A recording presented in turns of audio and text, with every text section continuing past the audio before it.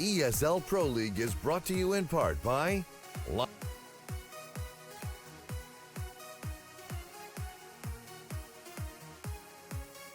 Logitech G, Pay Safeguard, Mountain Dew League, and ESEA.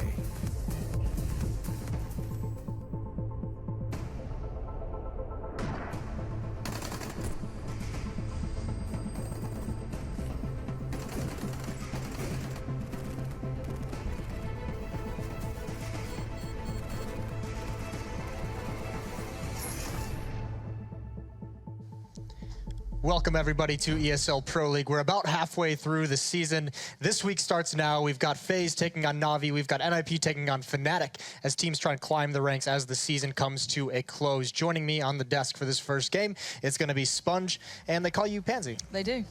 How's it going? Yeah, good. Good? Thanks, Moses. Sponge, you doing well? Great. Excellent. A lot of help I'm going to get today on the desk. Chat's still maybe a little frustrated from losing a game of Worms before we began. Let's check out the standings, though. Over in North America, you know, we've been keeping the track of this as things have gone on, and the standings over there are pretty clear cut how we'd expect them to be. I like how you used frustrating and then got into North America, Jason. Yeah. But no, you're Beautiful spot on. segue. SK, Liquid, Cloud9, all at the top is what you'd expect. Immortals and Optic, they're not quite up there, but they haven't played as many matches at this point. As you would expect, Renegades winning some games.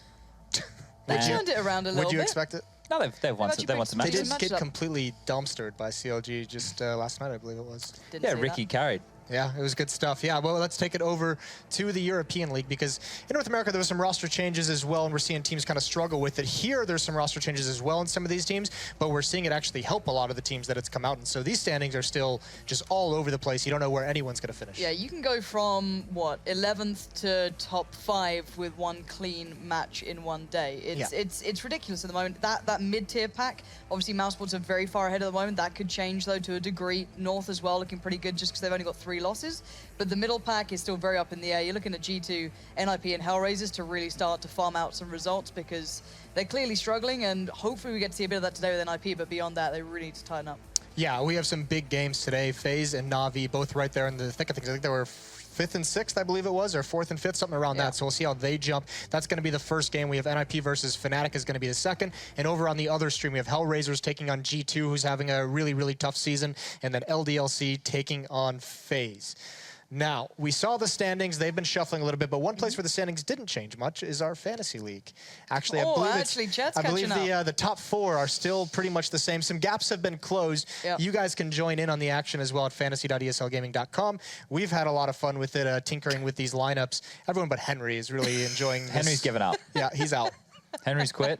Alex is doing better than him, and Alex hasn't changed his team since week 2. Yeah.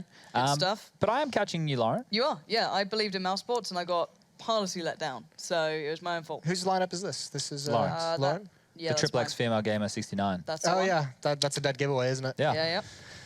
Believing in Shox this week to kind of pull the numbers in. He's got decent teams to play against. Hellraiser, I think he's got that. I think maybe there's another afterwards that I think he could win in. Optic playing against Rush. Rush looking a little worse for wear, but they have picked up a couple of wins. That could be You've stacked it with 3 NA players. An interesting tactic. 4 NA players. 4? Yeah. All right. Yep. Well, Elige, Coldzera, Phelps, yeah, why not? That's what this is Chat's team. The He's naturally 4-player team. And it's working. I don't know why you do this. There's got to be some player you could put there. Not for $860. All right. I like this. You know, Nico plays 3 times this week. He's surely got a positive ratio. He's playing ODLC. Going to pad a few stats there. Matt's doing surprisingly well. Yeah, he's in 3rd. Yeah, I caught up on him. I think a game like 20 points. Is this his updated team? I know that he was frantically trying to fix it. I don't know. He's looking at it right now. Zipnix, Coldzera, Henny. Then you can hear him shouting in the background, why not? So yeah, he's trying to hold on to that 3rd place spot. I'm hot on his heels. Here we go. Oh yeah, this is me. I got, okay, my boy Kusta is in there. You believe in him? It's over. I haven't heard you say a good thing about Kusta in It's been a while. 18 months. Here's a good thing. He's going to take me to the finish line of this fantasy league. You reckon? Yeah, he's going to bring me right to the top. Okay. You'll be down the bottom with Henry very shortly then. Yeah. All right then. No need to get edgy. Nice. Well, we can actually take a short break as Chad is getting a little harsh, and we'll send it over to Mitch. We'll hear what he has to say. Guys, and as always, ladies and gentlemen, head over to our social media channels at facebook.com/ESLCS and at Twitter on ESLCS. Now, there's a bit of a question going around in the community if you think the new show team equipment command should actually be used in competitive play. A couple of players have weighed in on this issue, but we'd also like to know what you guys think. So log in and put your vote up on our poll so we know what you think. Our first match today, though, is going to be FaZe versus NaVi. And on a slightly related note, Dignitas announced its new roster yesterday. Roster featuring Jacob, Michaelelli, Fox, Pitta making a return to European Counter-Strike, and Rubino, whose birthday is also today. By the way, happy birthday, Rubino. And the next step for Dignitas will be performing in the ECS League. And a return to Pro League is definitely not out of the cards for this team, but it won't be until Season 7 because Dignitas must compete in the Mountain Dew League. Obviously, ESEA's Premier League, that's how they're going to make their way back into the ESL Pro League from a direct invite from their performance in that league if they can make it. That's the same path that Kinkwin actually took to qualify this year. They played for 2 seasons in the Mountain Dew League before qualifying directly into the ESL Pro League. So now, before we start our first match of the day, let's take a look at our Pay Save Card top plays of the previous week.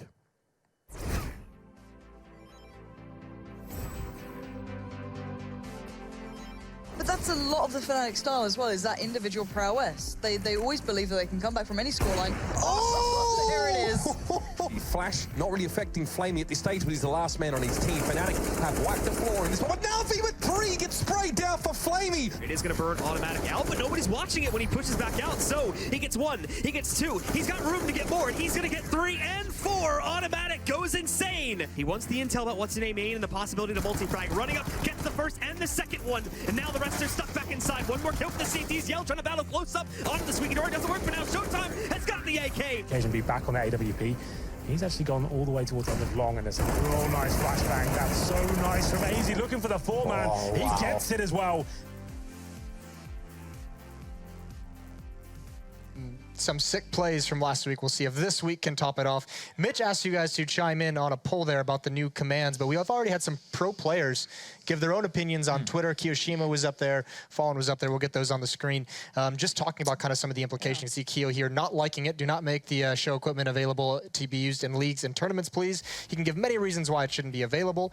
Yeah, that's fair enough. And then on the flip side, we had Fallen, who actually very much likes it. Any news from tournament organizers if show equipment will be available?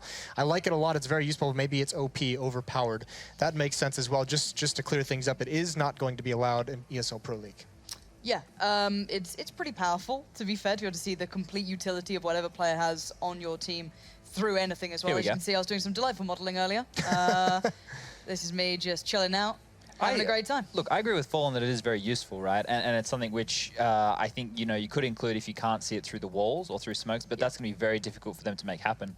I think, like, if you didn't have to ask a teammate if they had a flash, you could already see they had it. You could quickly ask for utility and that kind of stuff. So positive in that regard, negative in the fact that you can see it through walls. If they're in your line of sight or something like that, it might be a little bit better or fairer. I just think exactly it's overpowered. It's definitely noob friendly. Yeah. It's a good way to help you learn. Maybe it's one of these things that we take away from people with time. Yeah? Yeah. What do you think about the team ID overhead thing as well, where you can see the triangles above your head rather than the full utility? Because that's the other command that came out as well. Have you seen it yet? Same premise. Same thing? Yes. Okay. All right. Well, not liking it so much, the experts. Some of the players, yeah. I mean, I think overpowered is a good way to put it. The question mark, it'll be very much an advantage in the professional scene, I think, as well. Moving on, though, we do have our first match. It's going to be FaZe taking on NaVi. We just saw FaZe at Katowice get to the finals, losing some close matches. No blowouts, really, against Astralis in the grand finals there. But this team, since Nico joined, looks much improved. Well, this was the crazy thing, wasn't it? They came into that event just kind of pulling themselves back in. This was a bit of a testing period. Most of their practices were during Katowice. They came in the days they had free to try and get it done. So the big thing for me is now seeing what they've done with the time, because they haven't actually played that many games since they've come back off of Katowice. I think 2 officially. So hopefully we get to see a little bit more of the fleshed out idea. But what a great team they already were to be able to make it to the finals of Katowice. Yeah, I mean, Chad, is this team going to be helpful for them? I mean, over time, do you think, because what we saw when they had very little time was Nico having a lot of freedom. Do you think as time goes on, they're going to allow that to continue, or do you think they're going to try and rein them in a little bit? I think to some extent, right? You see strategies that these guys run that isn't current in the meta. They're doing like fast set execute splits. Like I have a clip a little bit later on in the day for Mirage, just detailing that. But we have other bits and pieces from this team that, they're able to do freedom-wise because everyone can frag or be competent in those regards. So I think this is a team that is not going to swing the meta in their favor, but they're going to be able to do a bit of everything, whereas some of the other teams are going to have to stay a bit methodical because they rely on being rigid. So this is an exciting thing with FaZe. I think they've got a lot of new fans. And I think even the players themselves are excited. We saw Kerrigan just the other day tweeting out that there's so much potential in this team, perhaps like more excited than this than he was in previous lineups he's had. That's going to be FaZe Clan. Their opponents, that's a very similar story, actually, because you talk about Nico as one of the best players in the world. Na'Vi as well. That is that is a beautiful picture of Kerrigan. I'm really enjoying that. I just really like Nico in this roster. Yeah? Oh, yeah. Wasn't even getting there. It's not only Nico that's missing, it's Keo as well. Yep. All right. It's just a little throwback. Yeah. The team that once was. The team that never could have been. Well, yeah, they're taking on Na'Vi, and the story is kind of the same. It's just flipped a little bit, right? Simple brought in as one of the other best players in the world. They had some early success, but they've stumbled a lot. And now they're trying to get back up there without their coach. We talked about this last week. Starks leaving the team, stepping down, looking at other opportunities. What's this team going to have in store? Oh, that's a great question, Jason. Yeah. What do you have to say about that? Yeah, really, you're going to turn the tables on me. I know this team, I think, is in actually some trouble. I think they're going to be all right. They can get by on some of the skill they have, but I don't think we're going to see this team contending for any tournament wins anytime soon. I think the leadership change, having Andy being the head coach now and Starks being gone, we may see a little spark in them. I think we already will start to, because Starks, as far as I believe or what I've read between the lines, is that he was more of just a feeling in-game leader, whereas Andy was the guy doing all the prep work, watching all the demos, being the analyst.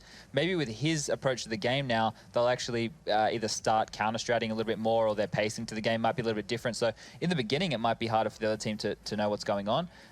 I think Na'Vi have always had all the parts or all the pieces. It's just they're not clicking right now. Yeah, the one thing I would say is, though, I don't know if we're going to see particularly a deep challenge towards them this game. I know FaZe can challenge, let's not go beyond that. But if you look at the map pool as well, so far they've been able to play the maps they like, at least in the last couple of games. They're playing the exact same maps they played against fnatic, if I'm not mistaken, Mirage and Train. So are the most played and the highest win rate out there for Na'Vi. So I don't think we're going to see a huge problem yet. I think it'll happen if someone tries to throw a curveball at them, if they get pushed out of those real comfort picks. You might start seeing Na'Vi and Flux, a team who doesn't have quite that kind of smoothness to them yet, or kind of finding their footing with this new kind of form that they're sat in. I think there's an interesting storyline between these two teams, where at one point Na'Vi was considered one of the deepest rosters we had, on top of all the tactical execution, just even just the individual skill. 5 players you had on that team that could be very, very dangerous. Now I feel like that table has actually switched. FaZe is probably the deeper team in terms of how these players are performing at the moment. So where are we going to find? What is Na'Vi? What are they able to do here? Like, what advantage do they have in this matchup, if any? Is it the maps, like Lauren just said? I think it's just the structure. If you're not hitting your shots on FaZe, that's where things are going to fall apart. Right. You need your players to be doing their job. And I have a clip here of somebody who gets slept on a little bit. This is Keo from FaZe, and he's I guess a role player, maybe a support player. And the clip here is basically demonstrating how well he plays this inner bomb site. It's just a montage of him delaying, making impact frags, and showing how to hold this inner site. He does this a lot. It does this on like Overpass. There's plenty of other maps where he has to solo and get a lot of multi frags and relay information to his teammates. So he's one of these inside players that plays the off angles, relies heavily on his rotator, can delay, can communicate well. If we get to it, I don't know if it's included or not. There's one that he gets where they're down in a low man advantage. He grabs 2 frags, even delays for his teammates to rotate. It's a very difficult position, and the players who play it probably don't get the credit that is due. Yeah, and just very briefly on that, if you look back at the fnatic game as well, Seized was continuously dominating someone like Flusher, who kind of likes these sort of spots as well. He was constantly being pressured, so it'd be interesting to see someone like Keo now in that position, trying to be able to hold back Na'Vi. Yeah, Keo has been lights out on this team recently. He's been incredible the way he's stepped up, but it goes the same for someone like Alu as well. This team is, like I said, probably one of the deeper we have right now in the Pro Scene, which is surprising considering they just add Nico. Do we have the 2 best players in Counter-Strike in the server in this match, Nico and Simple? Arguably, yeah. I'd say they're, definitely 2 of the players in the top 5. Yeah. For sure. Like, individual skill-wise, I think people need to make sure that we're putting that in that context. But for sure, I don't think it's going to be a battle of Nico versus Simple, however. That's not what we're going to see. But we do have that explosive potential for amazing individual plays and clutches to come out of these guys tonight. Now, the first map is going to be Train. This is a map that Na'Vi has always been very, very good on. We just saw Guardian the other day with the op having some stunning shots. He likes to go for that spam, for instance, the number 5 play of last week. Yeah. I mean, is this a map that they're going to rely on the AWP to be effective? Like, what did we see from it last week? Were they relying too much on Guardian?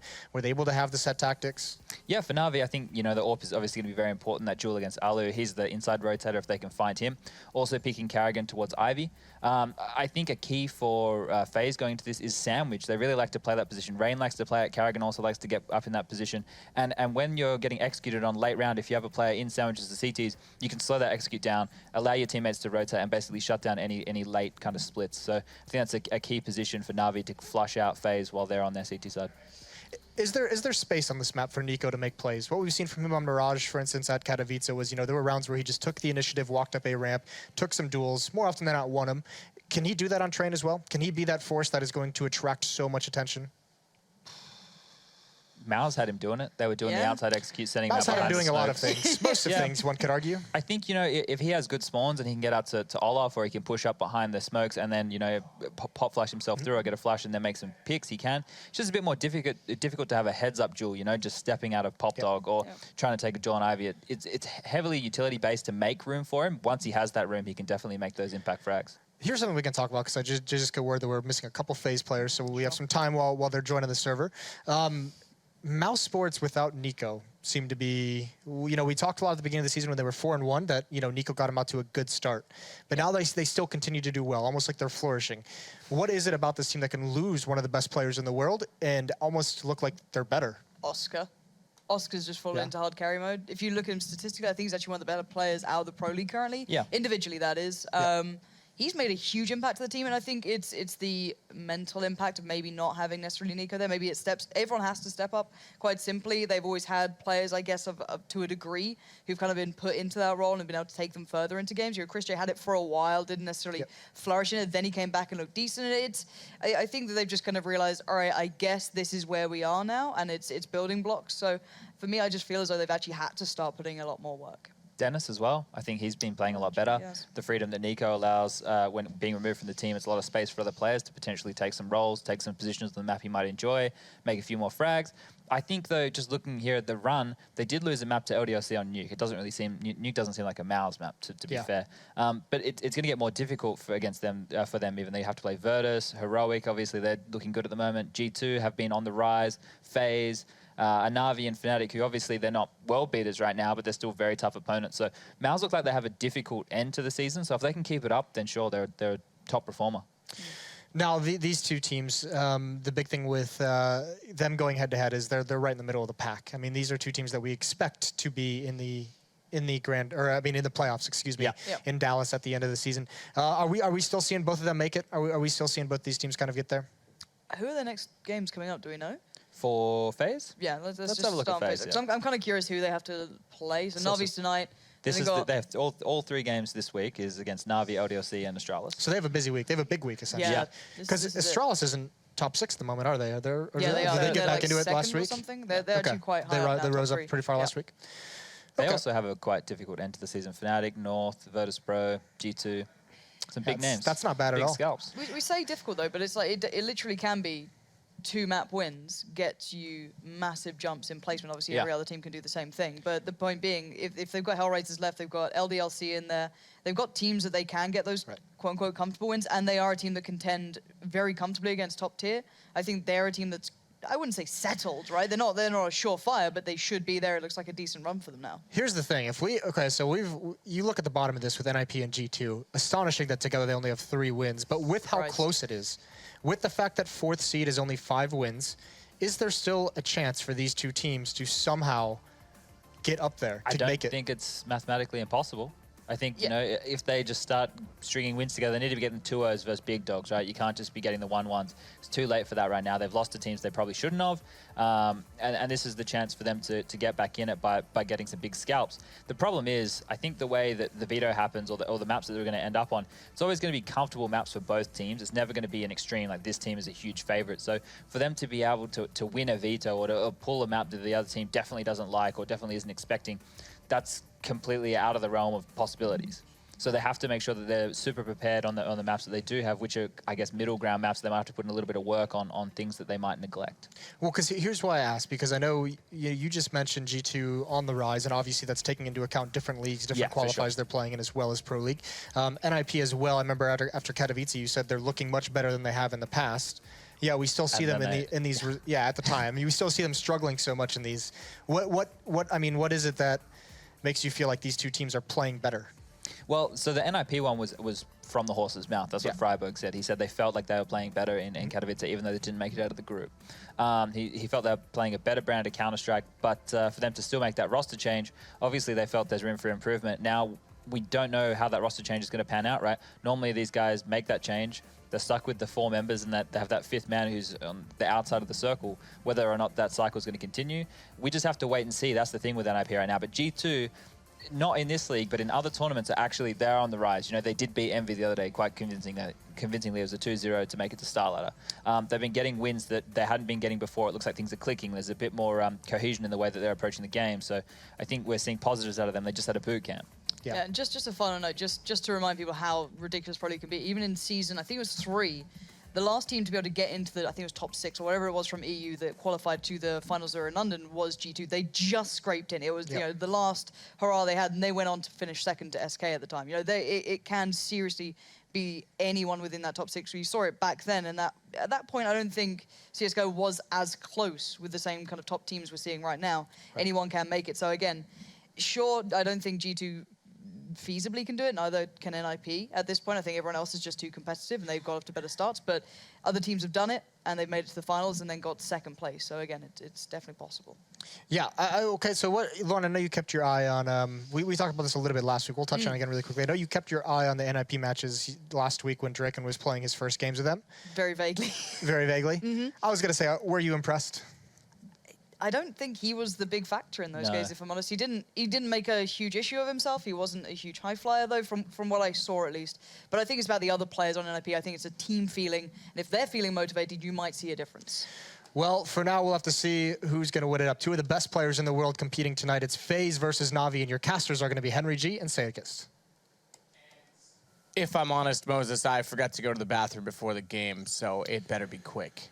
And did you shut up as well? It's all looking good. Just looking cologne, mate. You know, having some fun, having a good time. Perfect. Well, we had a good weekend. Yeah. Yeah. Got a nice little game to kick things off.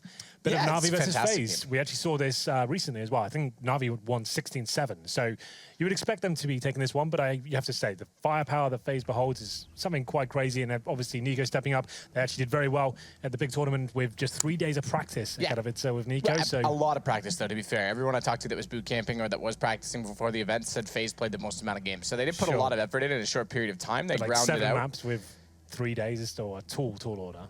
Yeah, you know, well, I think it was more than that, to be fair. I think they played... No, I mean 7 map pool. Oh, yeah, I see what you mean. Sorry, I was like, yeah, okay. Yeah. I thought you meant they only played 7. I think they played like 6 or 7 a night. No, but my point is that in form right now, they went further in Katowice than NaVi has gone since the New York tournament, which they won. And since then, it's been all downhill. You said last time 16-7. I'm not reading into that too much. They're both 5-3. They just talked about how close it is to make the finals. Big game. Someone's got to go 2-0 here. Well, here we go then. NaVi versus FaZe. It will be NaVi starting on the T side. He'll have a look at their buy. Normally quite utility-based here on training. There'll be 2 smokes and a Superman for Flamey as well. He's very good in that role. But Rain, like we normally say, it's normally the inside area that players tend to go towards on that T side. But Rain's going towards the upper ramp to try and challenge that at the start. Get some early information. He will have some confrontation as well. The shot's starting to be fired. Doesn't do any damage, but he spots 2 of them. So that will slow NaVi down somewhat. But they still have 2 smokes here. And, of course, Flamey on that Tech 9. As they start to show the windows towards Pop Dog and a little bit inside as well. Rain has fallen back. As indeed. Edward's going to wait top pop. Try and make his way down. The opportunity arises. Meanwhile, backing off all the way inside the site. The USP will sit to hold off the top position. Simple's the one around the corner. Looks like he could be the first to peek. The wide pick known to the top position, so he's got to be very careful as to how he approaches the tanker. So Flamey's by himself towards Ivy. Remember, he's the Superman buy, so he's either going to be coming in for the backstabs here, or he's going to be trying to sell something at the start of the round. They will end up towards inside, so it's up to Flamey now. Does he go before, try and get a kill and force some rotation towards outside? Then they drop everything towards the inner bomb site? That's the question right now. One smoke deployed towards Connector, and they're coming out towards that upper ramp. Rain's already backed off as well. Kiyoshima. He'll drop off the train. Giving them a lot of ground to work with inside of B, but the face play on A is going to pull off the rotations. Flamey's found the first on Kerrigan. This is an easy plant on the way through. Stop on top of the Spools, though, interesting position to try and play from. Doesn't allow the shot to come through. It's 1 kill already before the bomb plant goes down, and it's Alu that's got a lot of ground. Are they ready for this? He's going to slip in behind. They've got the high ground, sure, but they don't know that he's here. He does nearly miss and give himself away, but taps it, knows he's now last alive, and they've got to be on all sides, all facets, and as soon as they approach, awkward exchange. Eventually, someone was going to kill him. There's not much you could really hope for in that situation. Yeah, he was just trying to get a couple of kills. He gets $300 for his troubles, but as we kind of described, they get the inner control. They push Rain all the way back towards the back of the bomb site in B, and at that point, Flamey's ready to strike. So we're kind of speculating, was he going to kind of go with the backstabs when we go towards CT spawn? But no, he sells the fake outside. He gets 1 kill as well. That's perfect. Just as he gets it as well, that's the cue. Everyone jump in towards the inside bomb site. Gets a little bit awkward. They get the plan down, find the frags. Exchange is going in their favor, and it's been quite a clean round overall for Na'Vi. They get 3 AKs going into round number 2 here. There will be a force buy from FaZe Clan with Deagles and a PG-50 for Alu, just to note as well. He hasn't got armor, so he is going for that AWP in the first gun round. That's normally something we discussed with FaZe. They normally limit themselves. Alu's normally joining them on these force buys in the second round. It looks like that's something they've rectified at this point, as Karrigan, looking to get the 1D here against Seized, takes quite, I was about to say a damaging grenade, but doesn't actually touch him at all. Nah, merely a flesh wound. Seized will back off USP in hand. Bomb still waiting toward T-spawn. Looks increasingly like it will head toward B yet again. Similar setup this time toward Ivy. The difference being that Alu's not close to the B site. He's still out towards Sandwich, so should be pretty straightforward to walk in against Kiyoshima. With Armor and Deagles, they may elect to not even rotate over and go for the retake. They may just try and save those for the third round. Yeah, this is looking pretty promising from Na'Vi. You can see Seized is aware that Karrigan could be pushing towards Ivy. He's got a smoke in his hand right now. Smoke deployed. He might be taken down at this point, but he just about makes it towards inside. It will be another inner take here. They've smoked towards outside. That's the fake. It's Kiyoshima alone. You can see the players all being rotated towards outside. They will be starting to come back in. Kiyoshima not in the best position. Will be punished at that point, but an amazing shot from Nico does give them something to work with here. Ooh, shot to work with indeed. We know Nico's good on a Deagle. We saw Nico and Nico good on a Deagle. Yeah. Heroic Nico obviously being the other. Rain's gonna follow it up. Karrigan has one in the mix. This becomes a bit of a promise, but it might not go fulfilled because it is just Nico remaining. 1 kill in the round. Tag on Simple, and that may have been accurate enough. I'm not sure if that clipped the edge of the train or it was the top of the shoulder, but either way, it's enough to signify that his chances are gone. He'll grab a UMP. If he could locate Simple fast enough on the entrance back toward the site, he might have had a chance at it, but Simple's relocated and takes him instead. So Na'Vi going towards inside once again. They went for that outside fake once more. Instead of actually committing a player over there, 2 smokes. C's holding the flanks as well. He was lucky to get away with Karrigan's push from Ivy. But overall, they managed to win the 2 versus 1. Gets a bit scary when it's Nico left over with the Desert Eagle in his hand and that one shot towards the bomb train as well was Simple. He was feeling very brave, challenging Nico there, but manages to live to tell the tale as we go into round number 3. Full eco now for FaZe and just silenced USP. Some grenades. It's going to be Karrigan throwing that in towards main entrance. Doesn't land any damage. And Guardian, he's got no AWP. He'll just be running around to the tech line here trying to farm some cash. Simple finds the first frag, takes down Karrigan. Not really much CDs can do. You can see 4 of them actually place towards that inside site. We'll be pushing now. Simple, he's going to get like 2 or 3 kills there. Oh, they're not even going to go down Pop Dog. It's probably a good idea, right? Because you're just going to give him free money at that point. Might as well see if you can get anything out of this. Every kill they get, even if it's like quite a frustrating one, it's worth $300. Nico gets one. He does. Does indeed. Guardian knows his UMP in front, wants that. Tech9 still in hand. Could line up 2 potential kills. Nico goes low enough that Edward will follow it up. Keo actually takes Rain out for him, so it's 2 versus 2, just like that. And Nico's going to be able to pick up another UMP. Yeah. Thankfully, Seized gets down that ladder because Alu finds that kill. Nico with the UMP picked up. Bomb down inside of the site. It would have been Flamey to take off 2 charging from the same position. It would have had trade potential.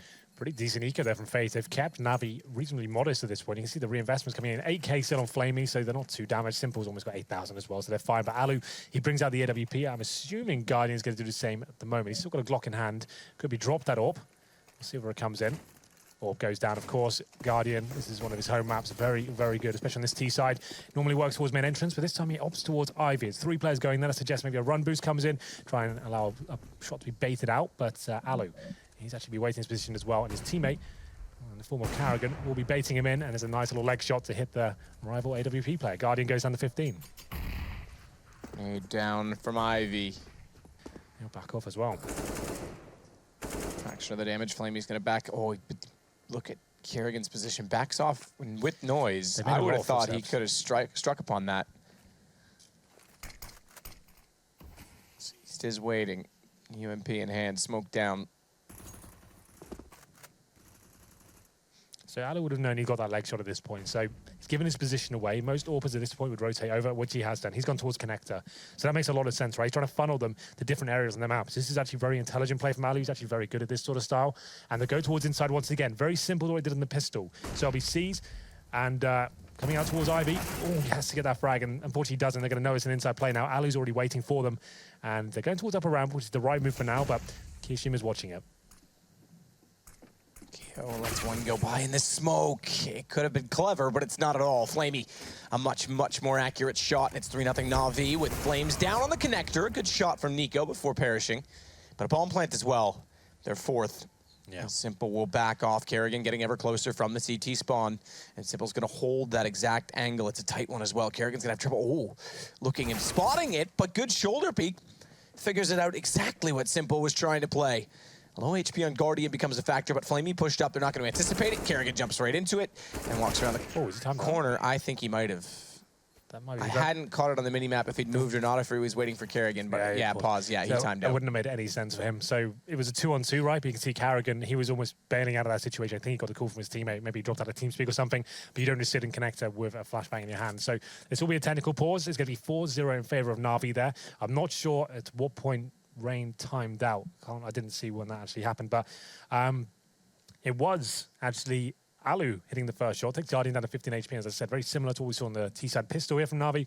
They left one player in the form of Siege with just the UMP there. Even if he goes down, it's not a huge deal. He tries to show some presence towards Ivy. Just as he does it, they lost their man advantage. He actually didn't find any frags there, but some amazing shots from Guardian, and I believe it was Simple as well. They took two players down, Kiyoshima and Alu, who are waiting with that AWP, of course, as well, and they managed to overwhelm the bomb site. And as you do, you push down as far as you possibly can, throw the Molotovs towards connector as well, towards CT spawn, stop the CTs rotating in, and you've already got those forward positions, holding the lines, and not really much they can do about that. So, of course, the Rain does drop out, but unfortunate for him. And it should be an eco at this point for FaZe as well. This is pretty rough. Certainly one of those CT-sided maps we have. Going 5-0 down against NaVi is never where you want to be.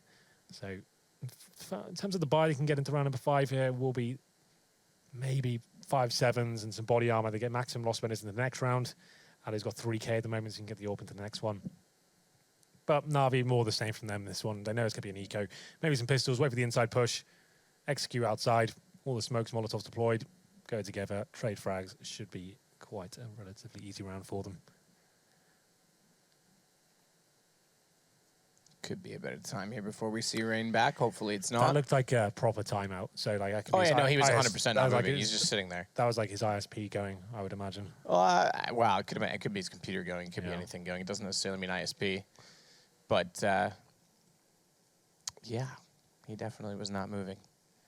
Oh, I see him back on your screen. He's back. So this is a good sign. This could be a lot quicker than I was potentially setting myself in motion for. Mentally preparing. Wow. Mental fortitude is everything. If you ever get struck in the woods, Henry, what have you got to do? What's your top tip? Stay strong. Stay strong. Hug a stay tree. strong. Use that mental fortitude. Don't you normally drink your urine? I do that for fun anyway. Yeah, like not even if you're in the forest. You just do it anyway. Nah, I do it anyway. Yeah, if I was stuck in the forest, though, I would turn into a cannibal after like an hour. I'd just be like, that's it. This is my life now. I'm going to rip my shirt into a tank top and eat the first person I see. Not asking for help, just eat them. No, that's it. Fair enough. We're back into it. It is going to be a little partial buy from FaZe. There's a scout for Kerrigan and 5 players on one side. So this should be a set piece. There's actually 5 players outside for FaZe. So going to have a rough time here doing anything about this. It should be quite a simple play. Flashes over, smoke down lower ramp. And Simple, he's patrolling towards upper. Here's the flashbang in the hands of Guardian. Here we go. Not really much you can do about this. Unless Kerrigan start hitting some amazing shots here, they should be done for. There's one. That's not a bad start. Oh, could have been 2. Didn't even tag him. Didn't fire the shot. Simple got it first. He gets 2 on the AK. Looking for a third as he gets forward. Tagged off. Got to drop down. They know he's in the lane. Linear perspective. Very easy shot for Rain as a result. And Rain will continue to push forward upon the site. 3 versus 3 as well.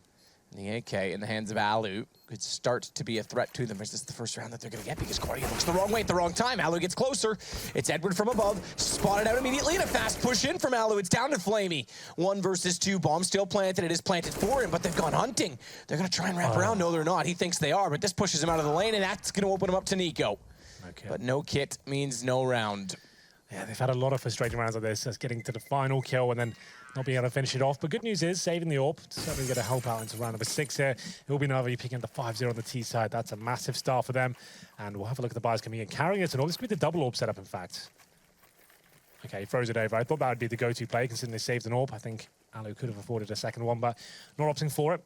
He's going to have the single AWP set up here. He went towards Ivy last time. We'll have a look at the minimap and see where he's heading towards. Looks like a very similar play. Keep an eye on him and see whether he'll be challenging Guardian this round. Guardian, of course, back towards main entrance. Trying to do the old wall bang once again. Managed to land it against fnatic last week. Hashtag POV Rain. Hello. Gets taken down by Edward, who will switch to his hashtag POV or exclamation mark, whatever you guys are typing. Edward gets 2, though. It makes it now 5 versus 3. As the bomb gets closer again, NaVi, I have to say, on train. Considering FaZe, remember the overtime situation we had at Katowice the other day? First time we had the overtime decided, they beat Astralis. They looked very strong in the map. They were confident to try and leave it in the map pool for the finals. Unfortunately, the curveball came out that Inferno came as the 4th map in the best of 5. They never got this far. They like this map a lot. Yeah. And NaVi is battering them on it, getting bomb plants every single round, controlling the space. Yeah. Forcing rotations. Controlling the pace is key. They've completely changed up that round. They've been going very slow and providing a lot of fakes so far. This time, FaZe, pretty standard set from them. They smoke towards Pop Dog. You think, when you drop a smoke in that area, you think, okay, that's the risk eradicated. No one's be coming out of that area. It'd be crazy to run through a smoke. They throw one flashbang over. Edward just rolls out towards Pop Dog. Rain can't believe it. He's got a flashbang in his hand. He gets taken down, and so does his teammate as well. So great work from Edward. Pretty much wins the round single-handedly there. Some nice shots from Simple to finish things off. And there it is. It's going to be round number 6 going in favor of NaVi. AWP has been purchased, though, by Karrigan. He had a bit more residual cash. He got dropped a weapon in the previous round by Alu. So he's going to try and pick up this round by himself. Certainly can work on a map like Train. Kill one towards outside, funnel them in there. You're waiting for them once again. Oh, but they've spotted Nico, and he narrowly stays alive there as the AWP bullet whistles past his head. Grenade, that lands directly. Here we go. Fall away from the position. When does FaZe Clan finally strike? Do you know the sad part about all of this? What? Nico's on my team. I forgot to update my team. I've got the whole Who liquid squad cares? again. You're so out of the league at this point, I know. Henry. That's why I decided. It'd be better to stop trying and act like you never did, because otherwise you're going to prove how little you know about Counter-Strike. It's true. Fantasy does gauge the knowledge quite well. Yeah, absolutely. If Thorn were here, he'd be dominating, right? Predictions. That's how it works.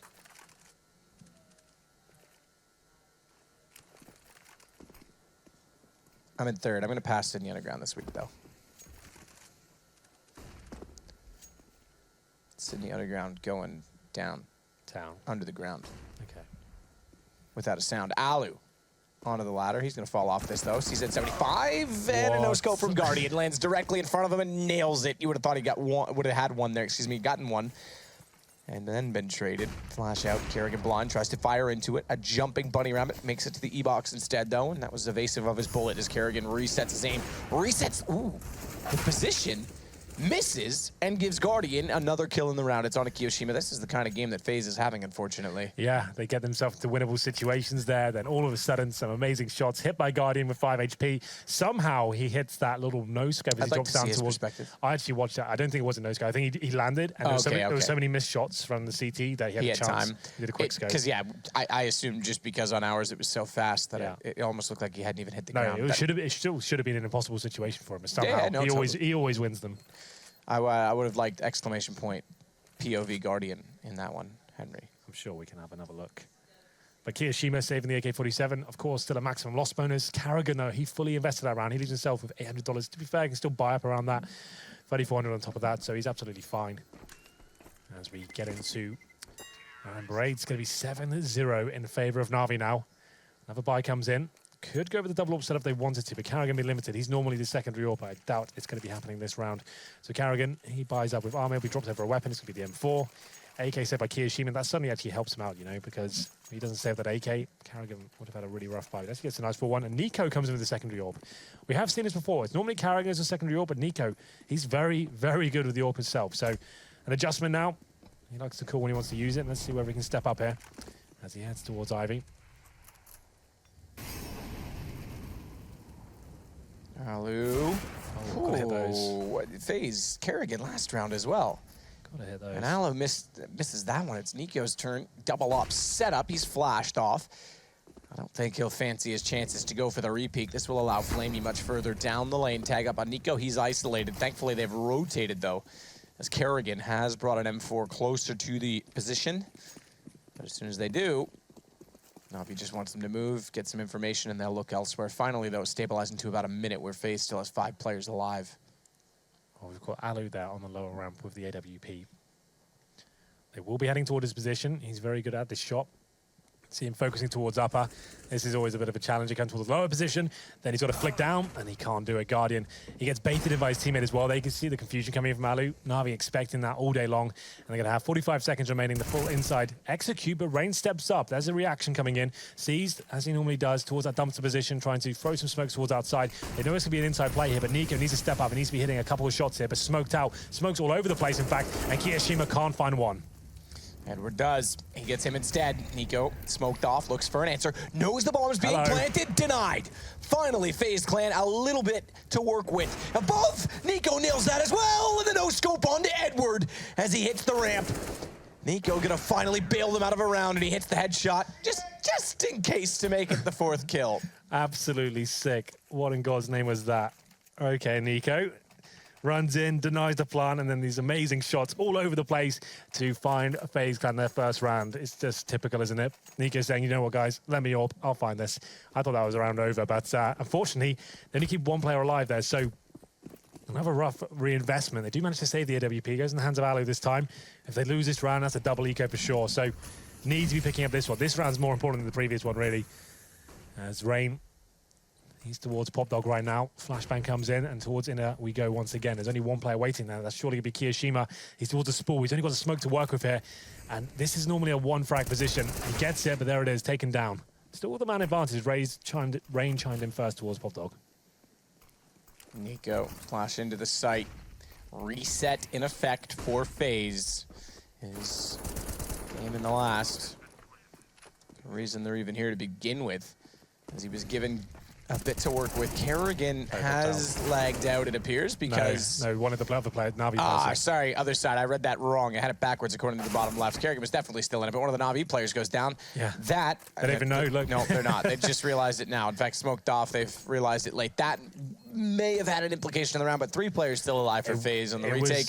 And you could argue that Rain fell out of a round earlier that was a 2 versus 2, so they'll get this round at the very least. Guardian dropped out in that situation, and they didn't... Okay, they did have 2 kids, but the fact is he's like towards up around with the AWP. He could have made that interesting. Here's the replay. Boom. This was disgusting. What was this? The lower ramp shot as well. This one. God. He did quick, but did he shoot quick or not? It looked like he almost scoped and unscoped. That was even more... We didn't even see it. We saw that it was a snap back. I didn't realize it was that tight. That was amazing. Damn, Nico. How you get so fine? 7-2, another technical pause there. Guardian is the player to drop out this time. The money, actually, like we said throughout, FaZe have had some decent rounds. They haven't been winning one. They've actually been bringing it down to 2 versus 1s every time. They've been at least causing economic damage. So this could be an eco. I haven't got Guardian's money on my screen, but the rest of the players are a little bit tight.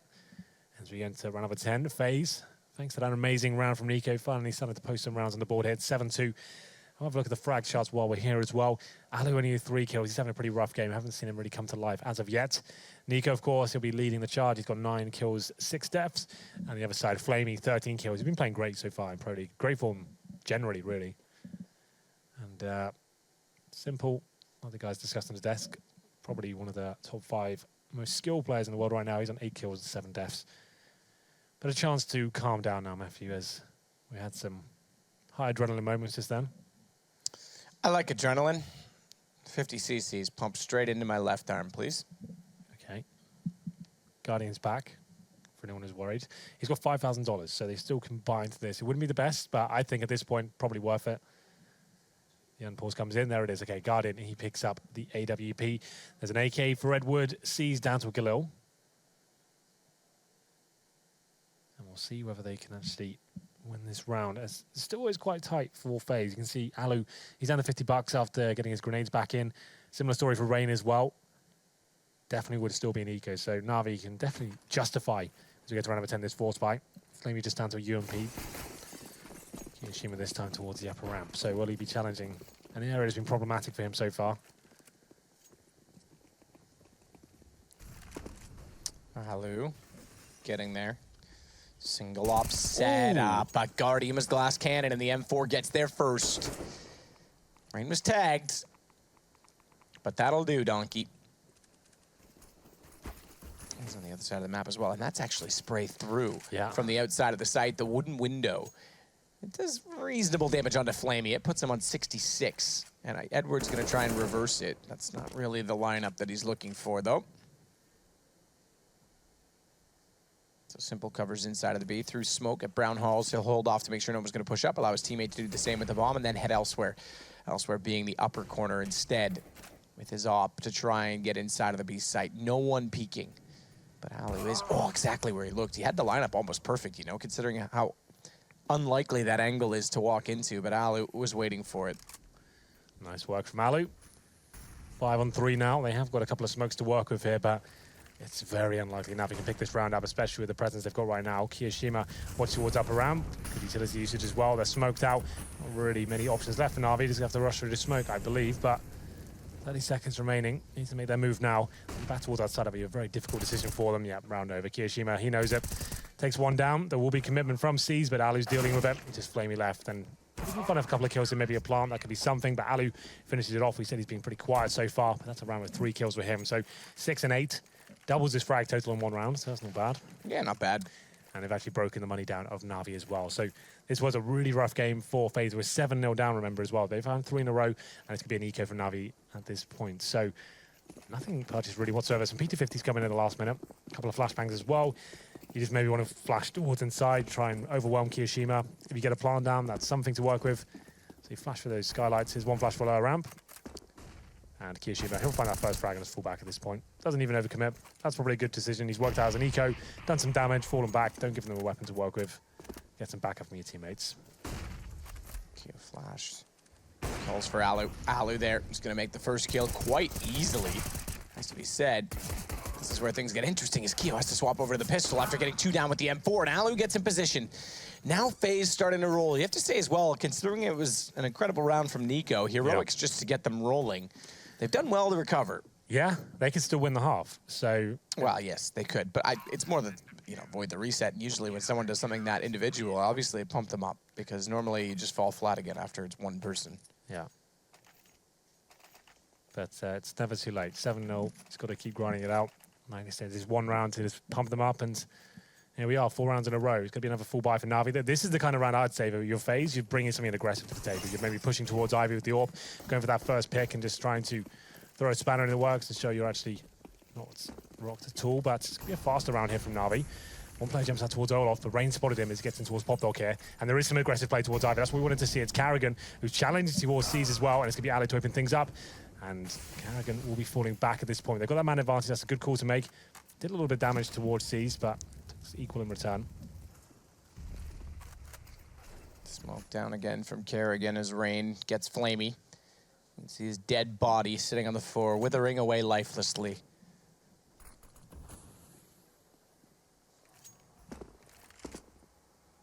Back toward T-spawn as well. NaVi looks like they've lost their invention.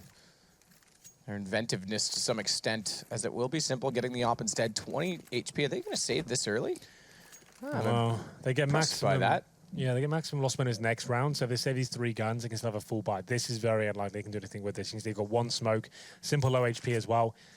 They've still got this massive lead, right? So why throw it away? Why just give farm to FaZe kind of at this point? Give these weapons away. You know you can't win the round. So did a conservative bet. It's going to be a long save. 40 seconds remaining as well. CTs are aware this is probably going to be happening in about 10, 15 seconds time. You see Kiyoshima and Rain considering pushing towards inside, but we'll be holding up for now. But as the 30-second mark hits, we're holding up towards T-spawn. Bomb in the hands of Guardian. Simple with the AWP as well. That's the main prize I want to hold on to here. Yeah, I agree. I like holding on to the op. But how likely do they start to push through? I think the CTs are quite comfortable just sitting back and allowing this to happen, to be fair. No one really looking to be on the move yet. There's still a likeliness as well. It is NaVi, and in days gone by, they like to execute late, but at this point, it's pretty obvious, and they haven't committed to it, so it's not even worth hunting at this stage, because like you've checked everything. You're going to these really tight choke points like T-spawn when you know they've got an AWP saved as well. It's not even worth giving the kills away, so they're absolutely fine keeping 5 alive there. 5 rounds in a row now for FaZe. Nico that got things rolling, and it's going to be a tactical pause at this point.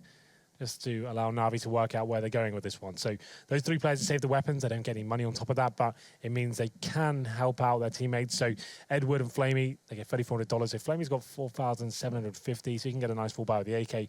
Edward, 3,500. He might be down towards a UMP. We'll see what he decides. As he's already got armor, so he can actually get an AK as well. But yeah, as we said for FaZe, that's the kind of round you want to show a bit of aggression. And Karrigan actually pushed all the way to Ivy there. And at least rattled, seized off a little bit there to push him back towards T-spawn. And then players finding kills towards main entrance was Rain, who's been in amazing form recently. Probably some of the best CS I think I've ever seen him play, like especially at Katowice. He seemed like reinvigorated since Nico's joined. He really believes in his team. I think there's 2 things. Yeah, Nico, he's got more confidence to get away with things. It's not even that Nico necessarily gives him more freedom, which undoubtedly I'm sure he does, but it's the thought that he does. Yeah. So therefore he thinks he can be more risky, I guess, and have someone he can fall back on, that, you know, if he goes down, he doesn't have the pressure on him for doing so because Nico can cover for it, and vice versa, to be fair. Well, the unpause comes in. It will be a full buy for Na'Vi, of course, after saving 3 weapons, but we'll see what they can bring to the table here. Haven't really got going since they got that 7-0 start. 5 in a row for FaZe. Alu's still on that single AWP setup, but they have got 2 AKs to work with. That means you can take more advantageous peaks, more aggressive, and even get the one-taps going, and players like Rain and Nico could be very well versed in that sort of mentality. And to get this set up to again, once towards Ivy, it's Karrigan by the server.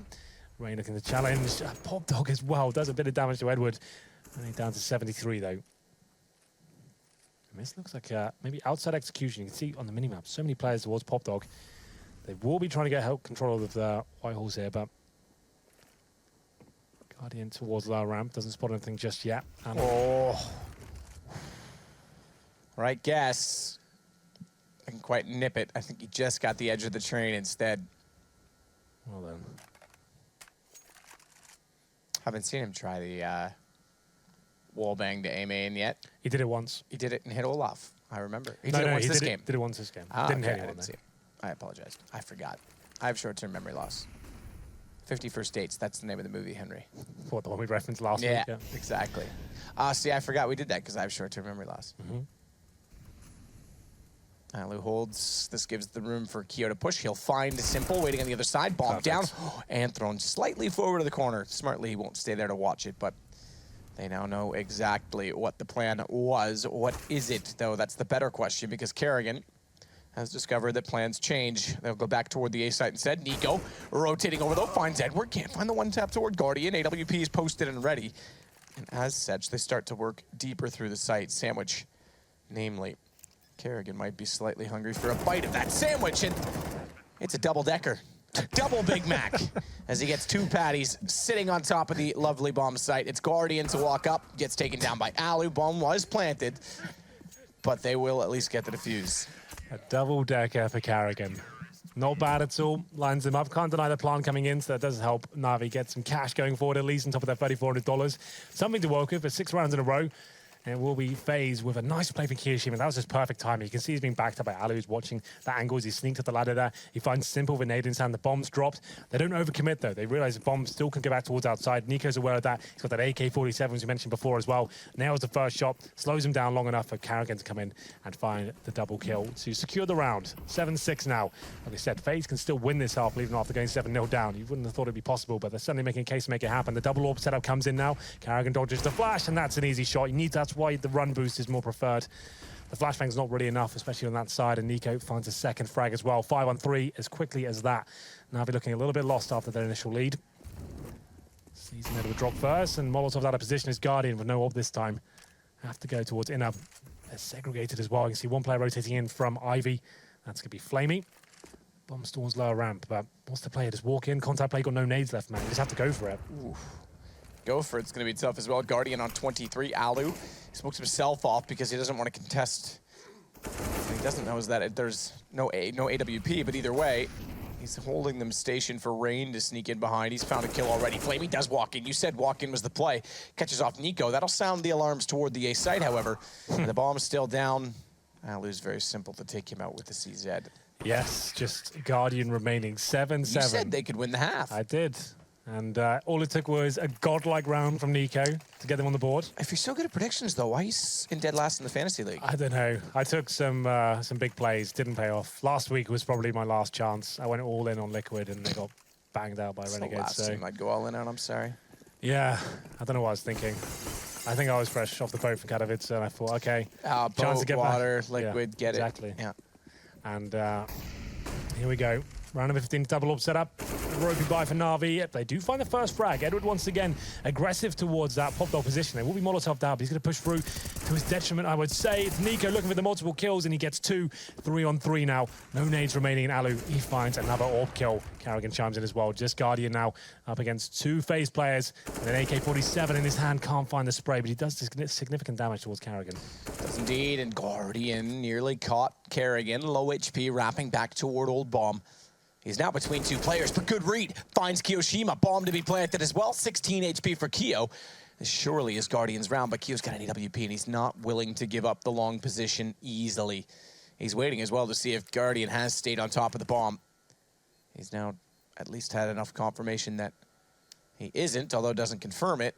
He's sure not. So he's going to move and rotate himself toward Ivy instead. Pistol pulled. But Guardian on 92. It's going to be well enough for that, and an easy shot as he sits to wait. Smoke diffuse, that's really the only chance that Carrigan, had on that. Yeah, Carrigan was just lost there. 15 HP as soon as you lost track of Guardian as well. All you can really do is smoke the bomb, hope for the best. Guardian sees the smoke coming in, and who would have thought, after winning 7 rounds in a row, NaVi still win the half, but FaZe definitely gave them the run for their money. We'll see who wins in the second half. We take a quick break. Do not go anywhere.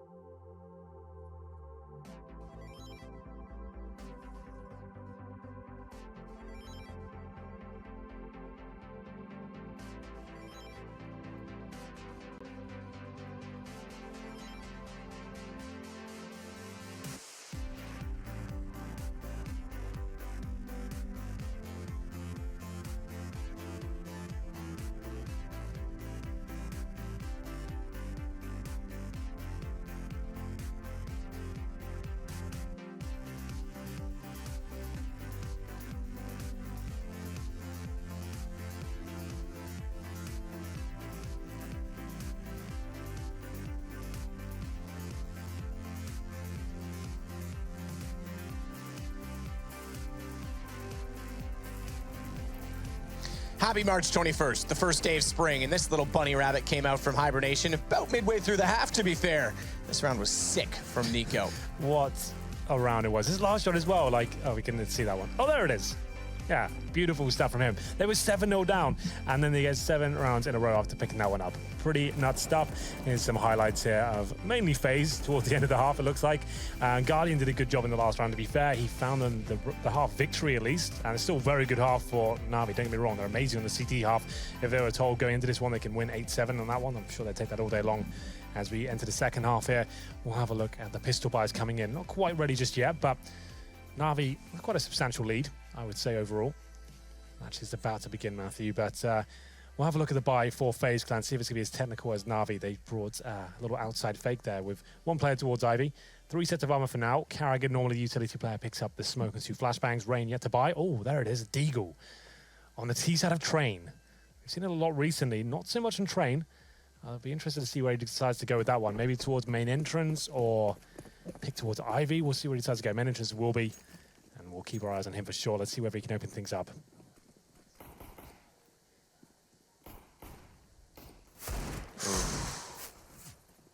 Deagle. Oh, goes the other way. Simple gets the shot with the USP instead. Yeah, that's a big investment to make.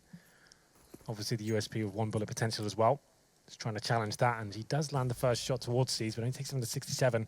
And Simple from Connector finishes off the job there. So good work from him. We go into a 5-on-4 situation. Still with the smoke there. That's Carrigan. He's towards inside right now. His teammate's going towards outer. So is he trying to maybe fake towards lower ramp or smoke towards the bomb train from this position? We'll have a look. As we hit the 1-minute mark, his teammate's sending the bomb towards Ivy, in fact. So look at the little setup, though, from Na'Vi overall. You can see they've actually got 3 players towards the connector position. Simple finds another amazing shot from that place and is going to be the connector towards Nico. 5-on-3. FaZe haven't really done anything in the round as of yet. Haven't got any control of the map as they actually look towards Ivy. They're very split up right now. Guardian gets some information out toward Ivy. Shot the second time around. A lot more successful, as he was late to go back and peek it. I think Alu suspected that he was likely trying to bait him in with a false sense of security, and he got caught looking at the server. As Edward from far is going to try and match that of his teammates in terms of flamboyancy and amazingness in the round. Kiyoshima certainly will. He takes down Simple with the deagle, but he's the last alive versus now 2. It was 4. He's still got a chance as well to find Seized in behind the bomb train. 10 seconds, though, in the round. That's the bigger problem. If he can find the first kill and get the bomb planted, he's got a bit of room to work with, but Seized is going to deny that opportunity. Kiyoshima very good at Desert Eagle there. He picks it up from fallen teammate Rain. He had body armor, hits 2 great headshots there. The round was already over. He gets a bit more money as we go into round number 2 here. They are going to be full force by no bomb down, of course. So Deagles and a Tech 9 for Alu. In terms of grenades, they've got 2 smokes to work with, so that's okay. Enough to work with at least. Big round here. FaZe can pick this up, they're right back into it. If they can't, it's going to be 11-7 in favor of Na'Vi after the EQ next round. Giving too much away right now, very split up. 2 players towards inside, 2 at Ivy, bomb down at T-spawn. In terms of the buy for Na'Vi, they have 2 rifles there. Famous for Guardian, C's on the M4A1S. And then 3 SMGs, which is absolutely fine on train. Lots of tight angles you can hold up towards main entrance. Ivy, for example. Carrigan does get towards the end of Ivy, but hasn't got any confrontation as of yet. One of the rifles waiting for him and finds Flamey, but can't actually headshot just yet.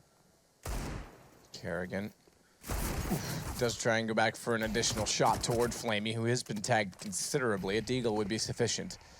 56, brings it up close, gets 1.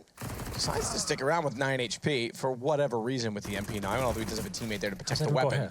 Edward, that's a great question. I was going to say, is in between 2 at Ivy, that's teleportation. He must have pushed main entrance somehow. He flew in the back of the Doves. I have no idea what he did then. But still, he wins the round, and that was a chance for FaZe to bring something back in their favor and get the economic advantage, but not meant to be. It's going to be 10-7 and potentially 11 as well. You can't really justify buying this round whatsoever as a tease. This could be Glocks across the board. It seems not even a PT50. That's quite rare to see nothing purchased on the T-side whatsoever. Maybe just rush inside, try and get some trades. There's only 1 player waiting for them as well, and he's towards the upper ramp. So if they rushed inside right now, this could mean a plan at least. That's actually very good news. They're not going to be rushing it, though. They obviously don't have the information we have. They get towards upper ramp, and he's now in the perfect position to find the first kill. There it is. Maybe 2. Maybe 2, maybe more than 2, or okay, headshots back the other way. Kerrigan, and got the second of which was some more damage dealt in all of that, but it's down to Kiyoshima and Alu trying to get closer to the site. They will be denied. Edward gets the last kill. Yeah, that got a bit interesting. Instead of the plan was possible, that would be great. They actually managed to out-duel the M4 player the upper round with the Glocks. That's actually quite a beneficial kill for them, but here we go then, the first real gun round. It's 3-0, round number 4. No AWP available for Alu, though. That's a problem. Obviously, he forced one that second round as well, so he didn't have a chance. He only had $4,200. Or for Guardian, though, he'll have no competitor up against him. He goes towards Connector. We'll be watching towards the main entrance for now. No one will be walking into that position. Everyone knows that's going to be a hellish area to try and challenge. The smokes come in just to buy them a little space to work with here. And Rain's made it out. So smokes have been deployed, and he's trying to find that first frag as flashes he avoids. Simple could be his first frag. Simple gets Rain, though, instead. He's still above, taps through, finds Kerrigan, rotates around to the other side, and Alu's just sitting there down below. Nothing he could do with it as Nico did get Simple down in the end. We did say 2 of potentially the best, or rather the desk said 2 of the top 5, potentially the 2 best in the world playing against each other. We haven't seen much in terms of back and forth. Simple's been quieter than Nico, to be fair. Yeah.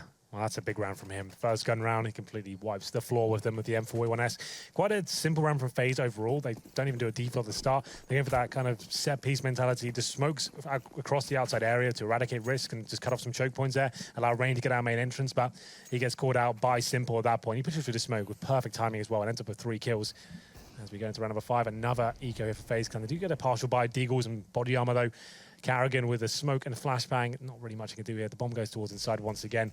So, spread out lower round, but maybe flash outside of a little fake. Rain's waiting towards main entrance as well. I think he's been joined towards Ivy by Carrigan. Kiyoshima, though, he shows presence towards inner. The bomb's rotating. Poor smoke from Carrigan, I'm afraid. That's not going to help him out at all. No, it's the thought that counts. No, that's not how it works with smokes. I lied. That's not true. He just has to run out and to his certain death there. Simple takes him down. That should be round concluded. Alu still brought head armor to this round. I find that interesting, but he had to be fair. Oh, maybe he's going to have $3,400 on top of that. So you have 5,400 is enough to buy. I don't think he should have got Deagle head armor, to be fair. Well, it may not make a difference now. Well, it will, but you know what I mean. The Deagle and head armor won't make a difference now. Yeah. More to your point, that is. Well, he managed to pick up a kill, so that helps him get $300. To be fair, he should be fine now. But that would have been quite painful. Isn't that a risk? I don't think that's a worthy risk when you say, okay, I'm going to invest in this, but I have to get a kill, especially when you're not buying amazing weaponry. Ooh, Simple goes to the knife, of course, but recovers, takes down Kiyoshima. So Ali should be okay for the AWP now. He's got... Yeah, he's got enough for just the head armor, the AWP itself. The $300 actually helping out a lot there, to be fair. He comes out to exactly $0, so he wouldn't have had head armor. Totally get it. I mean, the kill does, but my point is, I mean, I guess he's the confident enough player. It is Nico, but in most cases, I would say, yeah, don't ever... If you're buying something to say, well, if I get a kill, it's fine. Well, you're looking optimistically when you have to be a bit of a realist, especially with just a Deagle going against guns. He does that a lot. That's one of the flaws of his game, I would say, his economic decisions overall. He seems to force buy a lot when it's... He's got no nades now. He didn't get that one kill with the Deagle. He wouldn't even have had head armor. So that was certainly a risk, but kind of pulled it off. Yeah, I mean, look, it works. It doesn't... Just because something works doesn't mean it's no, right. I'm agreeing with you. No, I know you are, but I'm just saying there's people out there that will say the opposite to us. You know, oh, well, he did it. Just because of that, it doesn't necessarily justify it, but in this case, he gets away with it. So Guardian, smoke down, op ready, will relinquish the position and watch toward A main. Instead, there's been no eyes on it for a while, so he has to consider both Pop Dog and the front of the side as they rotate over Simple with the AK. Well, 13-7 now, getting to the closing sectors. Guardian throws off a nice little grenade towards the top of Hot Dog. No one waiting for it, though, as we hit the 1 minute mark. No ground covered once again for FaZe. They're just holding up in this default. No one's got control of inner. They haven't got anyone on the end of Ivy. Just holding up. They've got 4 smokes remaining, so you'd assume there'll be some sort of set piece coming in a second. There's a nice smoke used towards Ivy there. Here comes the full execution, though. They've been smoked out towards Pop Dog, but it's up to Guardian now to get on top of that bomb train.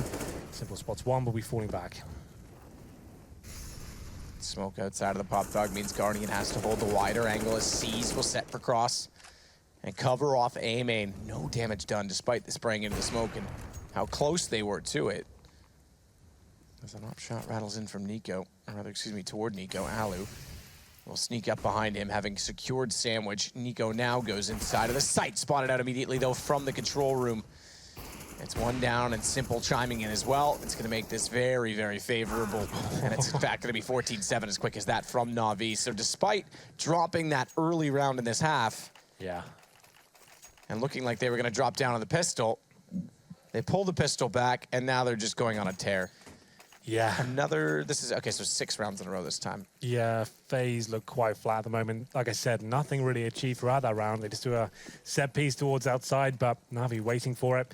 Yeah, all the shots required, Simple aggressive towards Ivy, just taking them down. This is going to be a partial investment from FaZe. You find it hard to believe they can win this round. Simple aggressive towards Pop Dog this time. Rain does find a shot in return there towards Flamey. So this is something to work with. They still have 1 smoke, but Kiyoshima, he's so good at that Deagle. Gives them the advantage for the now. I completely agree with Chad saying that he's often slept on. He's an underrated player. Even as far back as his LDLC days when they were winning majors. He's won 2, remember, but the first one they won, I thought he was every bit as good as Apex at entry at that point in time. And that said, now it's down to an advantage for FaZe, largely in part due to his 2 kills. But they still only have a gun picked up on Kerrigan and Alu, and they're low on HP. Guardians made them A big mistake, though, and that's going to give Kerrigan the round. Finally, the first round for FaZe Clan. Yeah. It only took them 6 this time, not 7. Yeah, the Deagles, Kiyashima there, challenging after losing that first pick as well. FaZe picked things up with the Desert Eagle. First kill, Kiyashima picks up the AK as well, gets the second, and the round unfolds at that point. But Na'Vi now, still lots of money available. They get the double orb set up in. Alu has an orb himself, but he's been up and down. He's either very quiet or very impactful, it seems, and we'll see what he can do as he enters round number 8. Guardian back towards Ivy. Alu going for all bang himself, doesn't land this time. Trying both angles there. Gets nothing for it as Guardian tries to challenge him in return. Nice little boost. I love this boost towards Ivy. You see him swapping over the guns as well. It's pretty cool. I thought that was the Ivy when we swapped over. I was like, wait a minute. Yeah. But Seized was there at B instead. He takes the man down through the smoke. Nico. He'll head back over toward the B site. Flamey's gotten inside close to the bomb to try and swap out with the AWP from Seized, who now gets a little bit more dynamic in the fact that he goes to Z connector so he can play on either side. A lot of people using that new op, by the way. Which one? Fever Dream? Fever, I think it's called something like that. Fever Dream, yeah. Yeah. Newer case. Well, 5 and 4, 1 minute remaining. I haven't got any map control again. They have got in towards the inside area, to be fair, so they could fully execute here with Alu on the AWP as well. But they need to make sure they get this first kill. Not being traded back at all. It's going to be Flamey, who's very good in this position. Molotovs come in. And he's ready for it. No, they don't. One bounces back. That's a bit of a miss. Won't be the end of the world on the way through, but a massive gap down below. Seized. He's going to try and open it up, or rather shut them down on the way through, but it's Flamey instead behind the spools. Finally gets walled down by Nico. Quick little flash up the ladder with a peek to go with it, and Seized can't find the angle. The shot required. As Na'Vi, though, sits with a 4 versus 2 into the post plant. Alu waits for the entrance, gets the first shot, down to him versus 3. Quick peek at the top ladder, realizes they're likely coming down the lane, and peeks it, finds out Simple's there, and he'll get Alu. This is going to be map point for Na'Vi, and a reset for FaZe. Yeah, FaZe has sort of lost their mojo in the second half, haven't they? They haven't really tried anything super fast. The only sort of round that's kind of had any sort of promise to it was that fast set piece towards outside, but they got completely wrecked by Simple at that point. There's one player mowing them down. They've been quite static apart from that, just holding up in defaults, letting the timer run down, losing the first pick, and then it's having to execute somewhere, but not really finding the trades required at all. It's going to be 15-8 now, match point. Double orb set up on the T side is the final player from FaZe. They need 7 rounds in a row to take us to overtime. Very unlikely, but we'll see what Kerrigan and Alu can do. Alu goes back towards main entrance, and we'll be looking towards bomb train here. Hoping player walks into his crosshair, not meant to be there, actually flashed off and sees. I thought he was going to hit that shot all day longer. He's down to 1 HP himself. Kiyashima will be disappointed he didn't pick that one up. Well, it's going to be Alu, found immediately inside of A main. That will give Na'Vi the upper hand early. Low HP, to be fair, on to Seized. In fact, 1, if you want to get specific, but who counts specifics? 5 on 3. Nico as well. Huge scalp to take. Does have to walk into inside sight. Flashbang goes in. Hope for the best, boys. Kerrigan's have to go absolutely massive here. Towards Connector. He's to face that AWP. Let's see what he can do. Smokes off towards lower ramp once again. He actually going to be flashing his teammates in and hoping he can chime in once the bomb's down.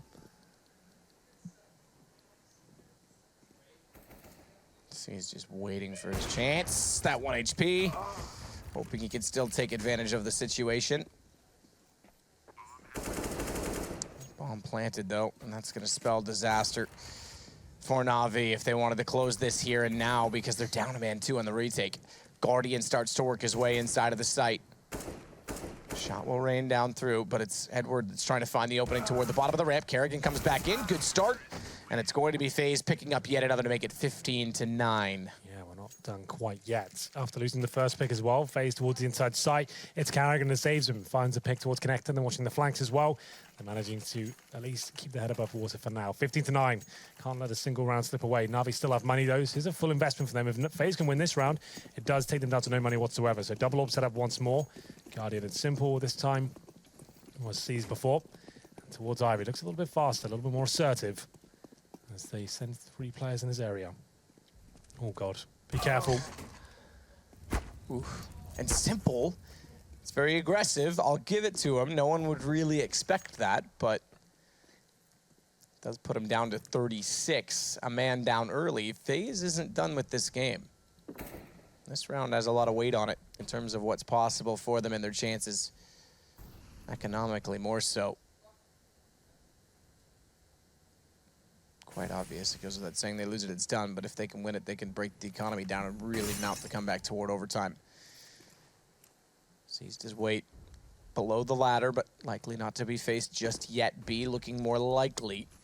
Bomb could go either way, but it's sitting top ramp, waiting to explode toward the bomb site, and Simple looks away at exactly the wrong time. Oh, that is... all right, finds Kerrigan rotating in from Ivy, but unfortunate in the fact that they get in toward the bomb site, relative ease for yet another bomb plant. Nico as well is able to advance all the way up to the front of the Z connector before Simple could do anything of it. And although C's is trying to stab them in the back, won't distract Nico enough. Goes in, finds one, flashed off though, does get Flamey in return, who then walks out to a crossfire where Rain is holding 2 versus 2. There's still a chance in this. Simple as well getting Kiyoshima. It's come down to Rain. Clutch or cut. And unfortunately, cut from this game. It'll go 16-9 NaVi. They'll take map 1. I shouldn't say map 1. They'll take a map. Remember, everything is a best of 1. Yeah. But we did say at both these teams being 5-3 to put a foot forward and really cement a chance for the playoffs, someone's got to go 2-0. So NaVi's got a chance to try and do so. Yeah, disappointing game overall from FaZe. You have to remember, the only reason they got into this was that amazing round from Nico to actually get them out of the 7-0 deficit. They look better from there, but their T side, very disappointing overall. Very static, didn't really bring much to the table tactically, and NaVi ran away with it at that point. Simple started to come to life, and it looked like the better team overall. I think they certainly deserve to win that one. Well, that said, I will send it back over to my favorite people in the, well, just some people I know, actually. Jason, it's all yours. Crisp. Yes, what an interesting matchup, because Navi was up 7-0 at one point, and then that half turned 7-8 off the heroics of Nico. I'm glad Henry brought that up, but just weird to see this game. At halftime, you feel it's a little bit close, but they only get one round on their T side. What went wrong here for FaZe? Slow start to that CT side. I think it's what went right for NaVi. Yeah. I really like the pacing they had on their T side, even from the pistol round, even their anti-ecos was how delayed they did their executes and even fakes.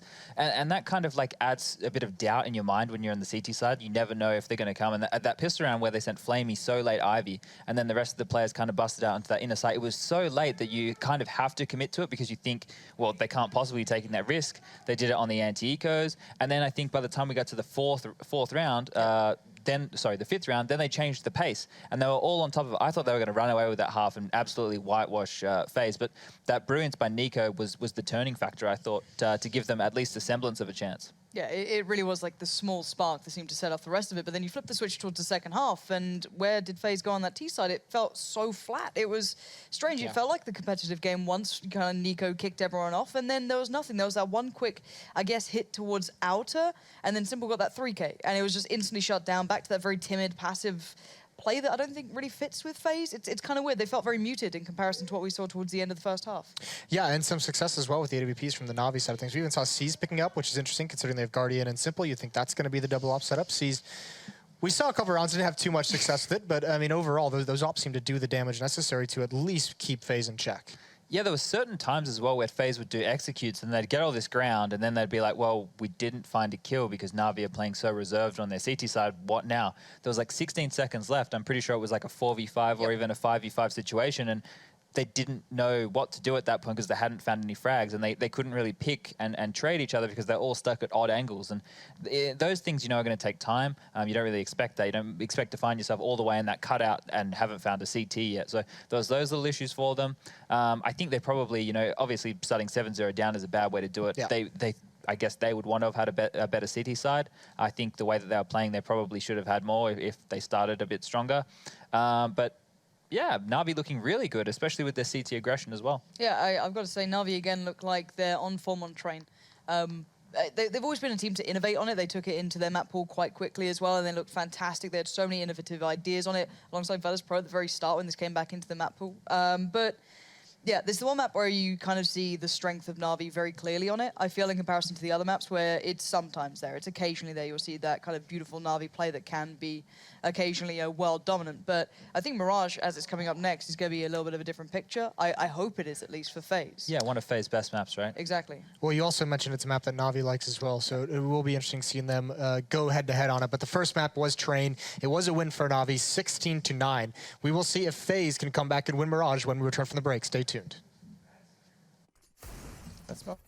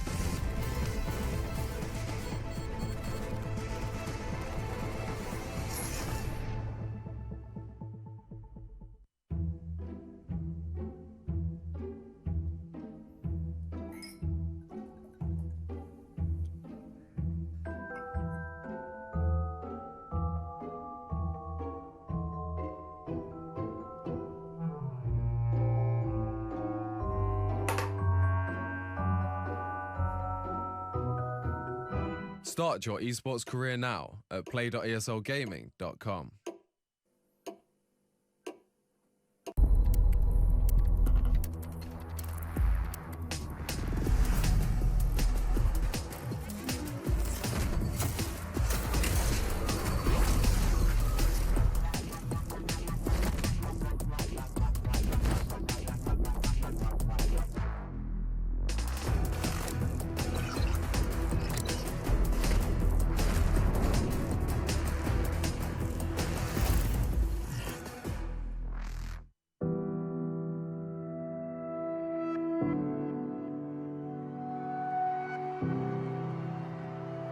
Ladies and gentlemen, welcome to ESL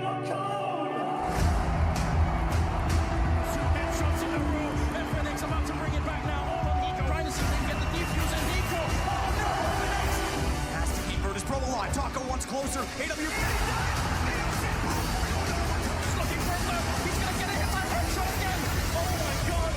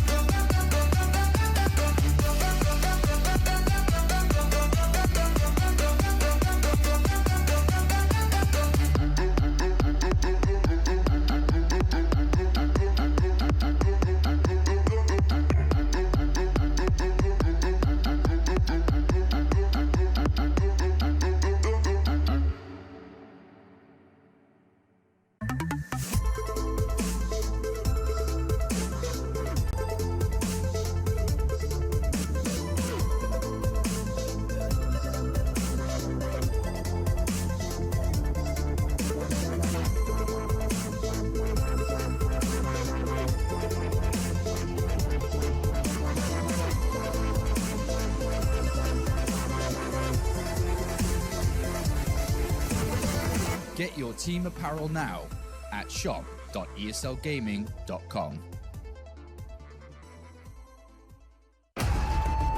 Counter-Strike is sharing incredible moments with us and will return to a memorable place.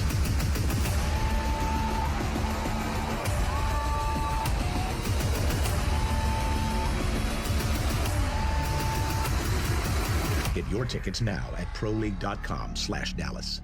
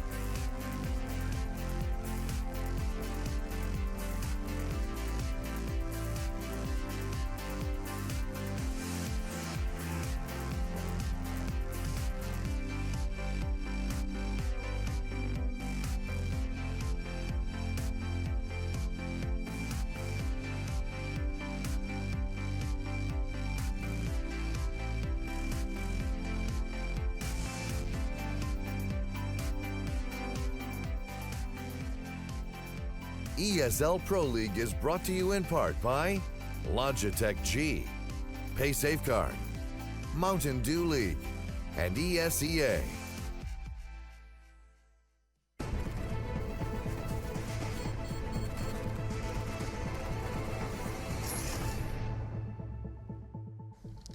Welcome back once again to ESL Pro League. Map 1 goes towards NaVi 16-9 as FaZe come out flat. They need to bounce back. It was only the heroics of NiKo in that previous map that gave him a chance, but it wasn't enough. Now heading into Mirage, another map that NaVi has proven they are very, very good on. Here to introduce the map and break it down is Sponge and Pansy. Hi everybody, this is D_Mirage. I introduced the map. Is that what you were after? That's unreal. Yeah, you know, I mean, yeah. Let's move along. I wasn't sure. Mistakes were made. So, Jason, thanks for not throwing me under the bus. What would you like to talk about? Still mates. Let's talk about what we saw from FaZe at Katowice, because this is the map they look pretty good on. Well, we only saw it once, if I'm not mistaken, against Immortals. Yes, Lauren, you are correct. And that's the only time they've actually played it with this full 5. Yeah. They haven't tried it yet. We haven't seen it beyond that, but they did look good in that game against Immortals. Historically, a good FaZe map. They always seem to be able to use individual skill on this map to be able to find openings. I think watching NaVi's T-side, I know we're quickly flipping the coin, don't seem as inspired. And speaking of inspired, maybe we have a clip. I've kind of gone to it a little bit early. No, here it is. It's already up. We're already on. This is a fast B split. This is what I talked about in the pre-show, where FaZe have these strategies. Everyone else is being relatively methodical at the moment, but this is a fast B split. This is a window smoke and a back of cat smoke from T-spawn. And then they go into a fast B split. NiKo getting in front of this Molotov here definitely helps. They entry onto the bomb site, and then Immortals save. This is from the game, Lauren, you were talking about. And to have this kind of stuff in your arsenal and to have a bit more freedom, like people know where they have to go. They know the smokes they have to run. But every time you're doing the strategy, people are always going to be in different positions. So this is where their raw skill and their ability to adjust on the fly comes in handy. The one thing I'd say is it was actually extremely reminiscent as well of what Karrigan used to make Astralis do on the T-side of Mirage, where Rain is almost picture perfect at exactly how to pre-played it. It's something that they ran for a while. There were answers to it eventually because it became Astralis love Mirage. We don't want to just take, face off against Big, so they'll do love in that little bit of a split towards B, a very quick pace to it. But the thing is, what I want to look at is how much does Karrigan AWP on this map, if he does at all, or if he'll purely leave it to Alu, because he does love to pick it up on this. He's actually very good at it as well. We saw him pick it up over previous players on this one as well. He picked up over Device for a short tenure when he was on Astralis. I don't know if Alu's going to allow that to happen or if it even works for these guys. Yeah, I mean, this was a map that Karrigan was always a specialist on. But for me, I think this matchup on Mirage is going to come down to the CT sides, because on the FaZe side of things, it looks like Keo and B, Alu and Karrigan, with the AWPs, wherever they want to play catwalk mid, they're all very comfortable, very effective in those positions. And if you look at NaVi's CT side, this is one of the maps I feel like they've very much dropped off, and it's one of the maps I feel you can identify how much lack of confidence there is in this team right now. Is there a reason why a team like this, who used to be good on Mirage, is feeling this lack of confidence? Is it something where the communication isn't lacking, making everyone feel uncomfortable? Is it a loss of belief in the map? But their CT sides at the time look like they're not even, trying to get any kind of information, not even really putting any effort onto the map. Depends on how you want to address it, like from the get-go on their CT and T sides, I suppose. If you want to dictate the pace, or if you want to allow it to be dictated to and react. And NaVi is normally that team that's happy just to play the default style, and then they will change as needed, or they'll play the passive style and get the information and then react on both sides, really. I think a strength for them on their T side is how much they like to get mid control from under the window and boost into the window and that kind of stuff. But once you find that out, once you know they're doing it, it's quite easy to negate that position by using a lot of Molotovs or always being wary of that boost. On their CT side, I think the issue that I've kind of noticed from time to time is players might get caught out either in connector or catwalk or window on their own. They don't really seem to trade. Those could be issues that they can address, I guess. Yeah, well, we'll see who has the issues and who can exploit them. It's going to be the second map between NaVi and FaZe. And once again, we've got Henry G and Sadikist. Hey, guys. I know you missed us. Sorry you had to listen to those other guys talk for a bit, but we're back. We are indeed. And with Mirage as well. Who'd have thought? Yeah, I like that place. Yeah. It's not exactly where I thought we would teleport to. No, I knew that. I knew the map pool beforehand, so I actually did, Henry. I lied to you. FaZe versus NaVi, to be fair, I think NaVi run away with this. FaZe haven't really impressed me that much. The T-side especially looking very weak. Didn't really get rolling on the CT turn until a massive play comes in from NiKo. And we'll see, hopefully FaZe turn up.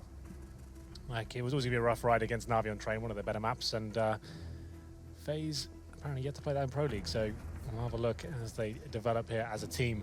It's going to be 1-0 already. How are FaZe doing in the table right now? They're like, well, mid-table? I mean, they were 5-3. Now they're 5-4. Okay. So yeah, mid-table.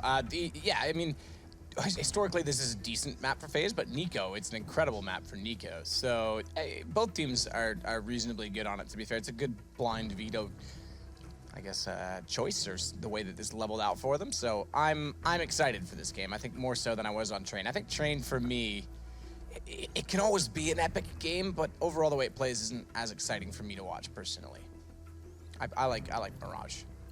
You like Mirage? I like Mirage, Cash. I hate playing Cash, but I like watching it. Well, we are into this one. It will be FaZe on the T side here. 5 players towards the A side of the map. They've got 2 smokes to work with. Normally dictates it's going to be a smoke towards jungle, 1 towards the steps. There's 1 towards the steps right there from Rain.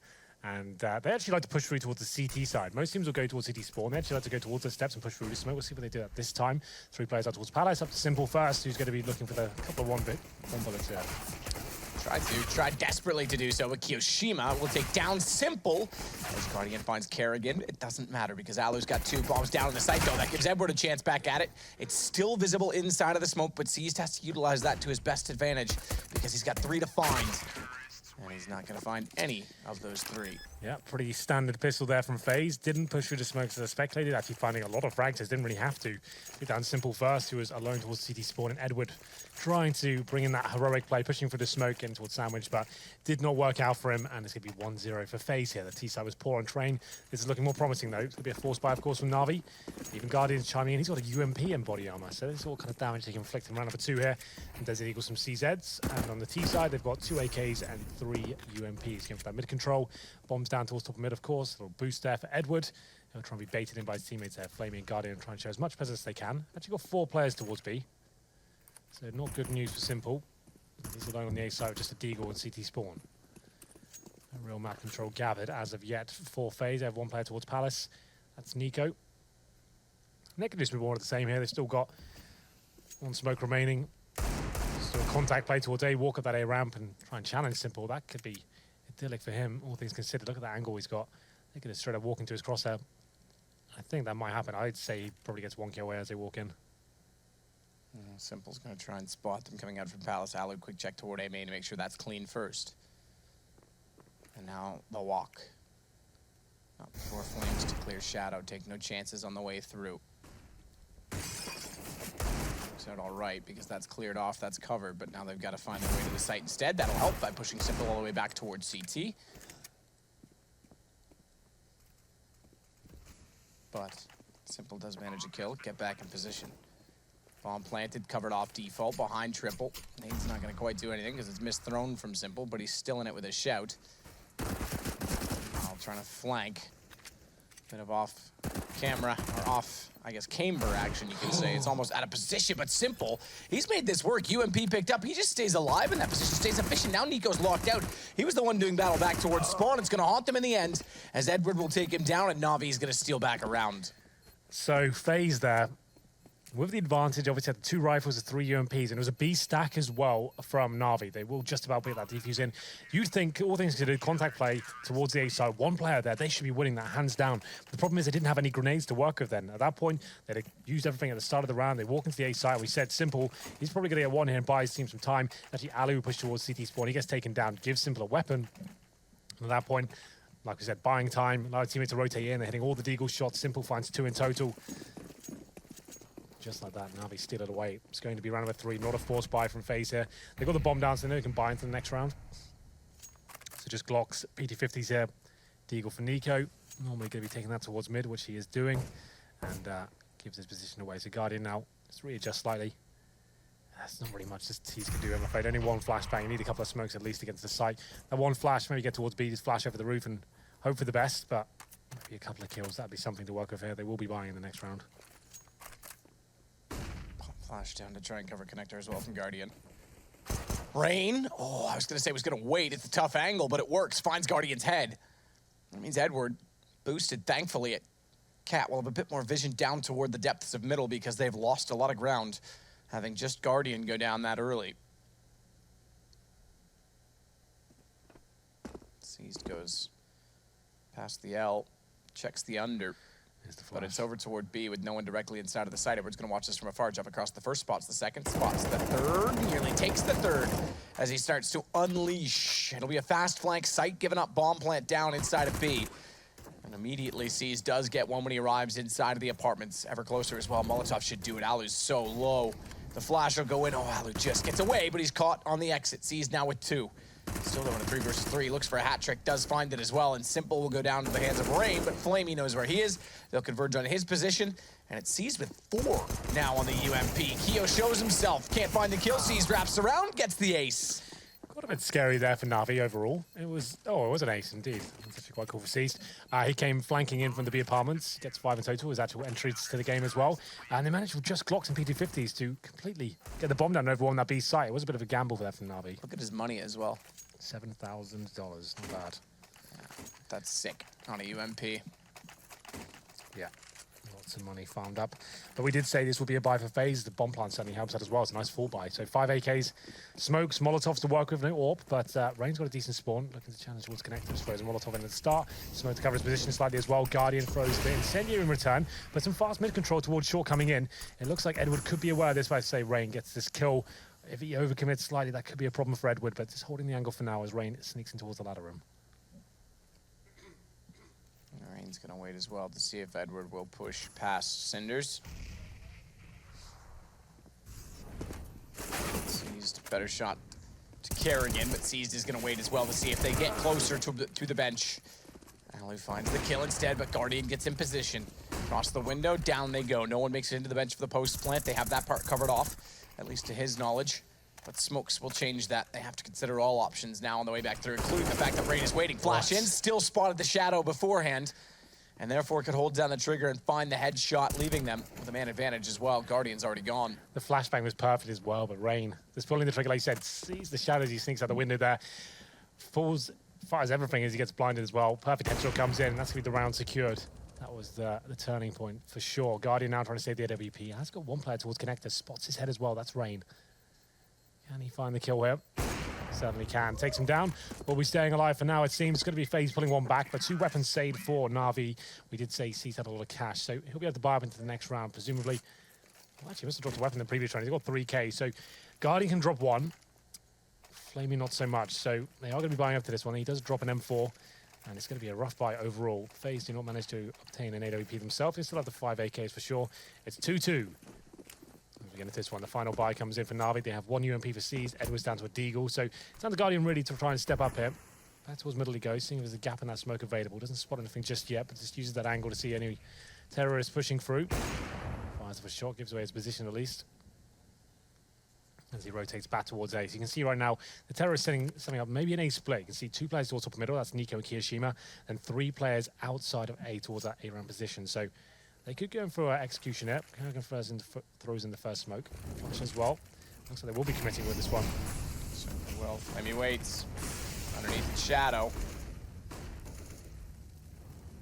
He's going to back his way out closer to the site as well. Watching Palace, they don't have a lot more knowledge from CT. Smokes were down, and as such, Guardian's got inside the side behind Triple. It's Seized and Guardian that find the opening kills, but flamie finally gets paid off. Picks up 1. Kerrigan waits at Tetris to see if anyone's going to peek out toward him. He has the bomb.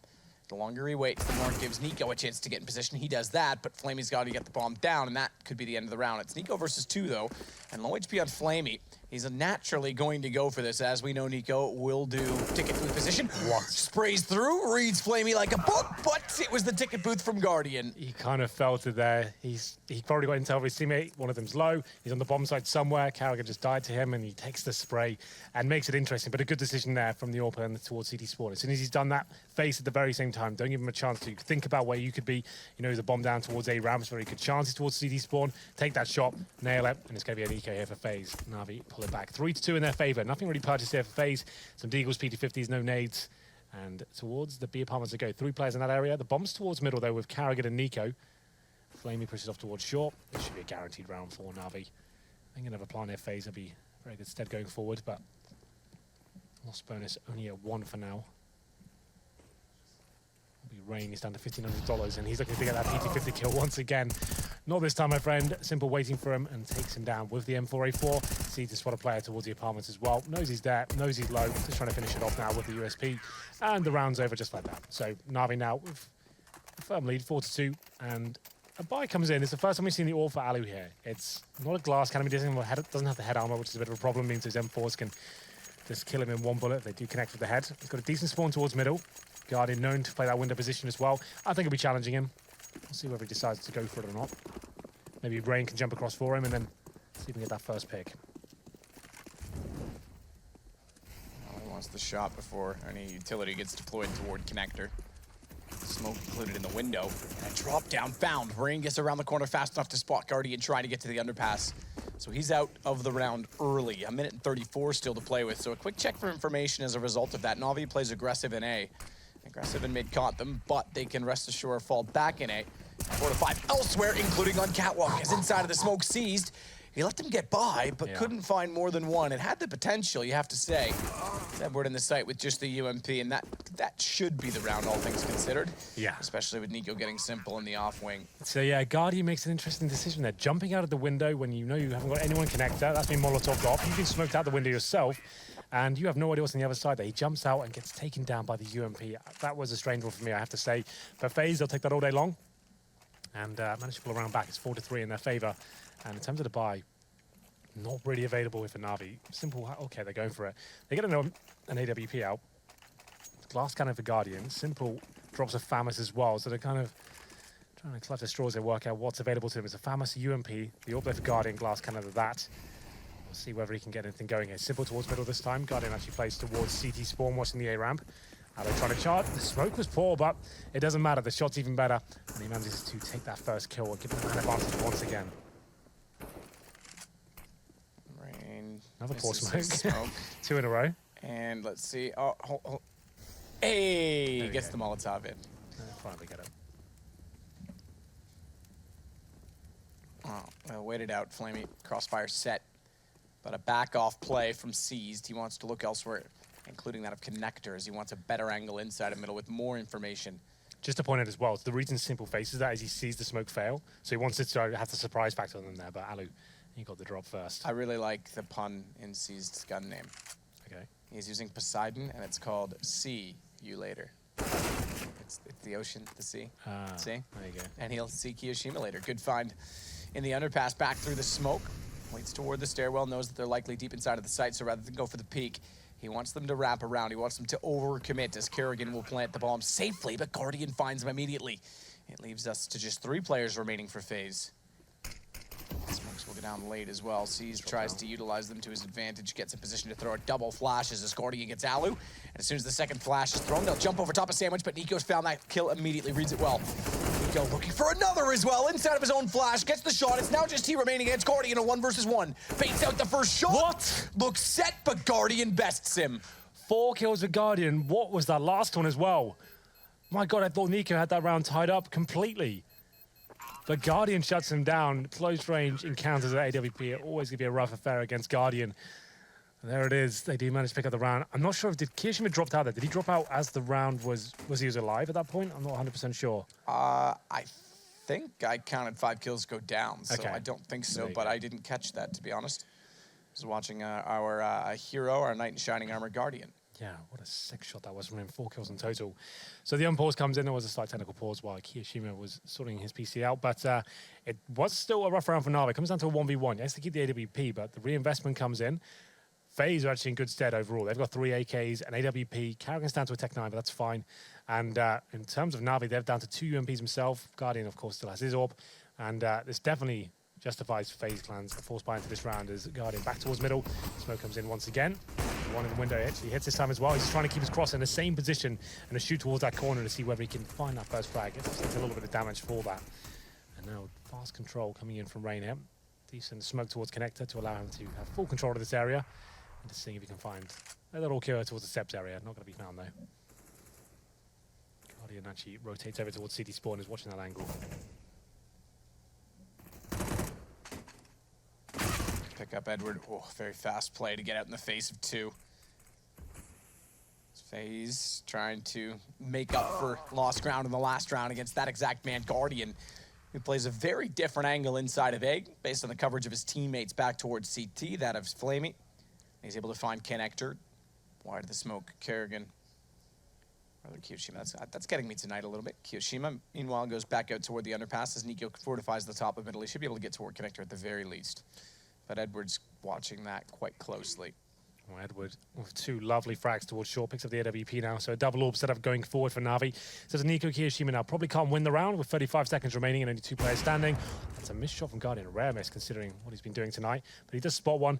And at this point, FaZe is trying to find anything they can in terms of frags to keep denting the economy of the CTs. Nico spots Guardian. My God, that's another lovely shot from him. As he takes him down, it's going to be a 4-on-2 now. 20 seconds remaining, like I said. This trying to cause some damage to the economy. They should be able to recover that fallen orb, but let's see whether Kiyoshima can do a little bit more damage here. He cannot. So Simple should pick up the orb. There it is. Good job by him. What a shot there from Nico, sorry. Very good stuff. And Guardian actually drops out the server. He maybe fell off his chair after that one and took the PC with him. Yeah, that doesn't happen to me. Oftentimes I'll take my headset with me. Yeah? Smash it on the table? Smash them off the table. They get wrapped around these useless armrests that gaming chairs have. Yeah, they need to fix that. I get it. You want to look like a Recaro, but make it functional. Well, another player drops out. I think it was Guardian. So 6-3 in terms of the loss bonus of FaZe. It's only a second stage, so it's $900. No bomb going down. They've actually got $900 per player. So they're going to have to take this one on the chin. As Guardian comes back on the server, like we said, Simple did pick up the fallen AWP. 6-3. So FaZe, after winning the pistol and getting a couple of gun runs under the belt, only with 3 so far. It's round over 10. They want to be getting at least 6 here. At 12 frees is not going to be good enough considering what we've seen from them tonight.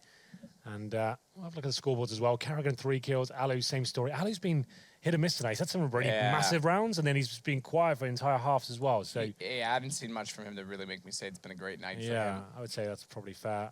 Rain, though, 10 kills for him. Nico, 8. So they've been certainly the headline act so far for FaZe and getting them rounds. So here we go then. Navi. UMP still for C's, but that's absolutely fine. We saw him get an ace with that weapon before, and he's up against unarmored players with Glocks this time once again, so that's perfect. He can get a little bit more aggressive towards that B side, and again in the apartments once again.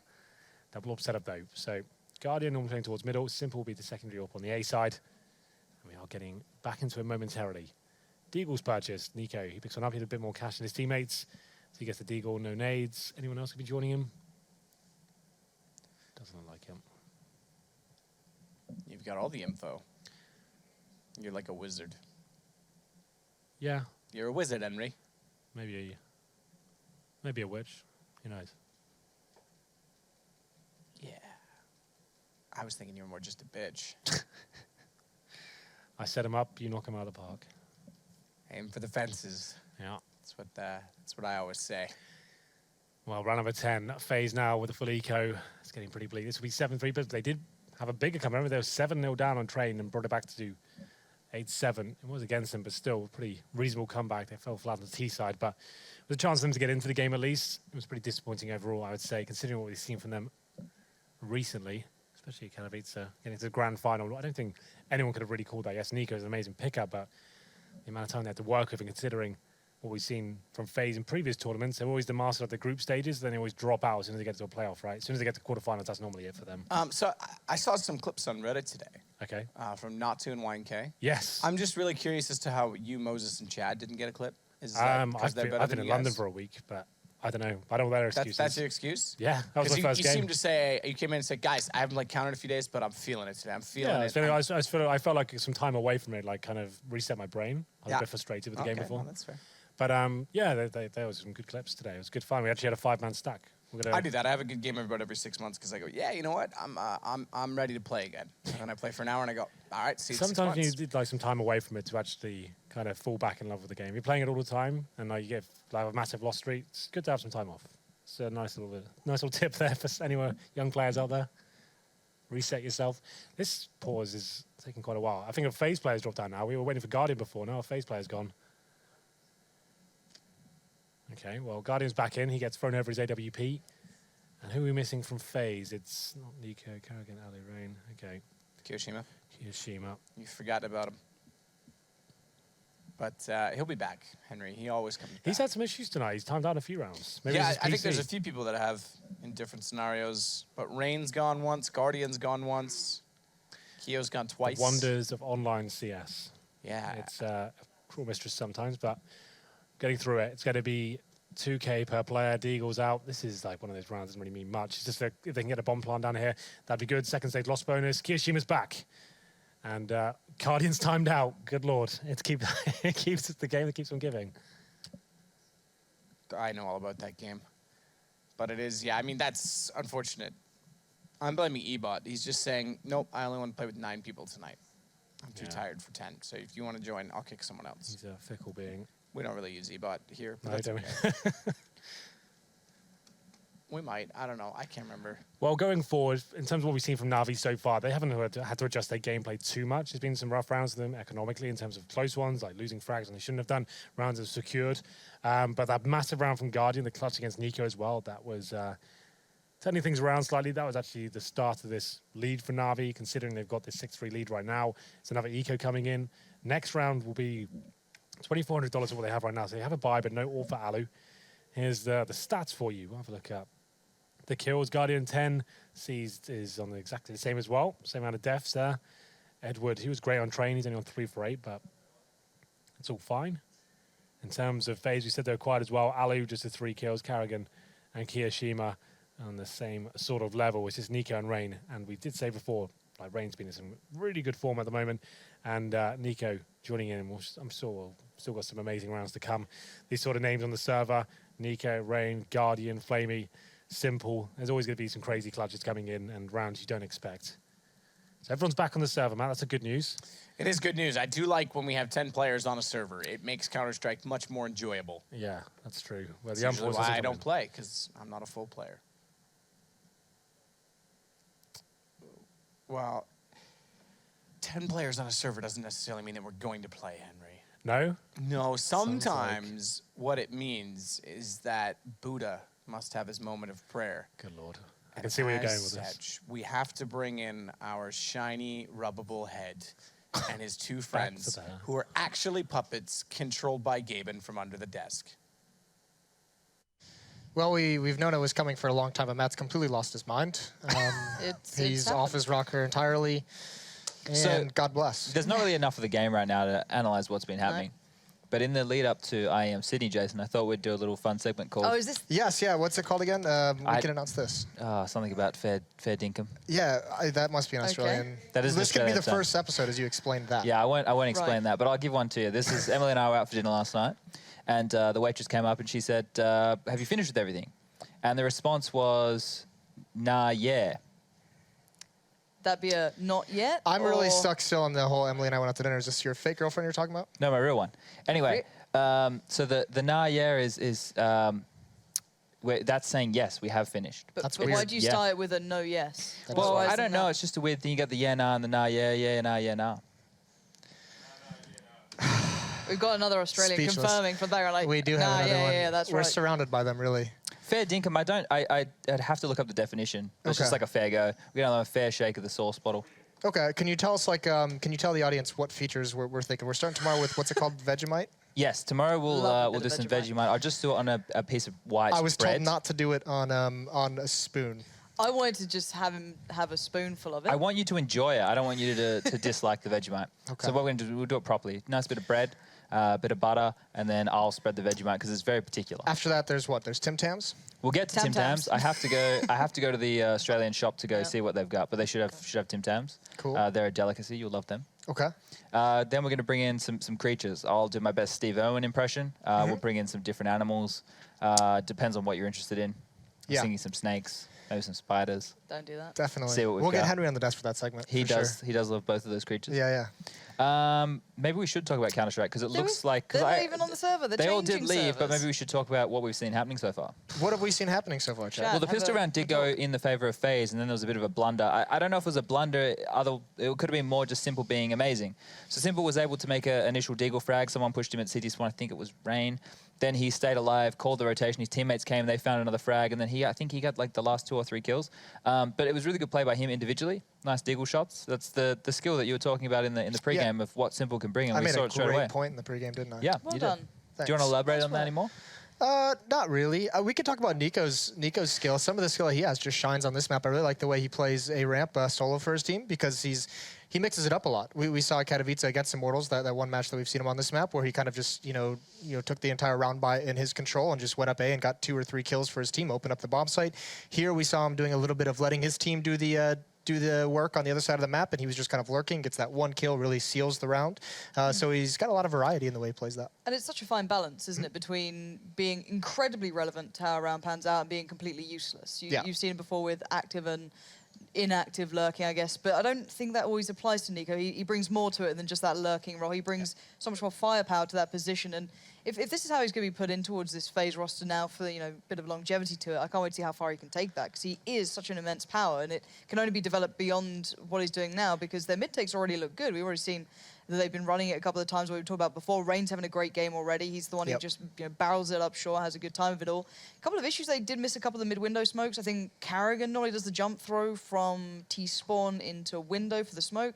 That failed twice, I think it was, but then Alu still randomly banged out the shot towards window anyway. So it's nice that they don't have to instantly fall apart when one smoke misses, because they do have individual talent that can make up for it, but you don't want to depend on it in those situations. Right. But obviously nice to have in your pocket if Alu can just do that. I will say as well, Nico is probably the superstar I most identify with the fact when you watch him play, you can really see his game sense shining and his decision making. He's probably one of the smarter superstars we have. A lot of players can get by in that immense amount of talent, but with Nico, it's like a mixture of both. So that's what makes him such a unique player in my mind. If we want to grab the passive and aggressive lurker and grab that thread and we'll run with it. Yeah, let's do it.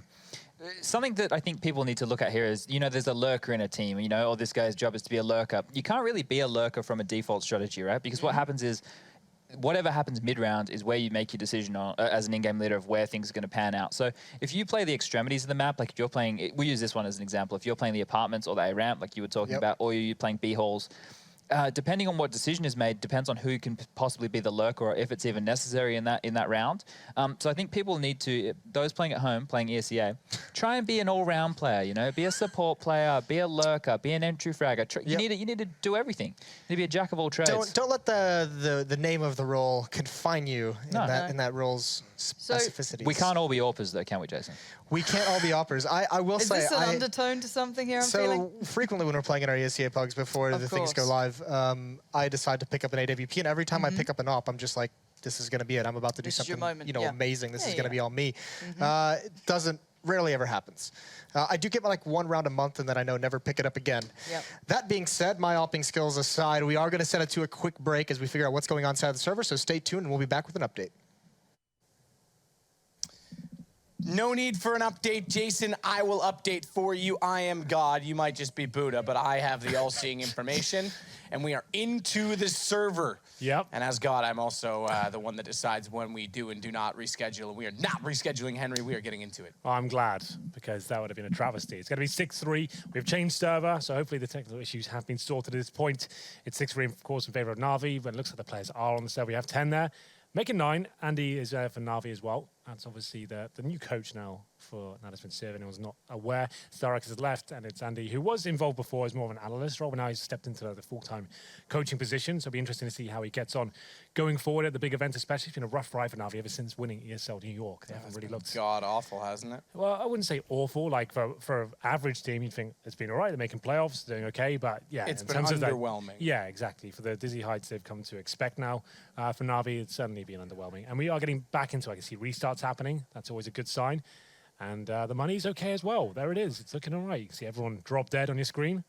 Trust me, that's a good sign. It's going to be fine. That's how you get money. Yeah. And little kids who are watching at home, you get money when someone in your family dies and you're in the will. Okay. That's not the only way to get money. It's a way. It's a way. Let's get back into it, shall we? It will be Thursday round number 1. Oh, God. Okay. It was a full. Okay. I remember now what's going on. This is live. It was. Okay. It says 0-0. It's 6-3 in favor of NaVi. They were going to be full eco anyway, FaZe. So this does make sense. Confused you I was just like, so much. because it said 0-0. I was like, okay, I don't want to cast a warm up. I've done that before. Let's be careful. But it's fine. We are into it. Well, Flamey will sit at Sandwich. One of 2 maps that have the name Sandwich as a call-out spot, both of which have been played in these recent 2 best of 1s. Flamey doesn't even need to do much. Simple's already doing it for him. It's wide now because he's got the confidence to do so. The information from Simple that another one made it through. Finds Kerrigan with ease. And it's an uphill battle for Keo. I agree. Sit and think about life. Yeah, hope CT runs across that. Not meant to be, though. Simple with 3 fast frags there. One especially fast towards the A ramp. Decides to use his spawn and blow off the head of the first T. Waiting for him, gets 3 in total. Then Flamey gets a couple as well. So in terms of the money for FaZe, Pause comes in, of course. Please don't be technical. I can't handle that right now.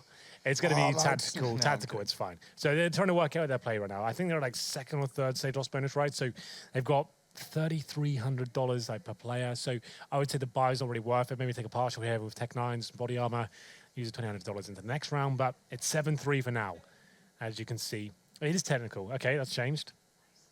I changed it. I told you I'm You God. did. You are in control of the production tonight. So In control every night. In fact, some people call me in control. Do they? That caster guy. Yeah, they call you that for no reason. No one calls me that. All right, fair enough. Well, another technical pause. I haven't seen anyone drop out of the server yet, so that's some good news. So I don't think a buy comes in for FaZe this round. It's sort of double set up for NaVi. I was saying before this break happened, the technical commercial break we took towards the analyst, that's what you want to call it. We're saying we haven't really seen much of adaptation from NaVi yet. They've been playing a pretty standard game. Haven't really gone super aggressive in like 3 players towards middle or anything, or the orbs getting towards B apartments. Nothing changing up too much. But for FaZe right now, this is looking pretty bleak. It's going to be round number 11. Another round they can't really buy. Nothing purchased as of yet. And technical pauses are plenty here. So what do you do with some Tech 9s, some body armor, some nades? You go for a set piece towards A. That's normally the first protocol for first T-sided teams here. You're going to be, say, 5 players there, dropping all the smokes, the curtain on the bomb site, trying to block out any CD players, especially when we've got a double orb set up as well. That makes a lot of sense. Trying to force out a bomb plant. And with the Tech 9s as well, you're going to have to afford to push through those smokes with flashbangs from your teammates. Hopefully pick up a couple of guns, then maybe win the round. I would speculate that's coming in, but no buy as of yet for FaZe. FaZe Clan, I just want to be clear, they're the only clan left in modern day Counter-Strike. What is Optic? They a clan? No, Optic Gaming. Optic Gaming, yeah, you're right. Yeah, the clan's not really much of a used word, is it? Were you ever in a clan? That's what we used to call it back in the day. Well, I know, but like, were you ever in like a clan, like those public clans with like oh, right, yeah, the communities and stuff like that. Yeah, that's how I first started. Yeah. Yeah. Like, I wasn't in one in CS. I started in Tribe. Well, I pretended like I was in Sons of the Brotherhood in Tribes 1 because my brother was, and I thought I could be cool like him. Yeah. And then the Canadian Rifles in Medal of Honor, bolt action rifles only. I spent a year, right? I went from private to colonel to admin, where I could kick everyone and be a dick in the server. In 2003, right, I actually had to pretend for a whole year. I was like 13, 14 years old at this point. I was part of a team called Deadly Old Gents, or Dogs, and their whole thing was you had to be 18 plus to play in their league. Yeah, so what I did for a whole year is I thought they were so amazing. I never experienced this kind of like team or clan before. So I dropped my voice for an entire year, pretended I was over 18, and obviously like never showed a picture of myself. I just talked in a really deep voice, and that's how I got in the team, and that's how my pro gaming career started. At that point, from that team, we played in leagues like Enemy Down and stuff like that, and someone scouted me and saw like how good I was, and I managed to get into like the best team in the UK from that. So me lying about my age for a year, Matt, actually was beneficial to my Counter-Strike career. So there's a nice little wish you were an honest man, tale for you there. Well, mate, you got to hustle sometimes. That's part of the game. You got to hustle. It's true. Yeah, but I was in some juggling. Jason's dying over there listening to this. That is absolutely 100% true story. I even forget about that. I still speak to some of those guys to this day from that original team. That was, TCR was the only like clan I was in. But what other games did I play back then that were? Multi Fantasy, yes, that was it. Like it was Quake in a real tournament after that point, and then as soon as it worked out as a team game, you actually had to like practice and have tactics and stuff like that. I just loved that idea. As soon as you worked that out, how long did that take? Seems pretty obvious when you play Counter-Strike to me. No, that's what I mean. Like no other game had that at the time, right? It was Unreal Tournament was like a 1v1 game. Sometimes team deathmatch or whatever. There was no tactics really. And Quake was obviously 1v1. Like I just loved the idea, like playing with other people and being able to be a little team. And that was I was obsessed with the idea of it. It's true, actually. I think it was the first real tactical-based shooter. I mean, Medal of Honor, to be fair, came after. Yeah, it did come after by about 2 or 3 years. So, yeah. That never really took off, did it? No, it never did in that capacity. I was going to say, well, I'm getting Tribes whispered in my ear, which I obviously know that because I played Ascend. I came from VO, but... Oh, we're back, by the way. We are back. There you go. It wasn't the same. I don't consider that the same type of game. It's not the same tactical FPS. It is very tactical, but it's a sci-fi. Well, here we go. We are back. Hopefully, that is going to be the last of the technical issues here. Like we said, it was going to be NiP for FaZe. I speculated they were going to go towards the A side with their smoke execution, but you can see this adjustment. We said we hadn't seen it yet from NaVi. 3 players towards the A ramp. Flashbang will be going over momentarily. Try and get the first pick. There it is. They haven't found anything. Could be actually to their downfall. You can see the bomb's actually in towards Palace, so they could over-rotate this one. They thought that was going to be clear towards the A side of the map. flamey, though. Molotov into Palace will hold off 2 players. B. They've all left the A side. This is a full... That's incredible over-rotation, considering... But they haven't committed, though. Look at FaZe. That was their chance. That's unfortunate. That's your bomb plant right there. That's your opportunity for success. They're going to realize now B's not there. Like, you might as well go for it, right? Like, you might as well have a go. You've lost 2 players, and now they've got a chance to... I think the single Molotov led them to believe that they were rotating this direction when they were actually doing 100% the opposite. Give it a go. Get something, Nico. Get your head blown off. 8-3 NaVi as we get back into the action. Pretty straightforward. Interesting round, though, in the fact that they all rotated that quickly. Yeah, that was the idea for FaZe. Like, you've lost the 2 players. You might as well just commit and hope for the best. You've got nothing else to work with.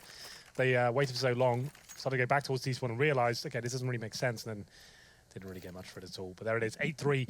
Another buy for FaZe. Money's been rough. You can see Alu not without that up once again. So double setup for NaVi. They're going to be running away with this one for now. 8-3. Seeds with the UMPs, farmed a lot of cash. They're getting aggressive towards the A ramp once again. It didn't spot anything before. Edward with his first frag, doesn't get it. Dinks Rain, it gets taken down. It's an exchange back and forth, but FaZe coming out on top in terms of man advantage. 4-on-3. Will be committing towards the A site, which is, I like that. They've actually got this advantage. Plenty of time remaining as well. Fall back and see what the reaction coming in from the CT side is. Guardian still towards connector for now. And sees he's pushing in. Okay, this could get a little bit interesting. He drops that smoke just to suggest that he's trying to hold them out of the site. Maybe the sound cue will force a T to walk into his crosshair, but not meant to be as of yet. But here comes Nico. Nico always shows up in style, doesn't he? Indeed. 9 HP. That's all he's got to work with. How many sprays are in that spawn? They've only got 49 left. Guardian gets inside of the A site. Considers the fact that Nico was last spotted out toward the T spawn as he rotated back around. Keeps himself slightly exposed, still makes the shot back to find Kerrigan.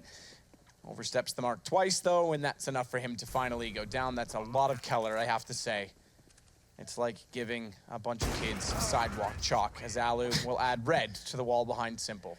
Yes, finally, FaZe do post another round. It feels like it's been a while considering all the pauses we have. That's what Matt's talking about, the sprays and spawn. Play hopscotch. You could do. Rip. Well, still money available for NaVi, of course. Plenty of cash. Players like C's have been farming all game. Simply even after the rebuy, he's got 6K in the bank, so he's absolutely fine. Single offset at this time. Alu picks up an AWP himself, and 4 players towards the A side of the map. Kerrigan watching towards mid, and this could be the execution we've been waiting for there, but we held out by the Molotov for now. Flashbang bounce off that mid box to try and give Kerrigan some room here, but they're focusing towards middle. Pushing off towards short is Edward. Should be getting this frag. Manages to get it just about there with a headshot, and there will be a commitment towards A here. The bomb has been dropped. Good play by flamey to find one, though, before going down. Flash goes in, Simple. Gets toward the stairwell as they make it to sandwich. No flank at the top of middle. Edward elects not to go further. He'll come back and play a retake. He may have to, because Nico's already got Simple down. Edward does get the trade. And that leaves Bomb still back toward A main, which is a long way from the site, to be fair, considering how much room they had to start off with. And that's going to give NaVi the round at 9-4. So after winning 1 round, FaZe lose the subsequent one. Means that's a pretty harsh reset. It's 9-4, 2 rounds remaining. What's the play? Another pause comes in. This will be tactical at this point. This is kind of pick your poison time. Do you force buy into this one and leave yourself with no money whatsoever for the last round? And you're aiming for 9-6 at that point? Or do you take the eco and just aim for 5 rounds to try and guarantee that last round? We'll see what they decide to do here. As FaZe do opt for the tactical pause. In terms of the money, Nico with $4,600. No one else that really that close. Alu down to 3K. He's only had the AWP twice, I think. One of those was picked up from the previous round. He's on 4 kills, 11 deaths. Rain, I don't think that's correct. He's on 1 for 11. I'm not sure. Maybe that's a bit of an issue from the resets and issues we've had. He's on 1 for 11. I don't think that's correct, to be fair. No, definitely not. Can't be. Anyway, they all will be buying, so they're going for the riskier play here, I'd say. And you could have $1,900 in the next round if they lose this one, which is quite likely considering the buys. There's 2 UMPs, a Deagle, an AK-30 AK-47 and Carrigan with the Tech 9. They have got 3, 4, 5 smokes now as we get into number 14. So Bomb heads towards the B apartments. This should be some sort of fake, considering there's 2 players towards the A side of the map, one in Palace, which is Rain. He's joined by Nico as well, so quite a fragging duo towards that side of the map. They can see if they can get a pick towards A. Then, if they manage to get something going in their favor, execute towards the B side of the map is where their teammates are waiting. Problem is, I think we have... Okay, see, he's only got the A. I was going to say, I thought we had an AWP towards the B apartments, but not this time.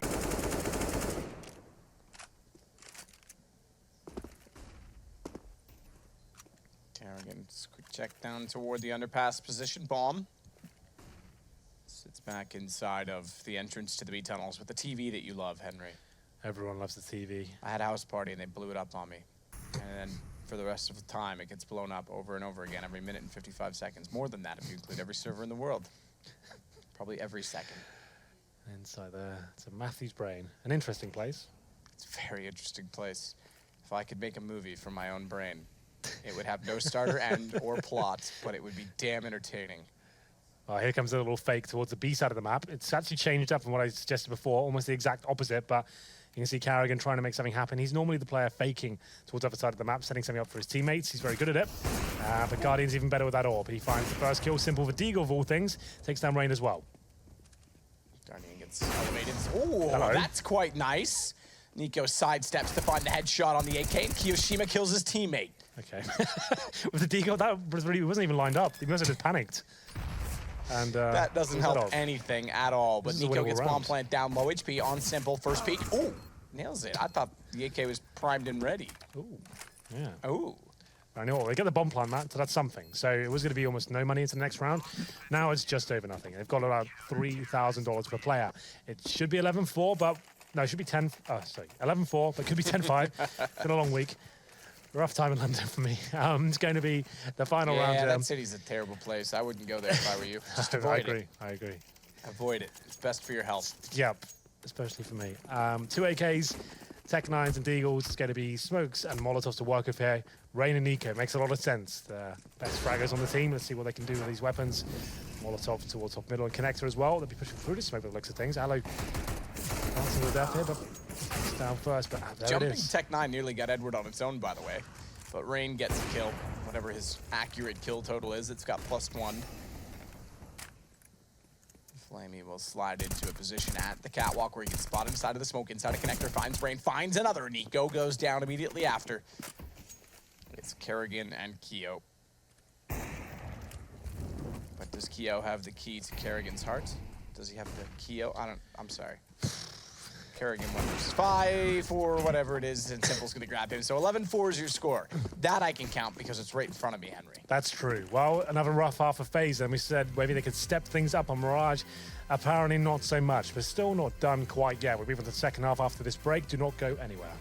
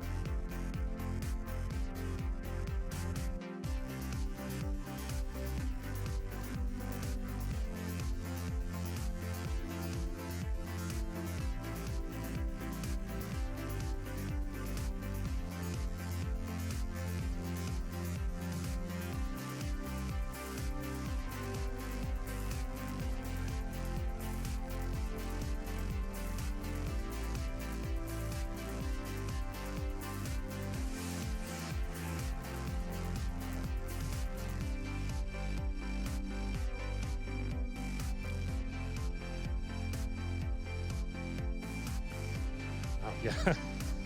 Welcome back as we get into what has been a tumultuous evening in terms of technical difficulties, but we still have a game on our hands. 11-4 for NaVi. Yes. I'm sitting here with my dirty old gent, Henry G. Deadly old gen, Matthew. You misheard the story. Nah, I actually just changed it to be more accurate. Well, at least that entertained us. We'll just fall back to stories of Henry's past every time we need to. We'll just roll back the years. I've got plenty of those in the chamber ready to go. We can roll back the years. Henry. Yeah, indeed. That's where that expression comes from. No, it's going to be. don't say. It's going to be 11-4 in favor of NaVi. And they move over to the T side here. Pistol pretty much decides it. FaZe even have a shout in this game. If they lose the pistol here, it's going to be pretty much GG. So hopefully we can start relatively soon. I can see there are 5 players on either side, so we've kept that much going. And not going to be in the pistol just yet, but Matt's T-sided pistol. It seems a lot of teams use the exact same tactic, right? They always go towards A, the 2 smokes. No one really fakes on this T side of the map on the pistol round. You can just rush B as well. Have a look at the buy for NaVi. This looks quite technical, though.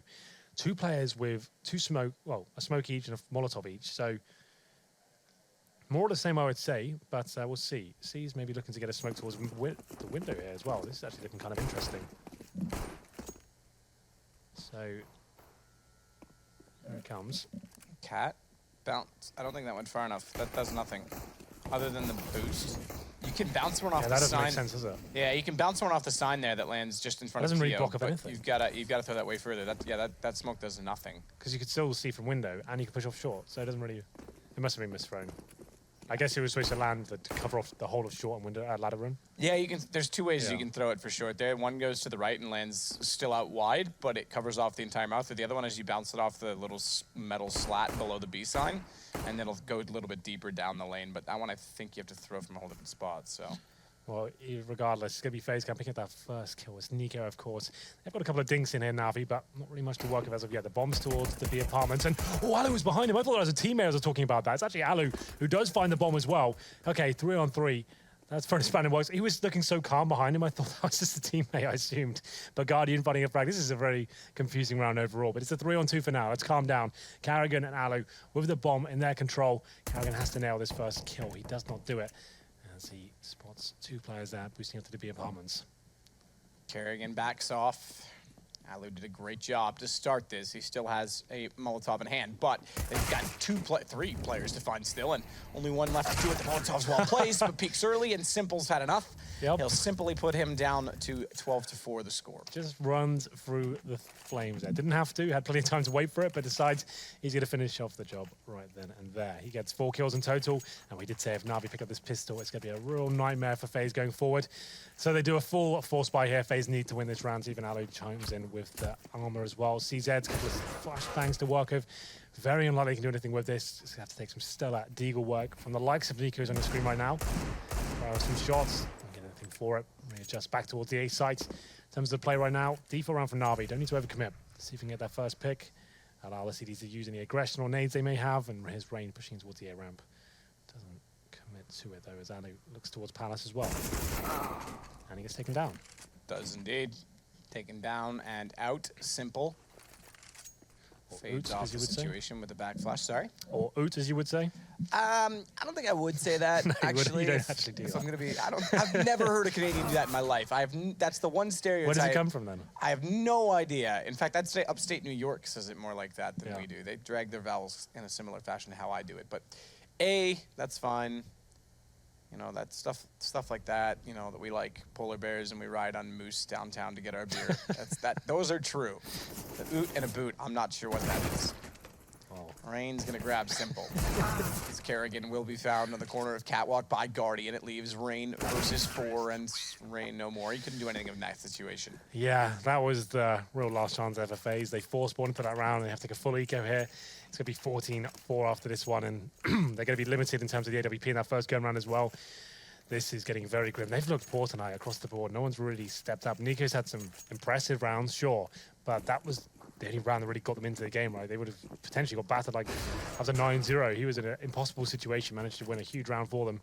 So USP towards middle. Maybe he can do some damage here, but it's Guardian that strikes first with the Desert Eagle, takes down Karrigan. Damage being inflicted all over the place, but Rain pulls on back. He takes down Guardian, who only had, I've had the AK actually, to be fair. So They can pick that up. That's something to work with.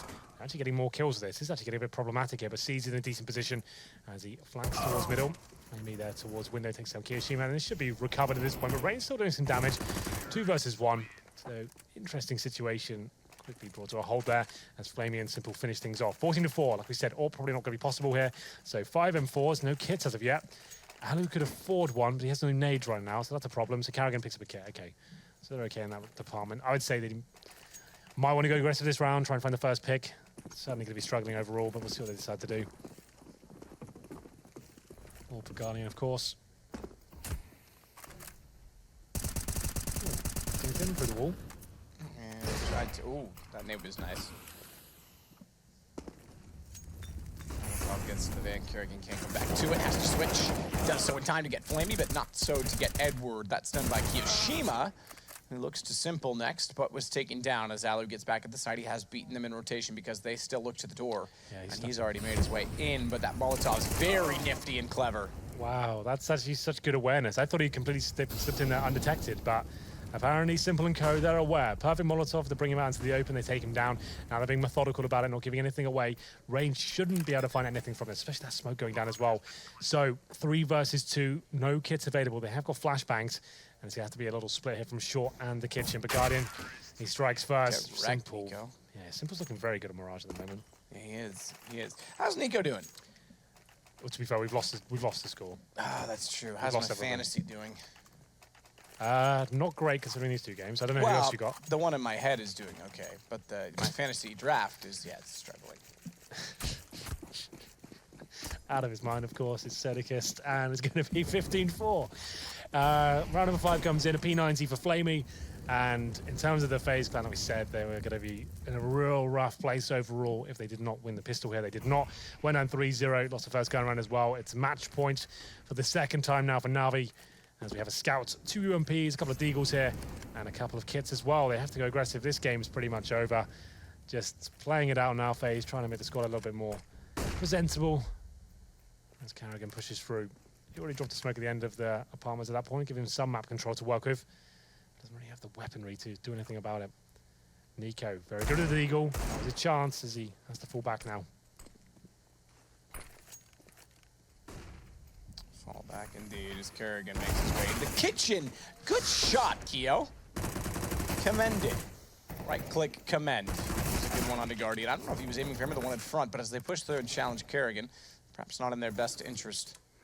As they're on map points, they may have to sit back a little bit longer. They've seemed to have thrown this one away in many ways, rushing those positions more so when they walk into a crossfire such as that.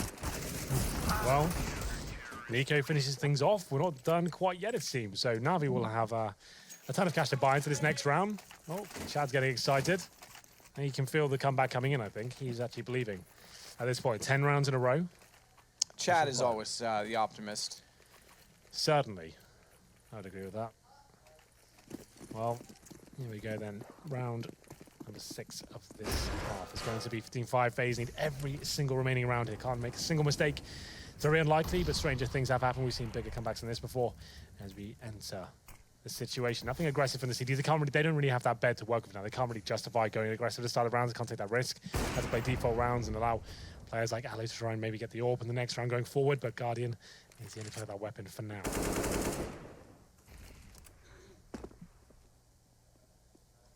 C starts to get position. They slow things down considerably. Guardian on the ops tag to 51, so locate him somewhere safe to be a turret while the rest walk to the site. Rain reverse firebox.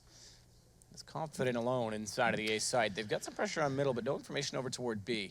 Yeah, they've actually got a rough round ahead of them. This will be the full set piece from Navi. Only Rain is there for now. Nico does rotate in, so they have got their 2 strongest players towards the A side of the map. Whether they can hold this off with limited utilities yet to be seen. They don't have any AWP either. Molotovs come in, so do the smokes, and this is the full commitment from Navi. First kills will be incredibly important. Nico smoked out, has to flash through and see if he can find a frag. Rain saw it at the last minute. I thought he didn't call that flash coming in because Rain was staring directly at it until the last second, but keeps his vision. Not quite enough to do damage. Nico and Rain, the 2 inside of the site, will go down early. 3 versus 3. 4 versus 3. Pulled back, but Guardian up close, over the top, and Simple with a one-hit wonder, walks out and takes down Alu with the one-tap. Guardian doesn't hit Kerrigan, but knows exactly where he is as they put the bomb down safely. Low HP for Seized, won't be caught. If that nade bounced, it would be enough, but Seized getting ever closer, gives himself up. Kerrigan's got a chance. Nade lands as well. Guardian goes to 42. AWP up close. He's already hit one in the round, not this time. And Kerrigan, he's gonna strike first to keep the round alive. Chad, he's loving it. Please go back to Australia. Wow, okay. That might have been a bit much. Just kidding. Just joking. Oh, a joke. Well, there it is. Kerrigan keeps the dream alive. The bomb goes down, but Navi probably can't buy into this one. I'd suggest they probably force, considering it came down to another 1v1 there. Kerrigan, great work, all things considered. So the buy comes in, 3 AKs, a scout for Guardian, and not out of the woods just yet. It's going to be 15-6. Still a match point, of course, and we'll see whether they can actually hold them off. Ali does get the AWP, though, so he'll be challenged by Guardian, who actually hit the first shot of Scout into the shoulder of Ali there. Takes it down to 47 HP. Nico just at the UMP here, trying to challenge towards middle as he uses that smoke to his advantage. Kirishima, I would say, gets a kill here, but Nico beats him to the punch. Nico with 6 HP, though. Someone might have spiked that punch at the party. He's going to have to back up into the site, rotate around, put himself in a much better position. Flamey hits Alu, gets down toward Catwalk. And Navi's still in with a shout to pick it up now, but if they don't, remember that money starts to dwindle away. Spotted Rain, but can't get the shot on him. Backs off instead. Calculated aggression, doesn't want to make sure that he's in the wrong position at the wrong time. Good find from Kerrigan, dropping down in. Nearly gets another, but it's simple to take him out. It's all on to Rain. 1 versus 3, his entourage is dead. I'm sorry, Sasha, but you were the first to go. As Rain starts to look through the window, finds the headshot onto Edward.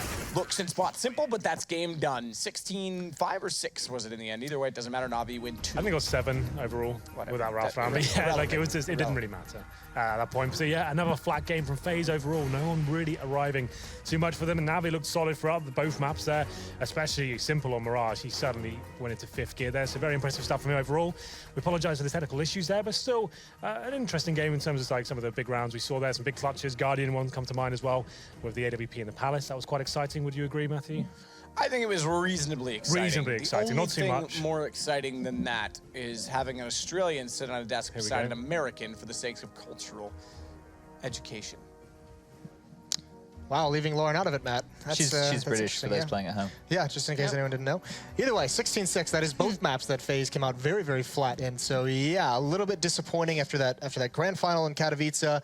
Obviously, still some things they're working on and tinkering with, but 2 important maps now for Navi to pick up, solidify their position in that playoff race. Yeah, Navi didn't look like they could put a foot wrong, or they were making really good decisions all across the board. On the CT side, they weren't having any issues finding picks. Even when they did get picked off, they were able to recover, so those are some good things for Navi.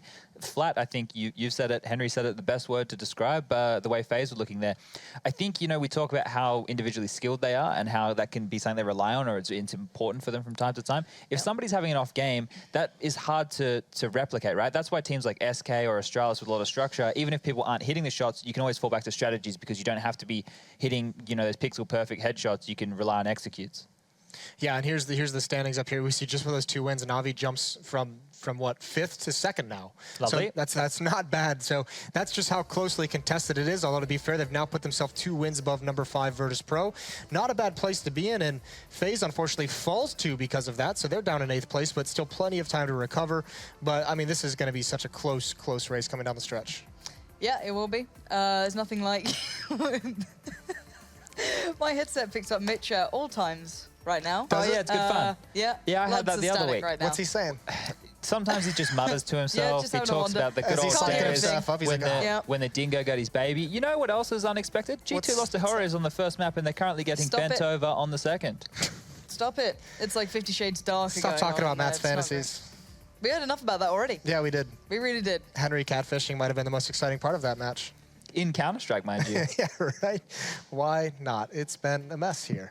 But yeah, it is a either way, mess. the takeaways are that G2 So are currently losing, and Navi has 2 very, very good maps. That being said, we are going to take it to break. When we return, we have the Swedish derby. It's going to be NiP taking on fnatic. Stay tuned.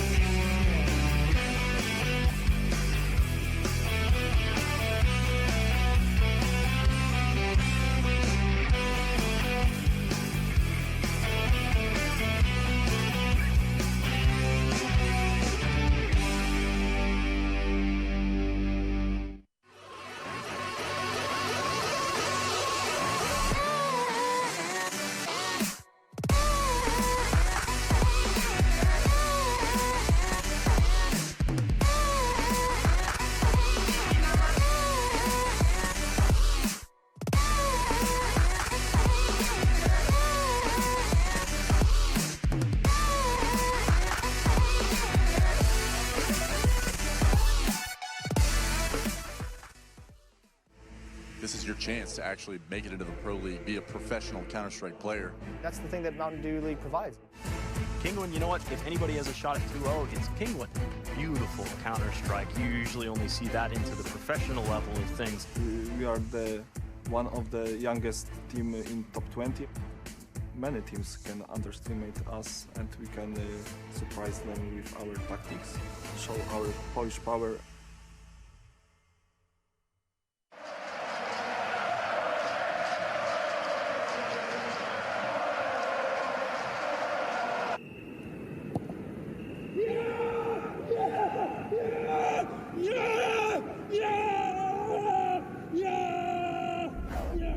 Start your esports career now at play.eslgaming.com.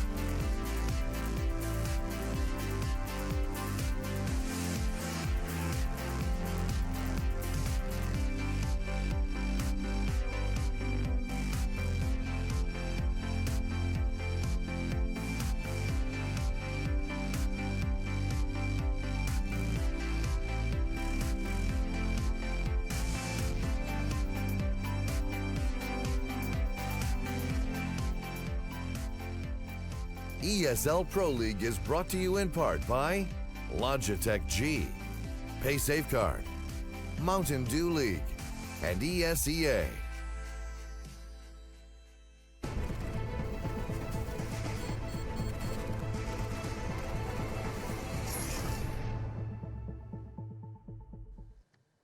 Welcome back to the ESL Pro League, ladies and gentlemen. Earlier today, we asked you your thoughts on the new Show Team Equipment command in CSGO. First of all, big shout out to the 8,000 of you that actually did vote, and here's what you had to say. 41% of you said yes, this should be used in competitive play. 59% said it should not be. So thank you for your opinions. Of course, a lot of pros have theirs out there, so if you're a little bit unsure about where people stand, that will be a good place to go as well. Our last map was FaZe versus NaVi on Mirage, and today Rush has a bit of a flash for mid control that you might find useful.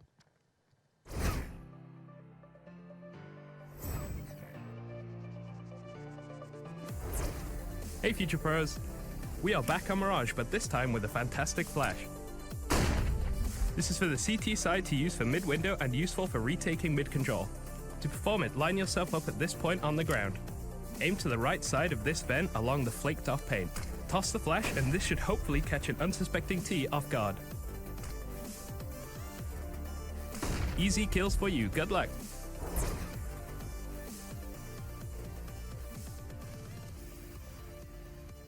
Thank you very much, Rushley. Now, this season, NiP have been struggling to put up points. They've lost their first 6 matches in the season. We actually managed to dig up a recent HLTV interview, I think it was around the time of Vegas, with NiP coach Threat describing their recent performances.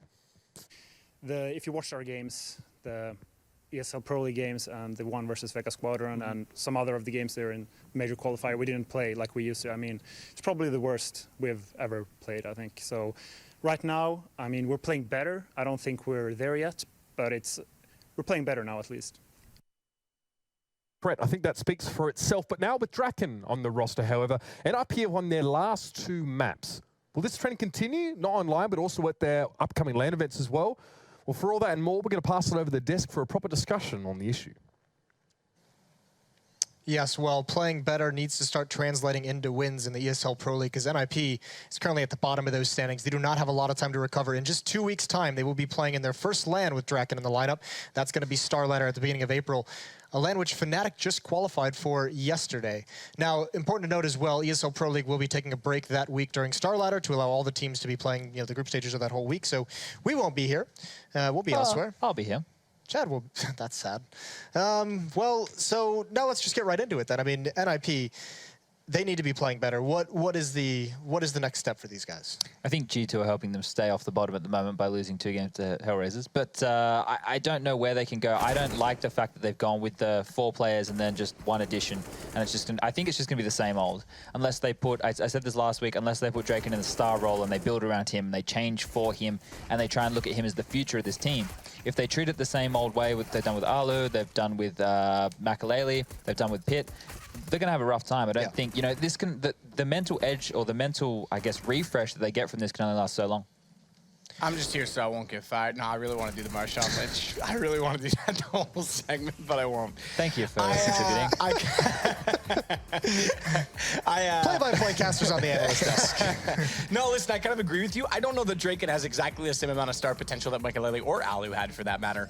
But you're right. There has to be a change in mentality from them. I don't know if it was ego, if it was them clinging to what worked. Look, the 87-0, as impressive as it is, it's really not. It was a lifetime ago now. A lifetime ago, and you got the head start in CSGO. Congratulations. The rest of the party's arrived. You've got to settle into it. So they've got to get over that, whatever's in their mind that, is telling them that they have to have Get Right as the star player, that he has to lurk and reinvent themselves. And I think this is a good opportunity for them to do so. I think Draken has a young player, shows a lot of potential. In a year, he came from a team called Cringe Gods, a pug team that was thrown together to qualify for the first ever minor, and now he finds himself in a great opportunity. And if they use that right and nurture him correctly, he could turn out to be very good for them. Great opportunity, yet it's also got to be intimidating. You imagine being put into this lineup, seeing the history, the cycle of that fifth slot. But we'll move off of the troubles of NiP. We'll move on to their opponent, fnatic, because just a while back, this matchup, NiP versus fnatic, would have gotten everyone excited. Now it's kind of, we're still kind of excited, but it's more so to see where these teams are at versus like this epic clash of these top Swedish teams.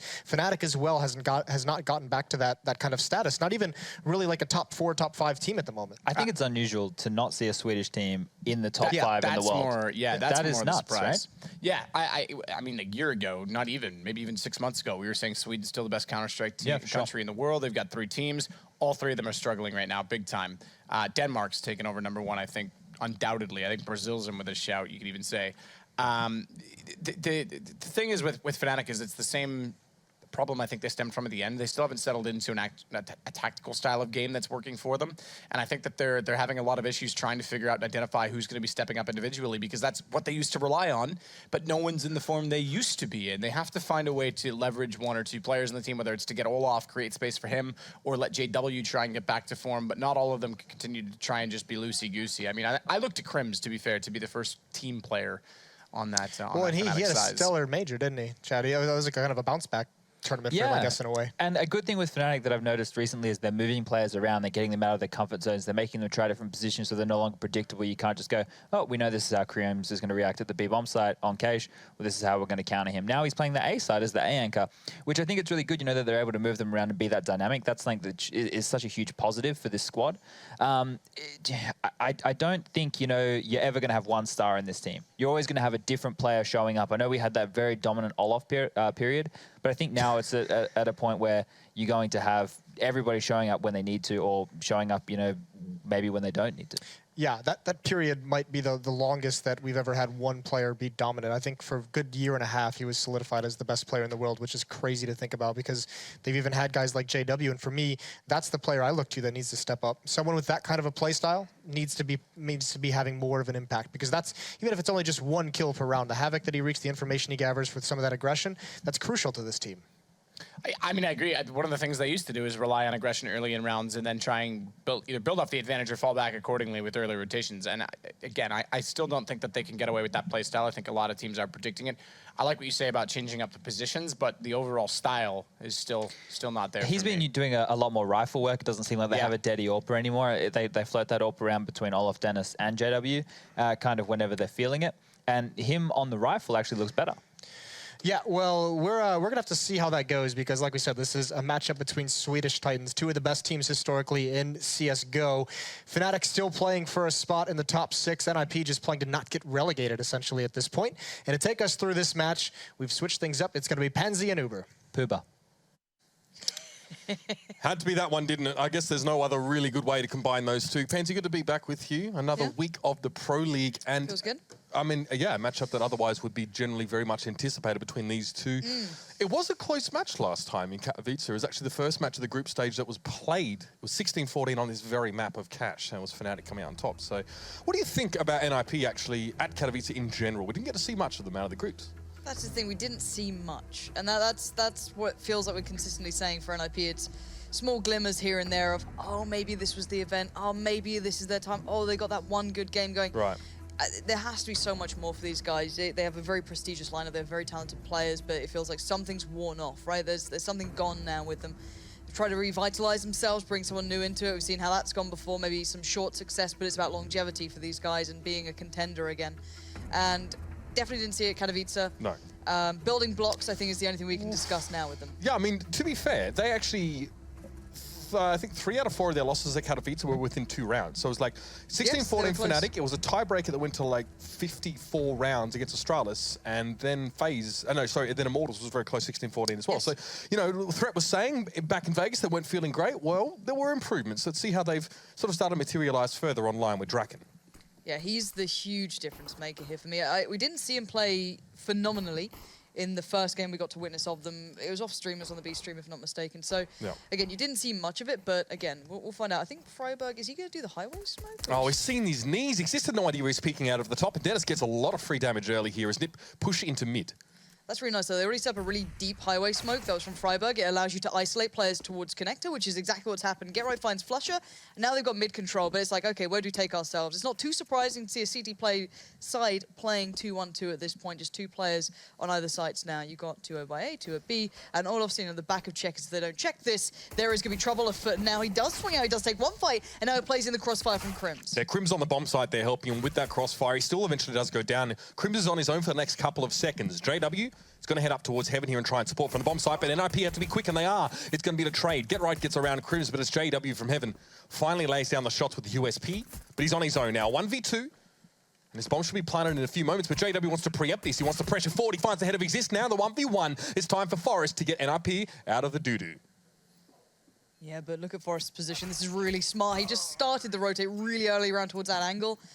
got there before JW even knew what hit him. So bit of an awkward round there. Forest had to make up for that. If you're going to leave your teammate very alone on the site, not spot it out for him, or at least hold the cross or anything, he makes up for it. No worries. No harm, no foul. It's okay.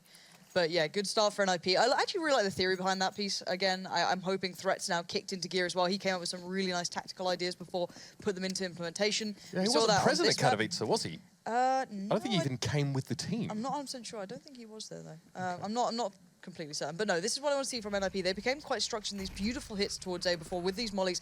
And this might be this hit. If you look where Forest is right now, with, I think it's Freiburg who do these smokes, and then they molly the site out. This is it. This, yeah. This is the classic. This is NiP going back to what's worked for them before. But the problem is, if you're Fnatic, you know what this is. You've seen it before a million times, but can Dennis do anything about it? Well, he's got no choice but to try and just sneak in through the smoke, but Draken's going to be there to catch him now. He has forklift control. JW wants to hold the line. He knows Draken has to be behind that small girdle. One shot comes in. The second does connect and complete the kill.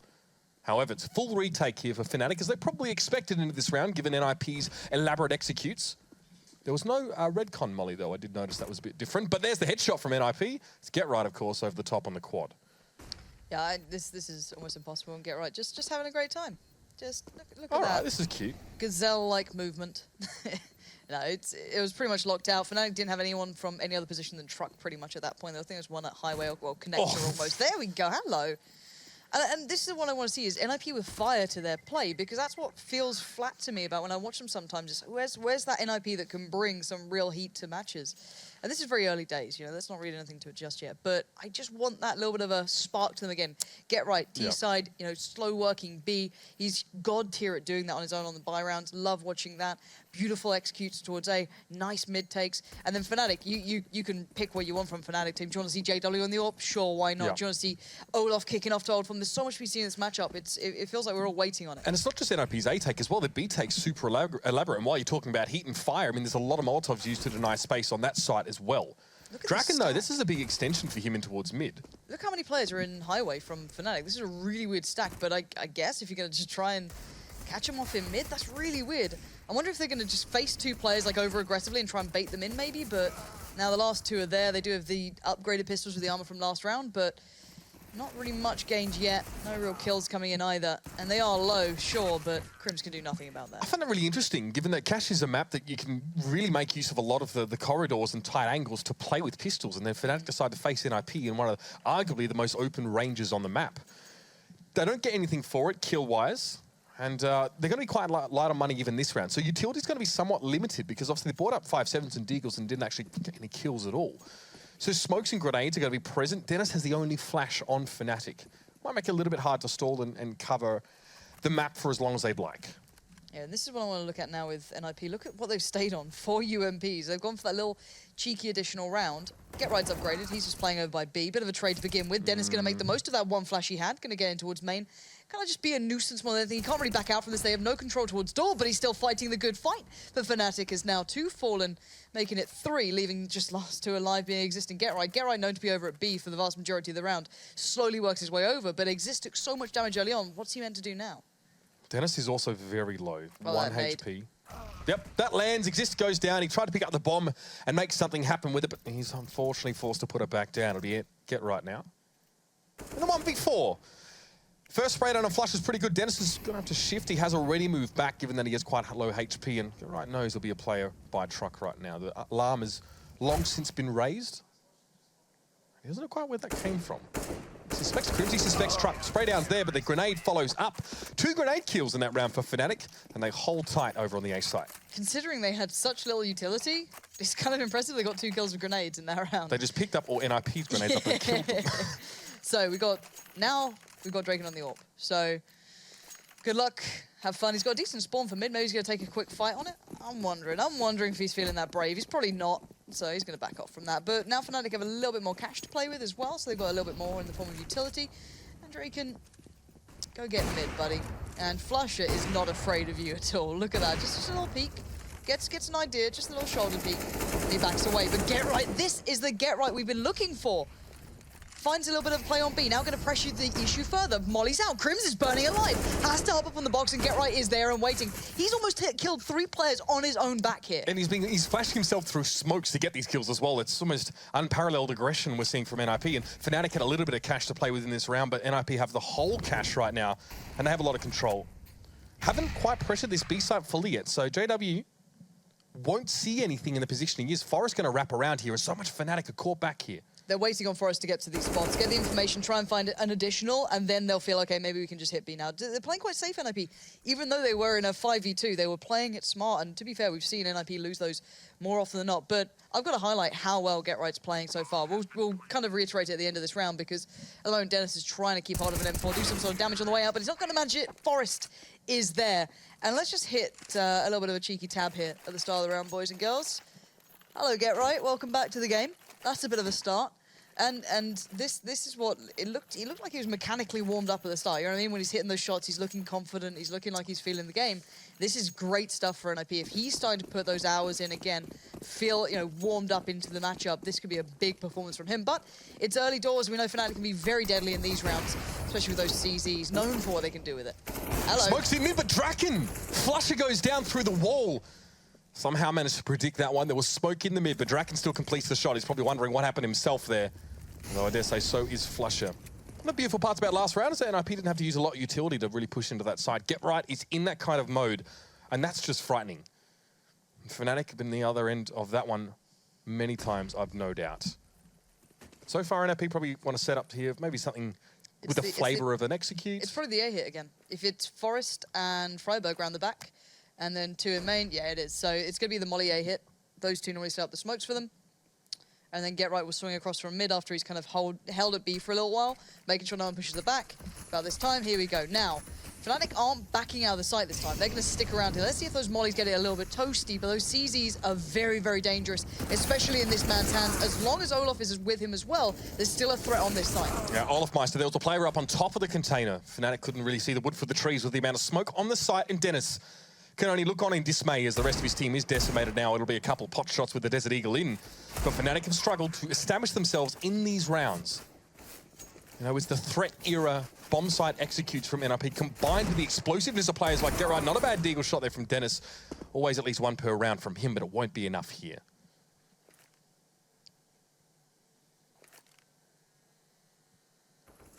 Crims.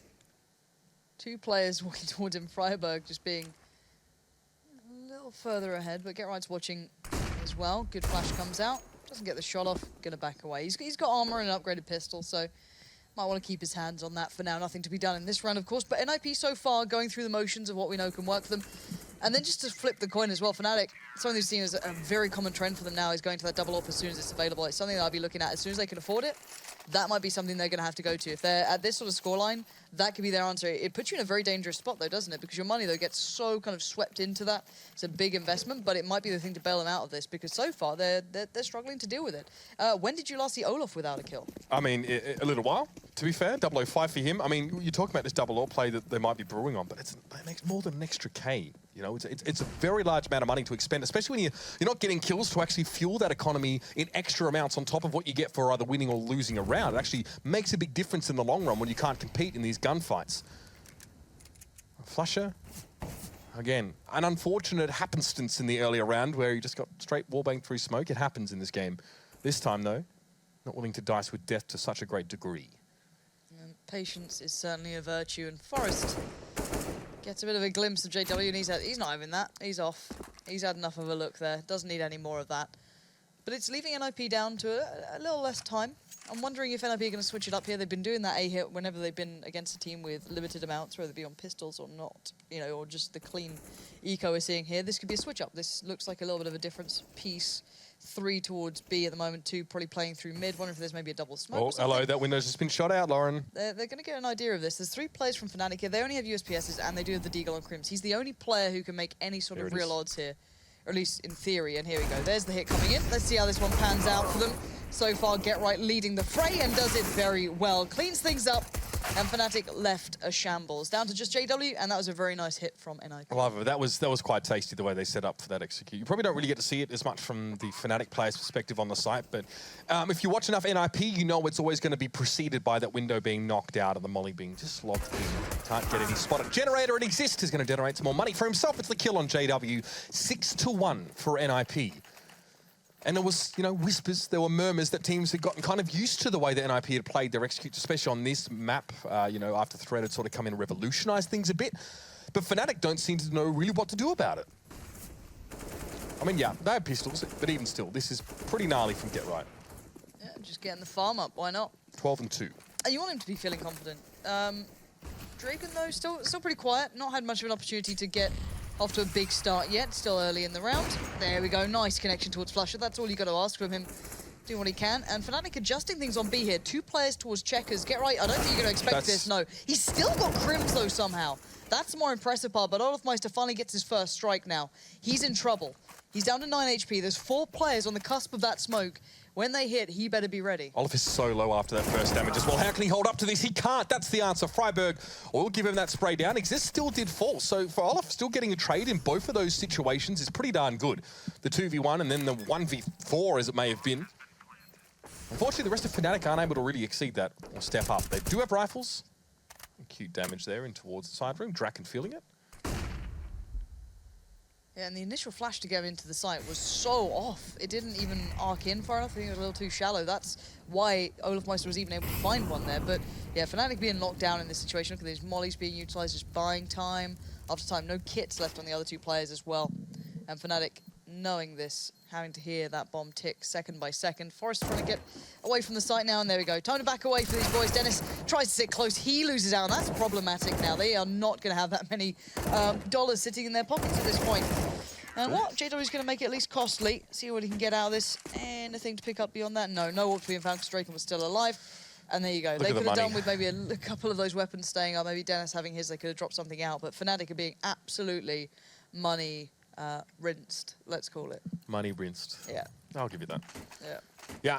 A 6-round deficit for Fnatic here. Again, struggling to stay in step. Their gun rounds are ending in much the same way as their pistol rounds, which is ultimately what we're looking for.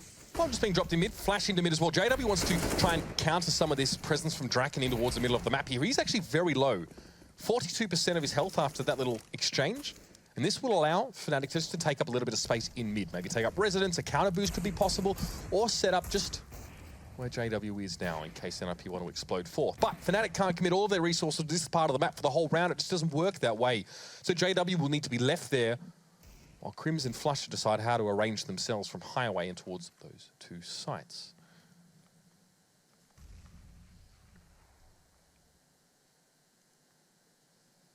Not much to be really read just yet. NiP have shown caution. They've shown their A look. They've, you know, cut quite the figure at B as well. It's hard to play this correctly if you're Fnatic. What information do you have of them coming to this round, apart from the fact they're taking their time? This is a new look, though, as JW tries to make something happen through mid with that one rifle they had, and there's absolutely nothing to be found as NiP start to smother towards mid, get some of that control building. At the moment, Exist already going to exude control, and I mean, there it is. Fnatic have to get information at some stage, but it's an investment that's required. Olofmeister, he's been here before, but he gets the headshot on towards Freiburg anymore. You better believe it. Exist goes down. That will slow NiP up a little bit more, but Flusher and Dennis must deliver now. Flusher gets the headshot, doesn't quite hit any of those shots, and Forrest will walk free. And now Dennis, no other choice but to head up on high and try and make things happen with a 5-7. It is Dennis. He has a pistol, and they are low. I've seen stranger things happen, and that's a big first step. One shot will kill Get Right. He's going to get it. It's a 1v1. Forrest is on 15 HP, and Dennis delivers again. This guy, give him a pistol, and he'll get you around, but there are a few rounds to be seen for Fnatic, and this is their 2nd now on the board. Death, taxes, and Dennis getting kills with pistols. 3 things that you can definitely rely on, especially in the game of Counter-Strike, but for Fnatic, it is their 2nd round only. And this was, of course, I think Olofmeister had to back away. He was pressured. I mean, him getting 2 kills here is just a huge way to set up the round. But between him and Dennis, that's where the real damage was done. Fnatic winning rounds here that they shouldn't. Not winning the rounds that they maybe should. double AWP. Here it is. As soon as it was financially available, they jumped on it. This is something we know they like to go to. Don't put it past them to turn this game around now as well. This is a very big round for NiP. This is a pressure mode for them and for Fnatic. They only have 2 rounds into their favor. So again, I want to see how NiP approaches. So they're aware the money's now fallen into this favor. You've got the double duo over by B of Draken and Get Right. So he's going to back off from this one, and JW peers over. Maybe expecting a late boost. Maybe just wants to keep that angle under wraps.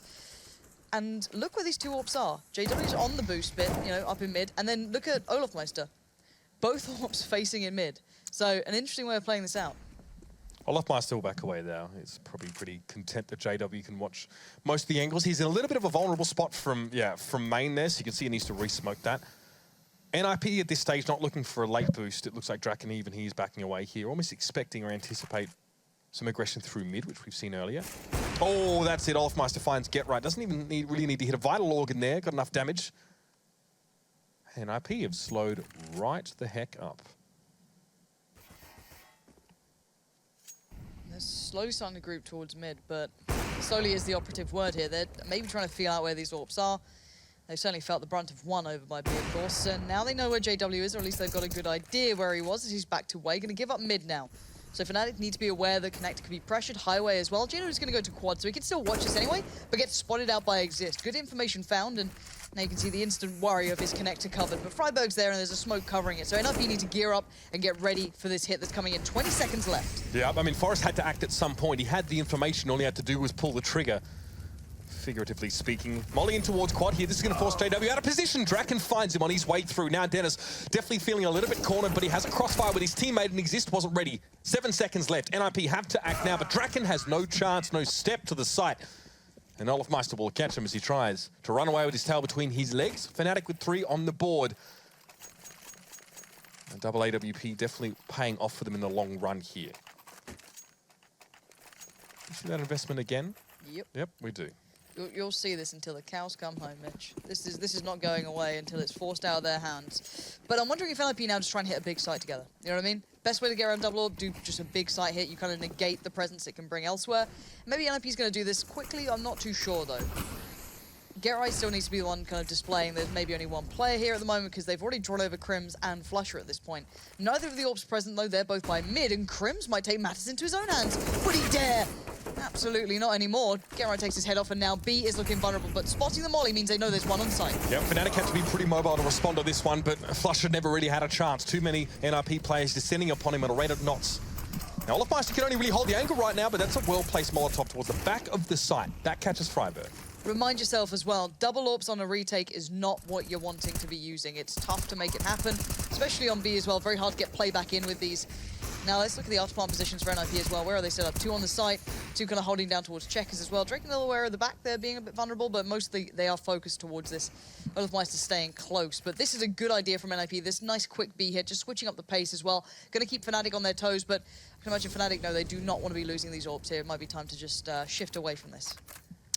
It was quite enjoyable, actually, to watch Get Right play the early part of this round. He had those 2 flashes, and he used them both to facilitate his advance through the halls towards Checker. And obviously, he was just in that unpredictable spot. It's good to see Get Right being that impact fragger now as well. That guy really trying to break the mold here for NiP. So they get that round back. Fnatic, however, maintain those 2 AWPs. That really is the flavor of their team right now. And try at least put them to good use in the coming rounds. Guys, it's the struggle of NiP, when can we get a full-time AWPer? And then Fnatic, we have every single AWPer we want, pretty much. But at the moment, NiP still up 8-3. Fnatic found their answer, but a good reply from NiP, just going for that site hit. A smart play from them. Nothing too unusual. Pretty common way of approaching it. But now you can't do it twice. You can't just run the same thing again and again and again. Not going to work out. So, falling back to what looks like their default of some variety. You've got that kind of spread throughout the map. Get Right over at B, no surprise. Freiberg over by middle. And everyone else just kind of spreading out towards A. But again, we're seeing a bit of a different look here for Fnatic. Olofmeister over at B. Maybe this is how they wanted to respond to it. And then JW is the one playing again on this quite aggressive position in mid. But it's Dennis pretty much soloing out towards A. Get Right, at this stage, not making too much aggressive moves on the B side. He'll just lay dormant for the time being. And like NiP, you can expect them to maybe look for a pick in the next 20 seconds or so, and then try and execute with the time they have remaining. They've got plenty. It's still a minute in the round. JW adjusting his angle here. Get a better look in towards A main, but there's nothing to be seen at the moment. Forrest is sitting out the back. NiP are preparing. Something's brewing, Lauren, and I have a feeling it's going to explode. There's probably tablets for that, Mitch. But the Swedish Storm is about to come into the position that we're about to see. Right, smokes go in. Do they actually commit to this? I'm waiting to see if they go for it. This hit's actually pretty decent, considering it does limit, slightly nullify the AWPs, but you can see JW has to back away from it. He can't play the angles that have been defined, but they still haven't committed yet. Dennis is still up as well. And the smokes won't be there forever, NiP, so you've got to consider when you're going to move here. They've got one left on Draken, and then just flashes. They've waited quite a while. The anti-flashes coming through were good, but Freiburg and Forest were better. But JW has the angle. The bomb has dropped just a little deeper on the cross, so Forest can go and get it, but that's lovely cover. Yeah, Draken got to challenge out JW there as well. And now we're waiting around the corner. Oldmeister goes for that aggressive pick on towards Forest. Now the bomb was planted, and Crims is in a 1v2 here. Get Right and Draken both playing around that A-main area. Draken's head goes rolling. Crims is always going to be the one asking for more and more, but Get Right was at least in position and able to respond there. NiP another round there, but that one went very, very close. The devastating thing for Fnatic is those double AWPs have been handed over to their foes. And the money's just been broken too. Fnatic, from bad to worse at that point, just kind of having to deal with the pressure NiP's bringing. But Fnatic CT side, never felt they got running. If they don't, for me, I'd be kind of curious if people looked into it, is if they can't afford that double AWP early on, how many times have they been able to win out the half, at least specifically on the CT side, because it does feel so integral at the moment. Now, Olofmeister is... Self-preservation instinct about 0 right now. Yeah, this is an interesting one. Thank you for dealing with that eventually. Didn't rush it, but this should be a clean sweep round. They shouldn't lose out on too many players, so, even though it's Fnatic. JW opted for a shot.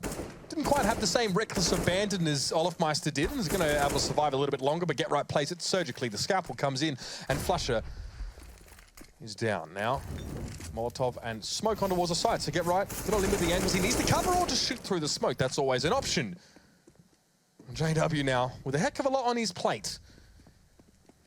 Nothing but the Desert Eagle in his hands here. We challenged out by Exist and met in towards the middle of the map here. That's a very big margin here in rounds for NiP, especially on that T side. A bit of that shine, Lauren, a bit of that gleam seems to be back. They're looking confident. They are. And let's just give yourself a little bit of clarity on this as well. If I'm not mistaken, this is Fnatic's one of their most played maps as well at the moment, and they have a much higher win rate than NiP do on it as well. So take it for what you want. This could be, I don't want to say a new look NiP because we're seeing a lot of the classic features of what made them quite a good cash team, but still, they look good at the moment. And this is different. I like this little boost. It's a bit naughty. This is so anti-NiP, it's not funny. And it's very anti-Draken's position. He's been playing the Toxic Barrels, playing over in Sunroom quite consistently, if not Get Right. So, again, you'll find one of the two there. It's a bit of a commitment, of course, to do it, and you just hope that no one goes aggressive. But speaking of aggression, JW pushing in towards Squeaky, taking that angle again. I like this, pushing the extremities of the map. I like the little addition on B when it was a boost, but I like this play as well. You don't expect JW to be walking back through here either. Exist has to check it, though. JW still waiting. Even goes for the flash there, but the timing wasn't quite with him. JW had the angle and he had the shot already. Now, bear in mind, JW has no armor to speak of here. Very fragile. But the shots are still coming through thick and fast, and that's all that matters here. Still with 90 HP. Get Right on his own now has to sort of jump across the gap. So JW, not able to get a sight on him yet, but there it is. It's almost a foregone conclusion in a round like this, Lauren. JW finds momentum and he carries it through beautifully. Last round of the half sees Fnatic with a bit of an arsenal to work with. Fair amount at this point. I'm wondering, is there another AWP coming out? No, there isn't. So maybe not able to scramble their funds enough. I'm not too sure if they could have afforded the double AWP, but no matter what, they've got a decent buy out of it anyway. They're fine. Get Right with the AWP. Does he have a spawn? No, he's sitting in spawn. He's just feeling it. He's watching the B pusher because we saw aggression over by Squeaky, which we're seeing again. Oh, the double face-ish. Oh, come on, play. God, Drake walks into it. I almost believe he was going to turn that. If it was any other player, you'd say no, but it's JW. He almost turns for the second, 180s around, but not going to find it. Now the AWP falls to Forest. Certainly no stranger to it either, but Get Right's the curious factor. Still waiting to see if anyone pushes out the B halls. Maybe a bit of a misread in the opponents, maybe thinking there was going to be more aggression, and Forest falls short. Doesn't quite hit the shot there towards the electric box. And now you've got two players remaining, Freiburg and Get Right, and they are in spawn. Get Right. This investment is similar to one made at Enron in the 90s. Not much happening at all. really. It's Freiberg in the middle of the map here with the bomb at this stage. And get right, eventually he's going to have to leave his spot there. So, I mean, I really think Fnatic read NiP excellently in the prior round, especially with boosts like that and towards Sunroom. NiP maybe just not quite on the same page.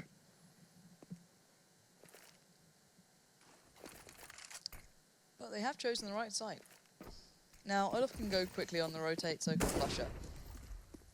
Yeah, a little bit dangerous for Olaf Meister to plunge into vents at this stage. There's two NiP players that are working together. At least get a trade. On retake, of course, so Molly's going. Budget Flash execute comes number in. 2. Yeah, it is. It's your Primark sort of execute here, and it's gone about as well as Primark closed last. Not about as many holes as Primark Jeans after one day. Abby Freiberg also with even more holes than that. 10-5, Lauren, at the half. NiP start off pretty darn strong. Showing some fancy stuff, not unlike this.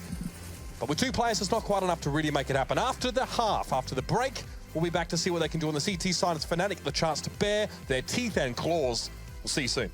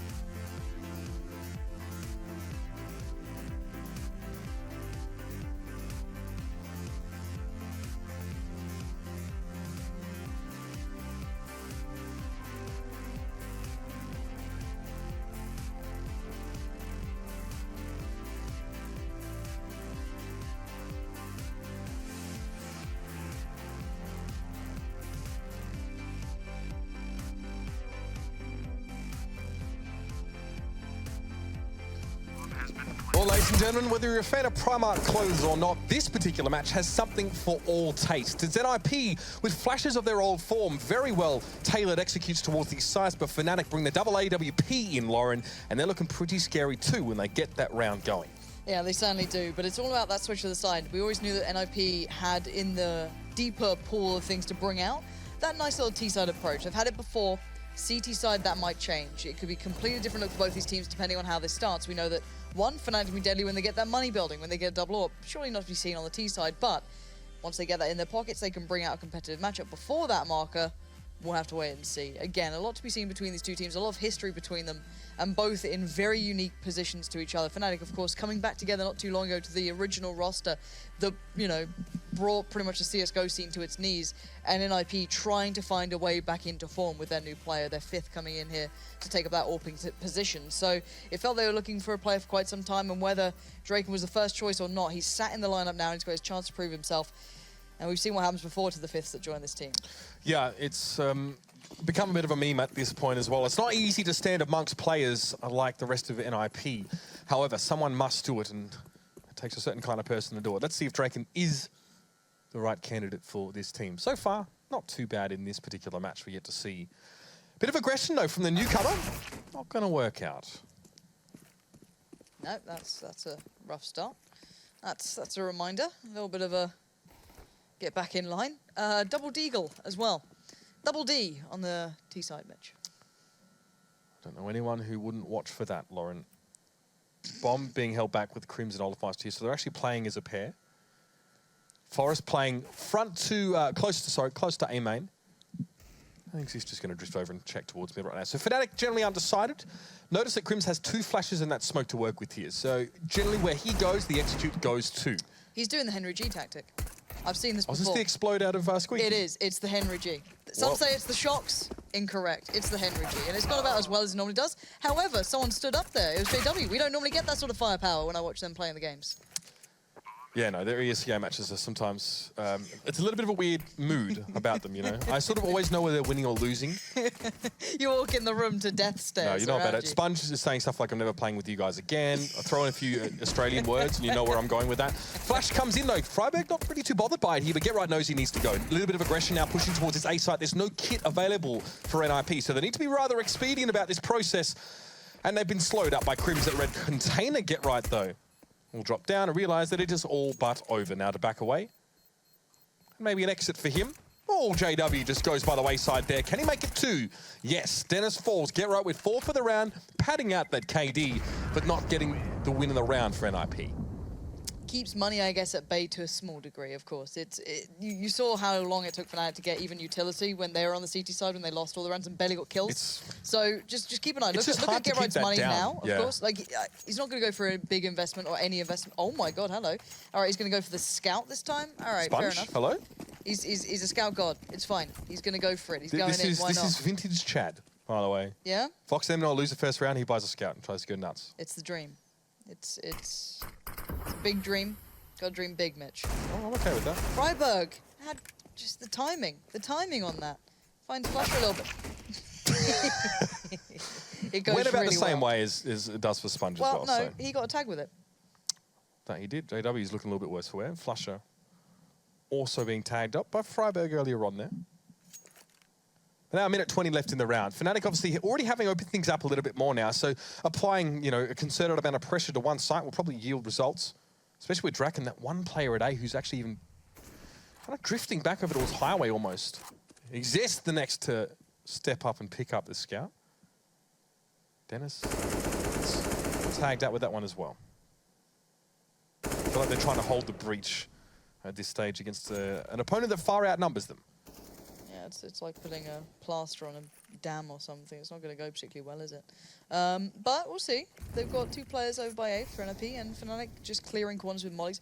They are low. Dennis, pretty low on HP, so is JW. That's 2 possibilities of getting a couple of kills here as well. The scout can come in, as do the Deagles. They get played in, but what are you going to do against that sort of thing? That's something. All right, Boris, let's go. Only gets 1 in the end. Exist is there at least, but Crims holds a push-up, and there it is. Done, dusted, guns recovered.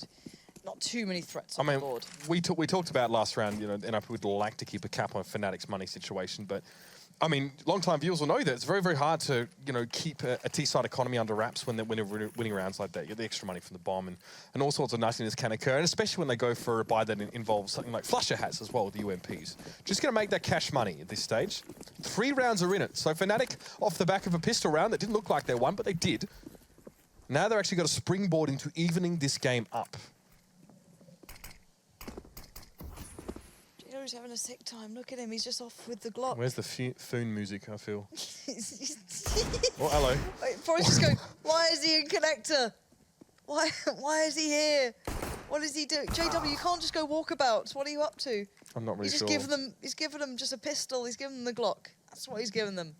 Just hoons it through mid.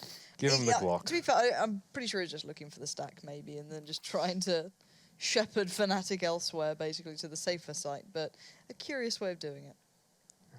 Curious indeed. Don't really see Counter-Strike played from this position all the time, but... Highway.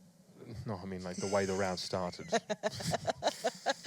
Well, you know, in my Silver 4 games, you'd be surprised, Lauren. You'd be surprised.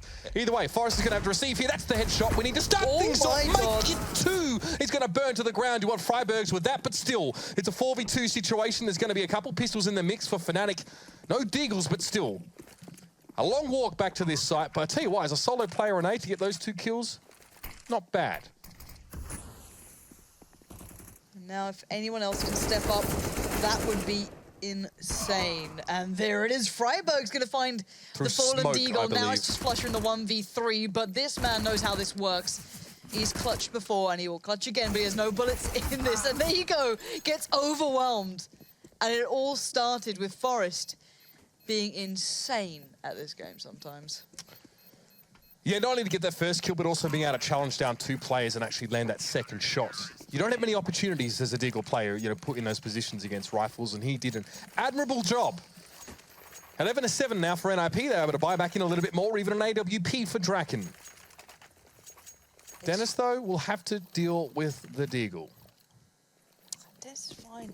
He's all right. Loves the Deagle. JW, though, T-side AWP.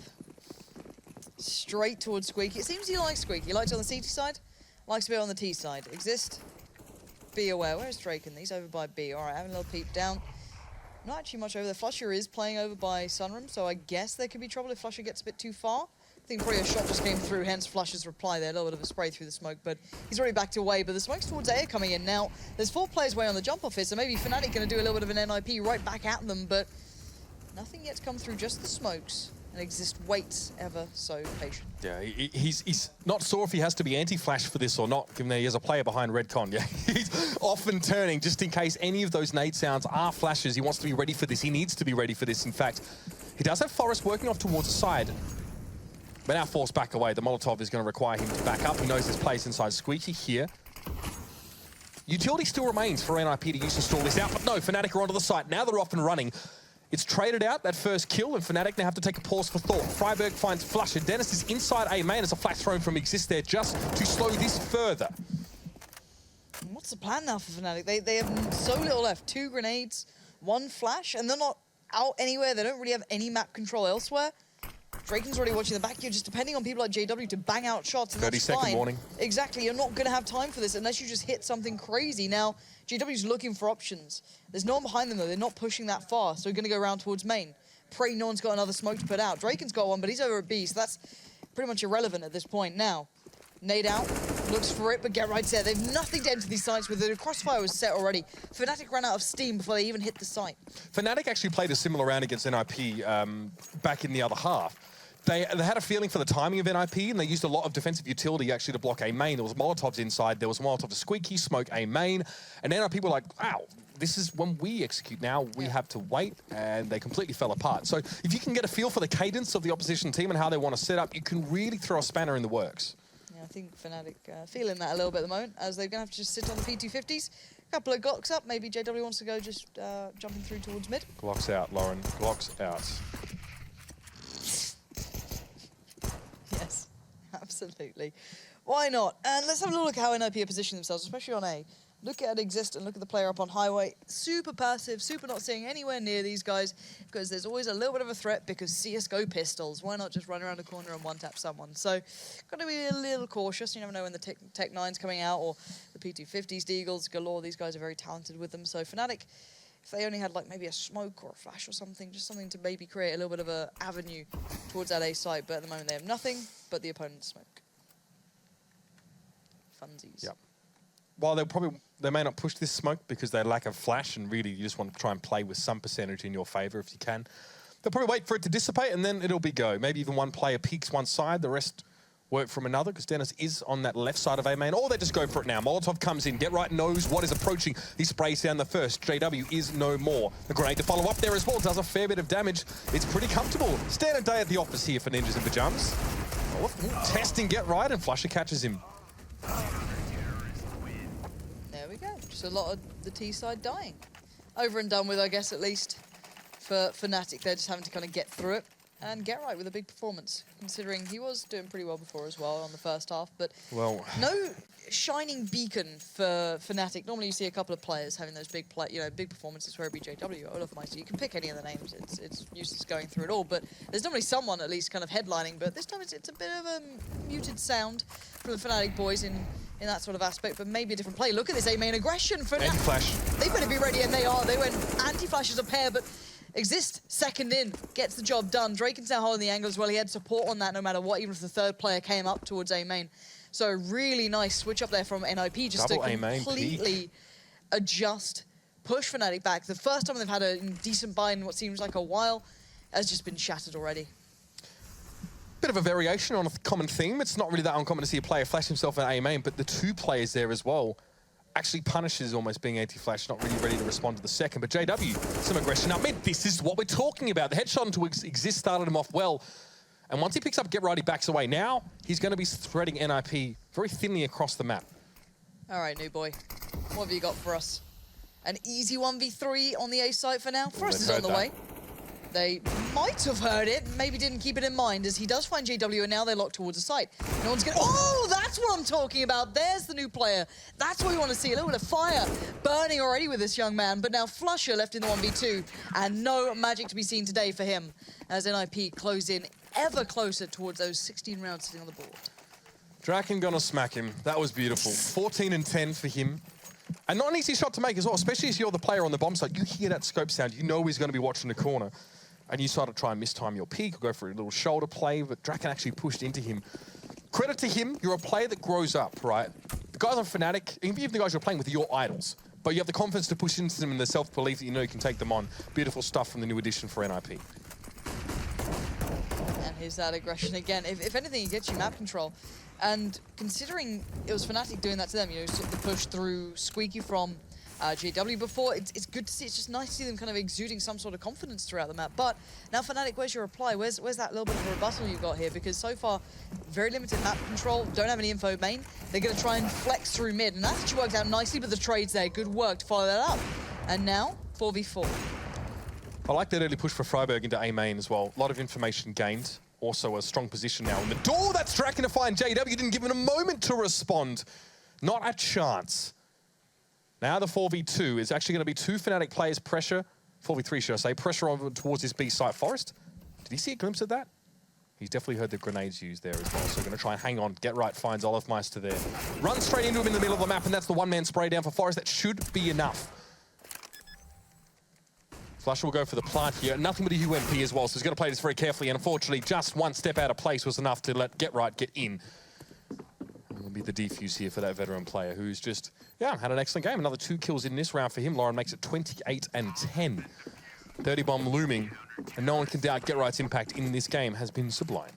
Can I just say, just because I love the idea of the classic matchup of the two Swedish teams, right? The next piece of that brilliant thing in my mind is that Inferno's next. And this is something we wanted to see for so long between these two guys. When they were facing each other off at Katowice, everyone just went, imagine if it's on Inferno. And we've got that coming up next. So this doesn't stop in this one, but man on your screen right now, starting to perform a little bit better there. Starting to feel a bit into the game. Gotta get his feeling towards this sort of matchup. You don't get to practice against the likes of Fnatic every single day of the week. So at this point, he's getting that real incredible experience at this point. And he's keeping up. He's keeping up and then some. He's doing very nicely done. Yeah, we'll see what they do on approaching these sort of corners. One might step into it. Might be a molly coming in pretty soon. We'll see what they go for. Molly, so smoke it out. Flash it out, gonna go turn, and they make their move. One's already crossed, but he's gonna re-peek on the angle. Finds JW, holds it again. Finds Dennis. This man is not letting this go. Falls back towards quad, and now there's support arriving. He just was there as well. Smoke in front of Squeaky gonna make it a little bit harder, and Olofmeister's actually up on rafters right now. Powerful position, but Freiburg was sitting back towards Truck. It's an easy pick up for him, and Krim sees the bomb out in front, tantalizingly close, but so many foes through the smoke. And as it clears, the realization of what he's going up against will become reality, and it's Freiburg to find him to finish him off. And NiP take away cash. It feels like 6 months ago, but no, it's not a dream. A good start here for that Swedish side, and the derby continues after the break, but we still have another map to go, of course. But before we do that, Lauren, let's pass it over to the desk, Moses and co, to give us some of their thoughts. Thank you, Mitch and Pansy. A phenomenal game from NiP. That was resurgent. That was some disgusting form we saw them, and definitely have been working on a couple things, but the big takeaway, obviously, gentlemen, Get Right has a monster of a game. 1.96 was his rating. That was nuts. His first half was so aggressive, so assertive. It was more the old school Get Right I said they had to get rid of, and he shows us that he can. I have to eat my words. I mean, look, if he can make that work every time, it doesn't have to go anywhere, but it's not always that they've had the space to do it. Yeah, I think it's more just the confidence that they seem to have with the plays they were making more than anything, whether they worked or not. I mean, that's just cool to see NiP back having a little bit of gusto with their plays. For shizzle, I thought. Jesus. Trying it on for size. Yeah, it doesn't really work for me. I really like the tactical adjustment early with Get Right pushing through that B main smoke that they throw. Obviously, they throw the B main smoke and the Molotov to stop the AWPer from being able to pick.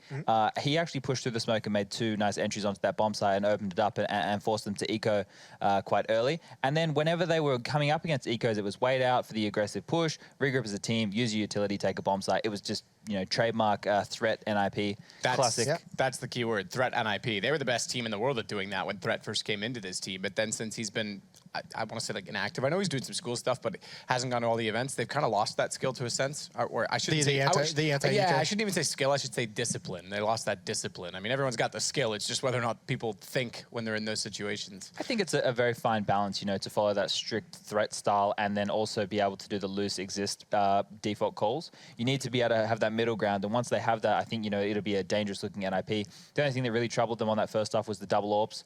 Obviously very expensive and very difficult for Fnatic to keep up, but when they have it in their hands, they look much more assertive and aggressive in the way that they find picks on that CT side, all off searching in Sunroom and stuff. When you don't have the AWPs, you rely heavily on utility, and when you do have the AWPs, it's not necessarily, you don't need to keep A main smoked or keep B main smoked or keep mid smoked. You can actually take a duel and you're confident in it. It's just 10-5 half isn't that bad in the way that we're seeing Cage swing, so they shouldn't be too disappointed with that, but it's just they didn't look like they were hitting their shots, which is a big issue when you have a skill-based team. Always been a big issue for Fnatic as well. Do we feel, because we saw them last week, Fnatic, switching to double, or going into double ops pretty early on in halves. That seems to be like what they want to go to at the moment. Is this showing a little bit too much reliance on that kind of a expensive setup, expensive defense? I mean, if it's working, it's working. I wouldn't say that it's reliance. If they were losing and going to it, I'd get more of a tell if they're still reliant on it. If it's something that's not working and it seems like they're forcing it in to try and make it work too much. So I'm not sure. I'm not certain. I want to see more of it. They got punished for it. Yeah. NiP did a quicker strategy, but then they saved those AWPs and were able to reuse them, and NiP didn't, keep up that pace, which if they had done, they probably would have caught them off guard again and really punished them for it. But if you can use it, on a map, I think Keisha is a hard one in terms of the AWP being super aggressive. Obviously, you can be aggressive towards B. But you can be dynamic. Yeah, you can be very dynamic with passive and aggressive holds. Well, we'll see how... There's 3 very good choke points you can hold with it, so... We'll see how dynamic they can be on the second map. We're going to take it to a quick break, and when we return, we will get the second map between Fnatic and NiP.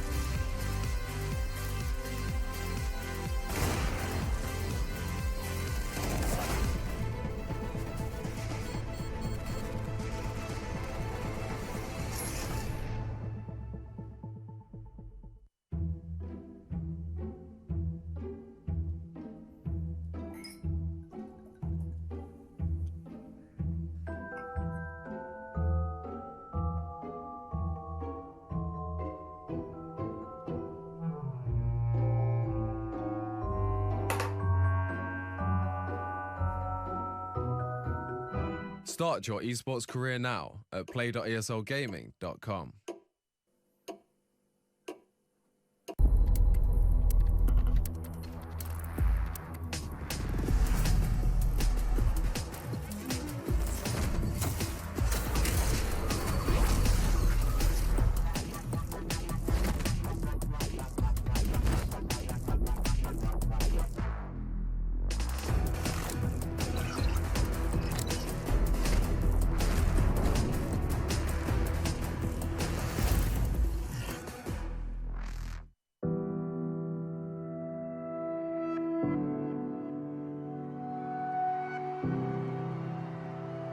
Ladies and gentlemen, welcome to ESL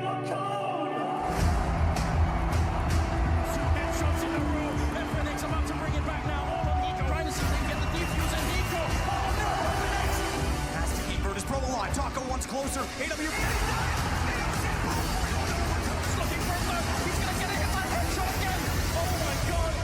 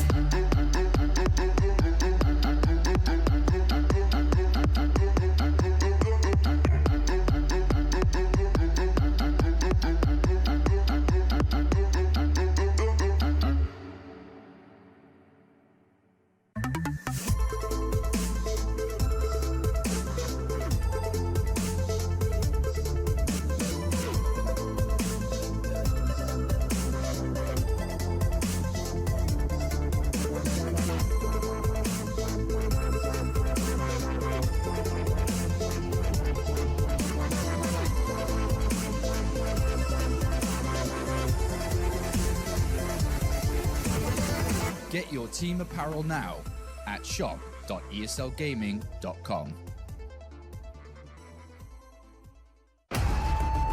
Counter-Strike is sharing incredible moments with us and will return to a memorable place.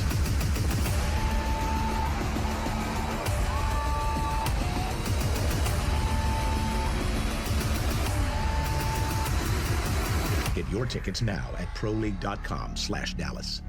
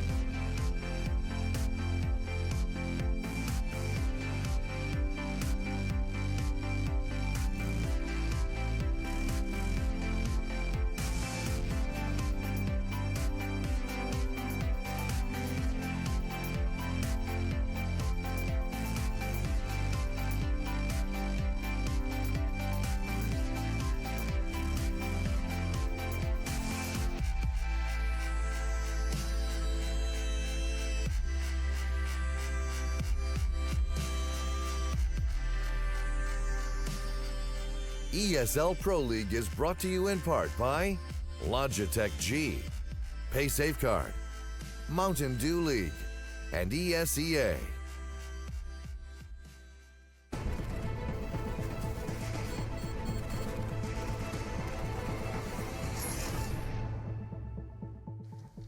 One last time with NiP and fnatic tonight. That will end our evening here at ESL Pro League.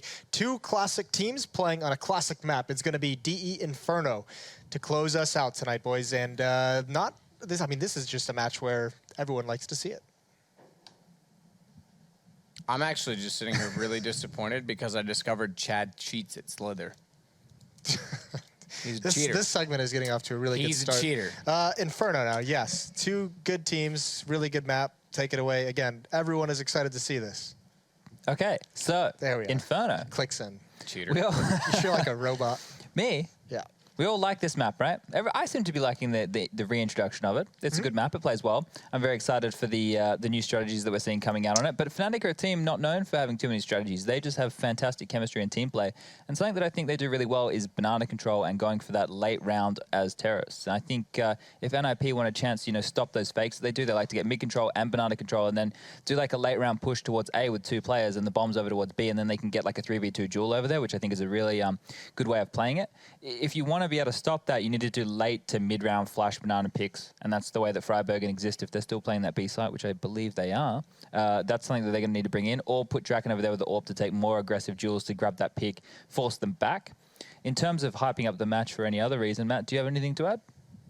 Sick map. I think they've done a really good job of it. I do think that seeing someone like Freiburg, I really hope Crims is over there. It's two of the classic players on this map as well. Yeah, Crims and Olaf, Well, Crims and Olaf, as you mentioned, the duo exists in Freiburg, but Freiburg and Crims specifically and respectively on each team, I think are both very good. The King of Banana, I believe he's and different reasons that they're good on B as well. Crims plays more of a passive typically inside of the site, but very efficiently holds down the fort, if you will, until the rotations come in, whereas Freiburg's a little more aggressive. Do you like the colors on the map, Matt?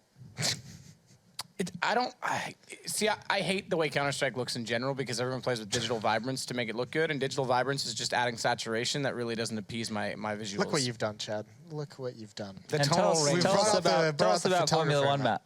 I could, the Australian Grand Prix this weekend. It's in your home country. Your home driver likely going to do better than Lewis Hamilton because Lewis Hamilton is a bit of a... Anyway. I think it's Mercedes and how's Ferrari. your dog Jaden going lately? Very good. Why are you asking me these questions? All right, well, Inferno, boys, let's circle it back. I mean, offers. I we saw at the end of Cash. We saw at the end of Cash. Chad, but you don't have to ask me brought just them to the get one of your finish own. line, but it was Draken with 2 impactful rounds that carried him over the finish line. Yeah, yes, he did. He did have some good. He warmed up towards the end of the game, I thought, but I don't think Inferno's a map where we're going to see such a huge AWP impact. It's good to control like Banana and maybe use like aggressively in that halls area to really lock that down and stop them from taking that part of the map. But in terms of using it in middle, you have to use it on the arch side. You can't really use it, actually facing mid. It's a very risky pick. There's too many angles to look at. So I'm not quite sure the impact he's going to be able to have with it, especially if he is over towards that A-bomb site. Okay, if you flip the coin, because, I mean, saying there's not a whole lot of places you can get a risky pick, I think JW is probably going to challenge you on that one. He's kind of been stifled in that regard, right? This is one of the things. He keeps going for that, and now he's been shut down. You know that aggression's coming in, the extra 10 seconds on the clock. It really hurts a player like JW. He gets kind of bled out of the round. I think he's best used with the AWP when it's in the beginning going for an aggressive pick. So I don't want to see him really using it on the CT side as a line holder. Give that to Dennis, give that to Olaf as an option there. He's good enough with the rivals, I think, to play a decent role. Yeah. Matt, are you not convinced the AWP is going to have too much of an impact on Inferno? T side, not at all. CT side, perhaps. You still have top mid. You can still get it into board Banana if you get a good enough spawn with it. It's harder to establish a Banana presence with it because Banana is just so much more open in general. You can see up toward the car much easier now from the T side to defend that. But yeah, CT side, I think it's still prevalent. I think T side, it's a lot more of a struggle for teams to try and implement it. Yeah, I mean that'll be the interesting thing to see how these two operas, JW and Draken, go up against each other. It's not 3 years ago, just under 3 years ago, that these two teams played for a major trophy on this map as the third map in the series. NiP took that one. We'll see who takes it tonight. It's Pansy and it's Uber.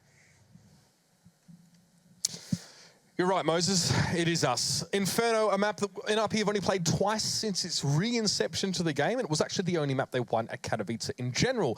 That was up against Optic Gaming, who had a generally horrendous tournament as it was, Lawrence. It doesn't tell us a heck of a lot, but we're definitely excited to see what they've been churning out of a think tank over that period. Yeah, because the dynasty between these two teams on this map is what I always get excited about. Throw your minds back to 2013, NiP in their heyday, going on that massive streak of victories. They had 50 wins on this map specifically, and 12 losses.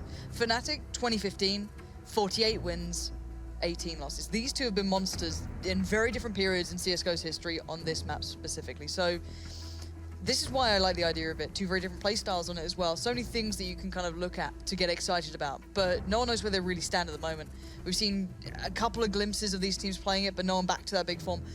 Whoever puts this back in the map pool starts really running with it, that's what we want to see. Who starts bringing some innovation to this again? NiP, when they came back into this, they originally got Threat back into the lineup, of course, coaching for them. They had this beautiful hit coming out towards A, utilizing the balcony area, a lot of smokes, very intricate approach to it. And it worked so well. There's so much to be seen. Fnatic, however, we've seen that they do like a couple of, we've seen the kind of deep smokes towards CT Arch, one towards Library, kind of pressuring a lot of the wraps. They love doing that CT Arch wrap around towards A, so keep eyes on that. But anyway, we're live into this, so time to just focus up and watch this game, because it is going to be absolutely sick. And what is he doing in spawn? Right. Well, Dennis early on, a couple of decoys, just the one deployed in mid there. Dennis hoping to maybe work with that a little bit more, but NiP wasting no time. They're straight out of the gates and running. JW was able to pick off Get Right as they came across, and he gets a second. Up in apartments there as well, gets a third. Surely not more. I'm surprised he's even playing into this a little bit. He doesn't need to be this active. He needs to wait for the others to come through. Crimson Olaf are there. Now, he's slowed it down a little bit now. He's started to hold the position a touch. He knows one's in pit and one's probably on site. So they've worked out where the last two players are. They've taken the fights, but will he be able to get past Freiburg? That's a question you don't often hear said, but the Crossfire's holding for now. Exist is low, and there's Exist fighting Olaf, and it's down to one. Crims left standing, the 1v2. He's got a kit, but he's got no armor, but he can still bang out these headshots. Yeah, and NiP know exactly where he is, though, so it might be a matter of timing. Maybe go for the pick together or just wait till Crims is engaged with one of the players and then make a pick from an off angle, but no one's showing right now. Crims has to go in the hard way, and Exist finds him too. Yeah, Exist and Freiburg being the two players, not names you often say, and that sounds like it's harsh, but it's not. These two are the quieter duo at the moment. Exist had that little bit of a flurry of being very informed, but JW, what surgical precision, and yeah, Forrest just did not expect that one, but still. NiP get the round, they get the bomb plant in, no worries, no harm, no foul. Now, I want to see how Fnatic play this out, because they're known for kind of putting players up in towards apartments a lot when they're on these kind of lesser buys, especially if it's JW, who'll often put himself towards there, playing very actively, but they've actually stacked out A little bit of an uncommon approach, I guess you can go for in a way. Most people like that B stack, they'll put two players down Banana, for example, and then kind of bait the other two on the B side itself and just kind of play people into it, but no. Fnatic going for a bit of an A play here. 4 players were there originally. Olaf Meister already got taken down at the start, but that aside, Crims has to keep the whole of Banana under wraps. He's going to show a little bit of leg, back away. It keeps NiP kind of knowing, okay, they haven't stacked everyone to this site, so we have to be aware. We don't know everything what's going on yet. In Fnatic's previous match against LDLC, JW actually got shut down a lot and wasn't able to push aggressively into apartments, so we'll actually see if he feels confident doing that against NiP, arguably at least as strong, or if not stronger team at the moment, especially from their previous performance. But right now, it's still more poking and prodding. Get right knows that JW is on the lurk. He's close by. That Molotov clears most of the balcony, but JW can still perch on the balustrade. Looks like NiP going for a bit of a CT arch wrap here. Flush is going to get a bit of a glimpse of it pretty soon. Maybe a shoulder peek to have a glimpse. Oh, a bit of a wider peek than expected, but he's going to find everything. 4 players there at the very least, and Gerard's going to take down JW. That's unlocked the site, and a leap in Freiburg to find Dennis. That's frustrating if you've ever seen it, but they know Crims is last man standing. He'll be over at B somewhere or pushing off it to try and keep hold of that armor and the deagle. Well, in the last couple of rounds, NiP have been about as fast as their namesake. They're really high-paced pushes over towards that A side. A bit more of a calculated explosion, I guess, once they worked their way up mid, making sure that, for example, JW wasn't picking heads off from balcony again. Minimal casualties, in fact, none for the Ninjas at this stage, and Crims really can't do much about this round at all, and he knows it. He wants to keep this armor and deagle into the next round, as Fnatic will be looking for some way to try and turn over the apple cart that NiP have erected.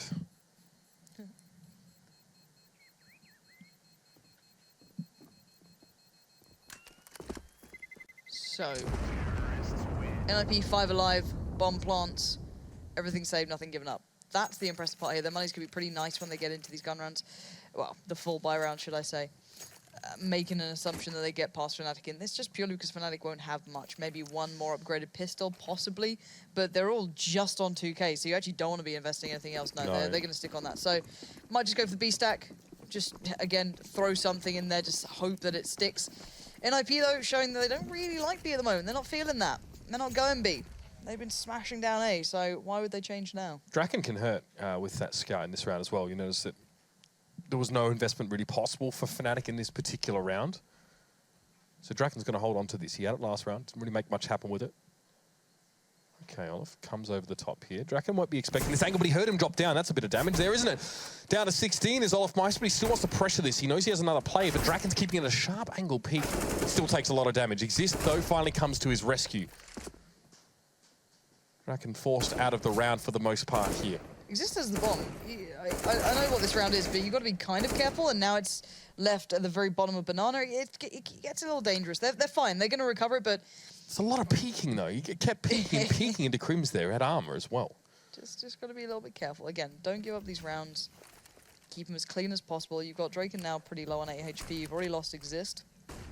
Not how you wanted this to start, but NiP showing a lot of caution here, a lot of respect to how Fnatic like to play those rounds and how deadly they can be with those pistols. So here we go. Here's the rotate from Fnatic. They've read it all. They know what's happening now. They're down Banana. No one's there. Now Draken's holding second mid and the main mid cross, which is nice. It's a nice little angle. It's you can sit in this balcony as well. You've just jumped across. It's a bit awkward because you can't get out of there, really. You can't jump up and escape comfortably. So, again, I doubt anyone's going to really find him, but we'll find out. The smoke goes through. Nothing there. to be found for Crims. So 4 still alive, and fnatic wait patiently for anyone who would dare walk down second mid. There's something to be said as well for Draken's position being one and done if there was actually more than one fnatic player at that stage. But they opted to spread up and split, or spread out and split up. That'll do it. Over towards that second mid now. So time will tick down. It was Flusher just testing there through from CT. Forest wants to go for him here. There's not a whole lot to be gained except that $600 for killing him. Even still, fnatic are happy to do just that. And it looks like JW has salvaged the scout dropped by Draken earlier on. Something better than nothing. Yeah, I guess there's that, right? Now NiP, fine for money. Gonna go for a little bit of a bonus on the UMPs for a little bit there. Why not? They're so viable in this. You can take such good apps control with them as well. With the additional kind of mobility you get with that gun, you can play out a balcony quite nicely. You can still shoot. Whether you like it or not as an addition is irrelevant, right? It's the fact it's there and it is quite powerful at doing it. So let's look what we have coming out from NiP. 3 players through second mid, gonna just kind of split in towards T apps, get a bit of early apps control. Something certainly sits with the name NiP on this map. I love a bit of apps control. That's gonna be already shown, but no play towards Banana either. Not much early utility put towards it. A little bit here and there, but keeping it relatively light. And this looks like quite the hit towards A so far, as they've given up everything towards mid, so they can't really back away comfortably from this if they do eventually commit to this one. Freiburg's going to have to keep a little bit of an eye out unless he's getting into the balcony as well. He is. He is, so yeah. You've got to be a little bit careful, boys. Don't get me wrong. fnatic are going to be humble. We know that Crims is quite the passive player. He's not the guy to be, running down Banana on all occasions, but Olafmeister is. Well, I believe they've smoked top of Banana twice. fnatic have, so they prevent themselves from getting information by trying to stall, as it were, but yeah, it's going to be the push here over on towards his A site. Forest finds Dennis very early in the corner of the bomb site, and that's pretty much under control. fnatic now, well, JW needed to move out away from the Molotov, and he did straight into the shot of Forest. And now Crimson Olafmeister have had to leave B, but it's already too late. Save, yeah. Retakes on anywhere on this map are so hard these days. A couple of the skyboxes being a little bit different. It is just difficult to do. So when you're down to 2 players, especially when you're sat on B, you're not going to be able to play back into A with 5 alive. But that was a really explosive hit through kind of Boiler, kind of pushing up towards Quad and then through towards site, and then JW was completely blinded. He had no chance to play off that. Olafmeister's going to make it at least a touch costly, but losing out on that is actually not ideal either. So again, want to keep hold of these weapons more than anything, and fnatic probably feeling a little frustrated here, not had much of a bite of the cherry yet. And it's important to point out that with the way that this map has been changed, you actually can't early smoke the bottom of Banana from CT spawn. So it's a lot harder to get control of that part of the map. That's possibly why that Crims and Olafmeister actually smoked one after another over at the very top of Banana. You deny yourself from getting information, but it's kind of the only safe way to do it, especially up against a team that you know has an AWP and that has a better arsenal than you do. You can be isolated so easily if you do peek towards that car, just as Sadokis was pointing out earlier on the desk. So I honestly was starting to see the T rounds won be swung much more favorably. fnatic, I think, won like 86% of their T-side rounds when they played LDLC on this map. Oh, we finally got a bit of an exchange going over towards Banana as well. Olaf and Crims putting a little bit of attention towards it earlier on, but this is what I expected from fnatic. JW loves playing towards apps, especially towards that area, and you can see NiP are so drilled into knowing it. LDLC, if I'm not mistaken, we're aware of it as well. Maniac was all over it. Maniac. These guys have had to play, against these guys in their prime, and JW used to just get in there. Even with an AWP, he'd be peeking out towards second mid if he got a good spawn, go straight through to it. So it does become a bit of a known fact that he likes to play around that area. They'll always do it on those lesser buys. So keep eyes on this, though. NiP have set a trend of hitting A quite consistently, and now they're switching up. They've got into fnatic's head so badly here, and fnatic have to take a gamble. They've got lesser guns. They have to try and take a risk somewhere. Maybe try and play around Crims, but Crims isn't going to get much play at this point, as you can see, NiP cleanly taken into B. I mean, Olafmeister threw a deep smoke down Banana before he rotated away, so that should be enough in many cases to dissuade a T-side from pressuring down there, because they don't know what's there, but they actually made the correct guess. So far, it's paid off, but Flush has found Draken somehow through the smoke. He's now pressed in towards construction.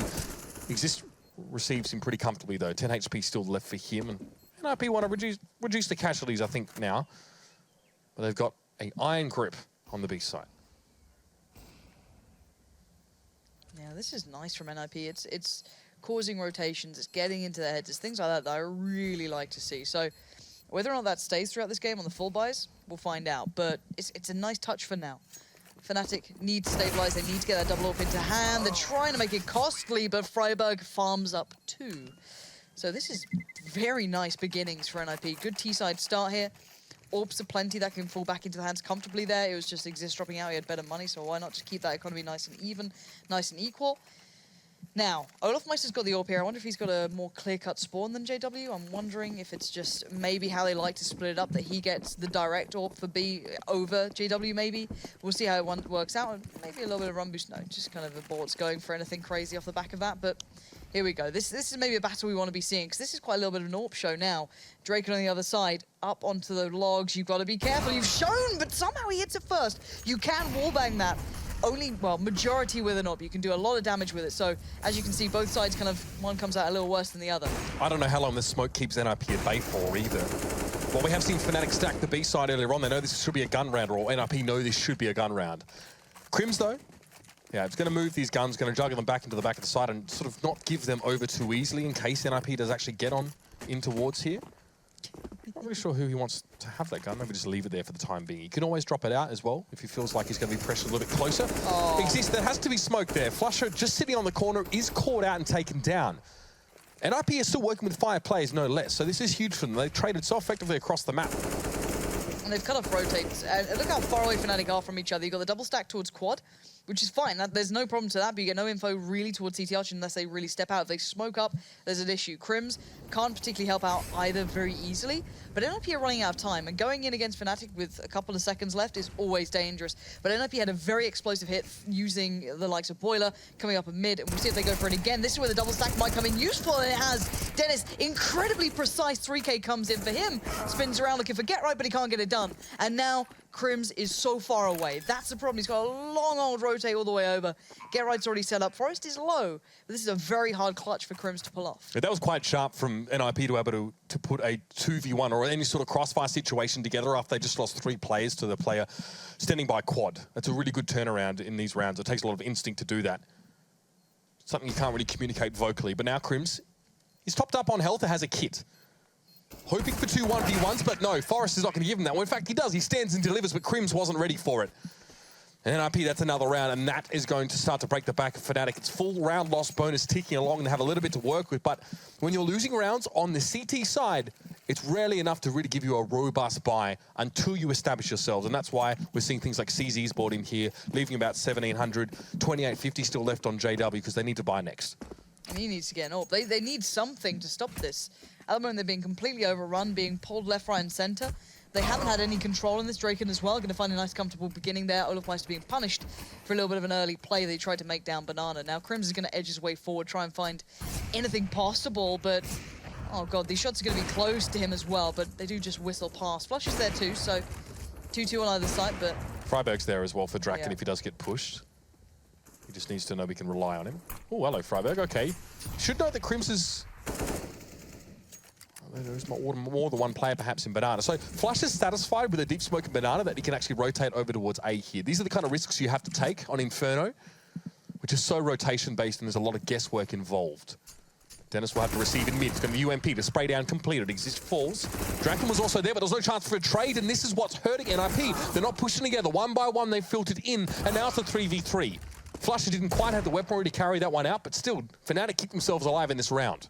GW has to back it, try and find a new angle, and he finds the head of Draken as well. What a beautiful start for him. And now gets overrun. There's only so much you can do if you're one man standing alone in pit, but Bomb's going to go down now. Crims quick on the rotate this time and gets met by sheer force. Dennis almost turned that round then. Little bit of aggression to those playing through from quad. They're taking fights before NiP could feel comfortable to take them themselves, but it equates to nothing at this point. They finally get a decent buy though. JW on the AWP this time, not olofmeister. But look at the BJO, they're not having the best of times. They haven't had much play either. It's been mostly those hits towards A, and then we know that playing retake is so tough on this. I actually don't envy players who have to play B right now on this particular map, because to give yourself the sense of mind to rotate away requires you to either get a kill in Banana and push forward, or just try and smoke right here where Forest is looking and then hope that you've made the right decision of backing away. Look at this. Ball's out, doesn't care.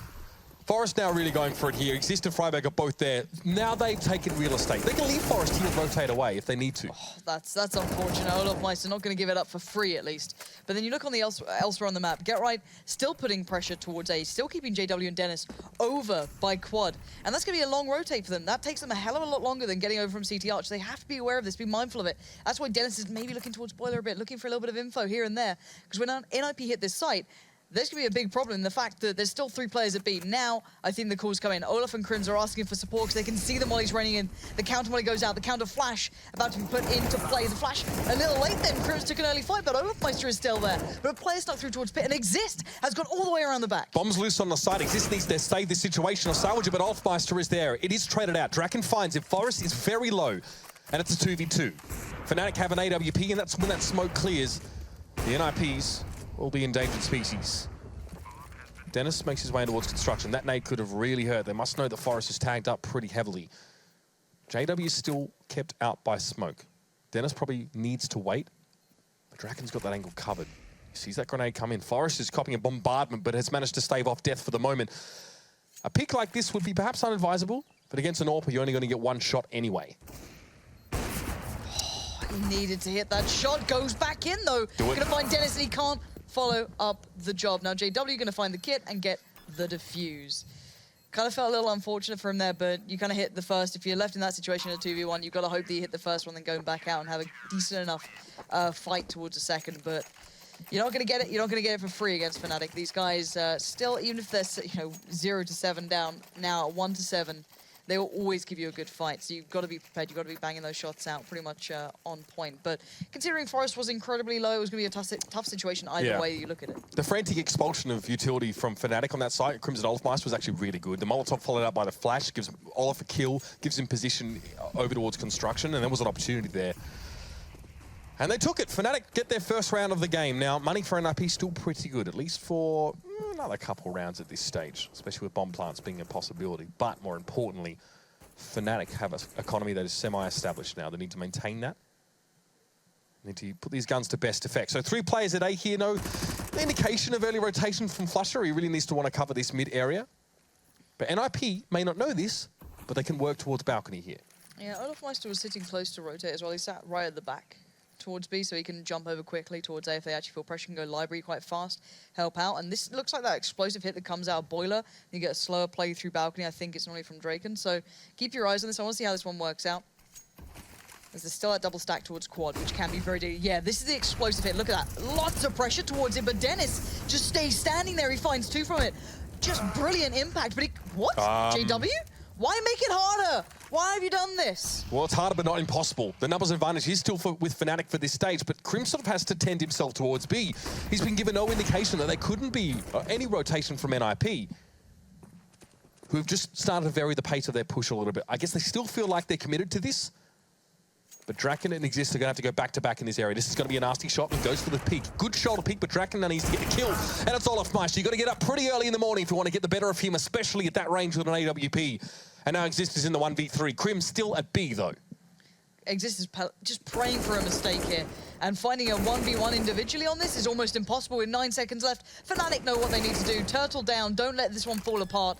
And here we go. Bomb plant comes in, and Olafmeister has absolutely none of it. Very smart play from him. He played every situation he could very well in that, and he basically swung that around again for his team. And what is with just brilliant team kills when it comes to this map, you know? Just the infamous banana clip, I'm so sorry, coming out, you know what I mean? These sort of things, like, it's always Inferno. But yeah, JW just stood there like, I've just absolutely decked my own teammate. Oof. But still, NiP 7-2 up. Fnatic do have a bit of an economy building now, at least, or at least something to play with. They've got more utility to this, no kind of sloppier buys coming out. Early mollies going towards apps from NiP, going to give them a little bit of control here, but NiP maybe going to just kind of slow down the pace. Have to play a little bit more of a respect game, and you might find out why. Oh, lordy. Oh, get right. You know, it's so funny. NiP have got Draken and Freiberg sitting very far back up mid, almost expecting a top mid peak from an AWP in this round. And JW does have it in hand, so to be fair, it was entirely in the wheelhouse of Fnatic in this particular round, but that peeking towards apps, just a little tweak here for Fnatic. Nets him that first kill, and a lot more breathing room now going into the rest of the round. So that smoke going to come in here on towards the corner. Care of Exist. Maybe just a fake here. The bomb's still back in spawn, mind you. So NiP haven't made any decisive strikes from our perspective towards any site. Draken's going to nip back now and pick that up, but there's actually been a smoke drop to the top of Banana by, I dare say, Fnatic here. So NiP probably have to go A. At least they're showing it for now.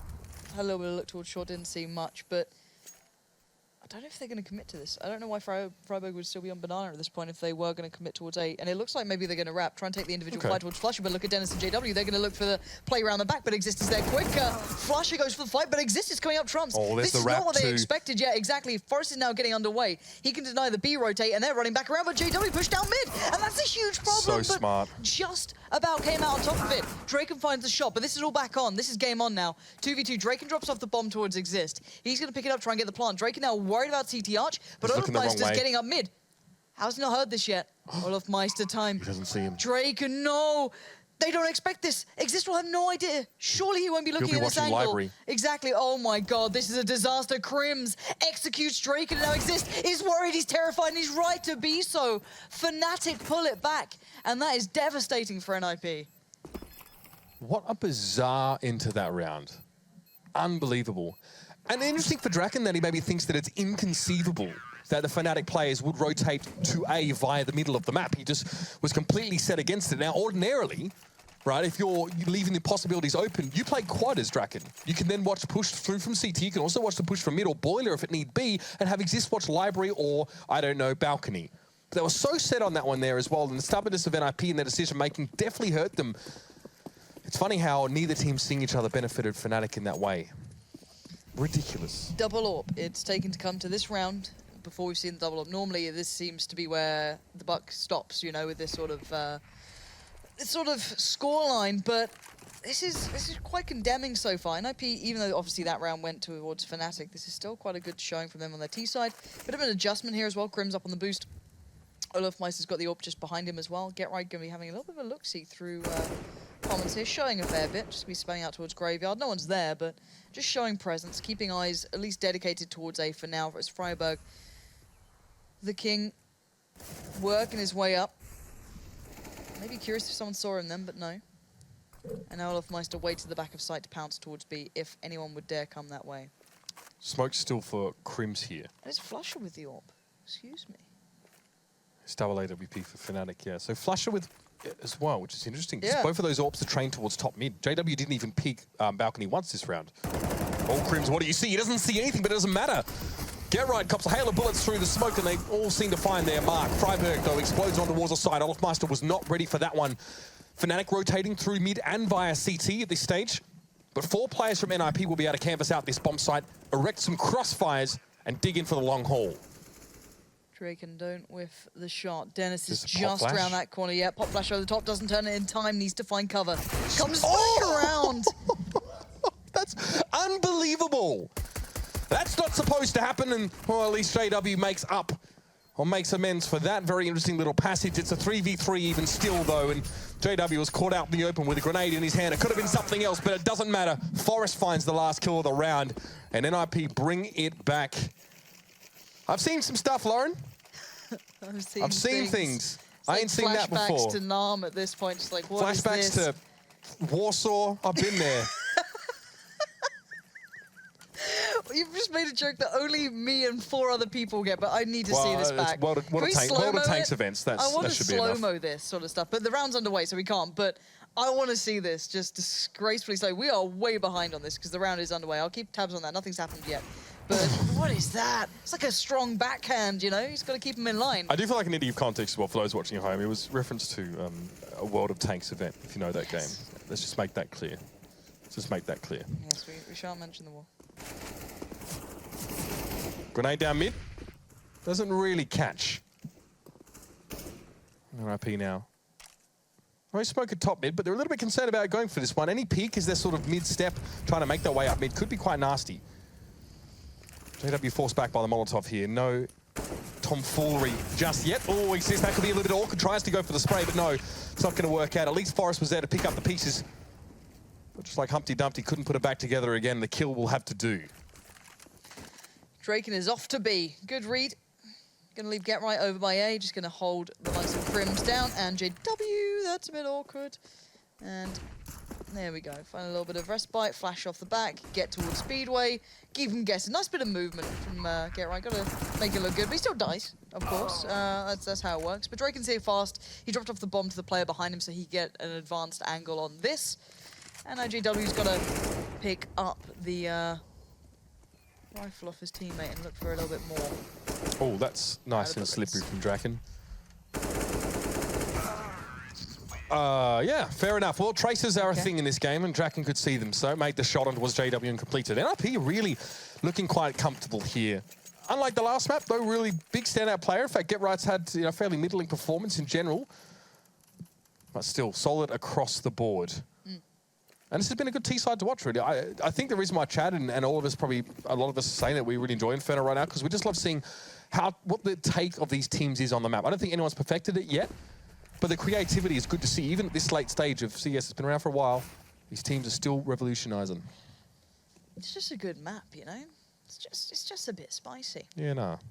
Yeah, no. I need to get that down, you know? Well, nah, yeah is yes, yeah, no is no. You're just lying to me at this point. No, it's true. It's the last word you say is the one that is correct. I think you're all liars. Well, I don't think we went to jail for that.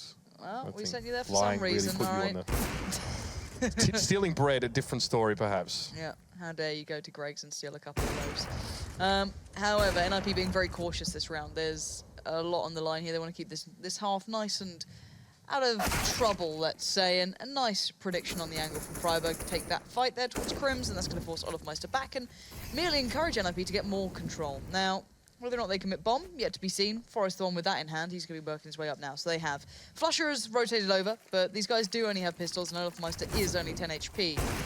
So again, should be kept in line. Well, NiP, it's a bit of a war of attrition right now. They're taking a bit of damage as they approach this site. Freiburg, double face, double kill. Fair enough. A little bit risky business for him, but it does work out. So Dennis is going to make his way in. Hopefully quietly, but Exist will be waiting for him on the other side, and JW is being zoned out completely by Get Right. Whether he knows it or not, it's immaterial.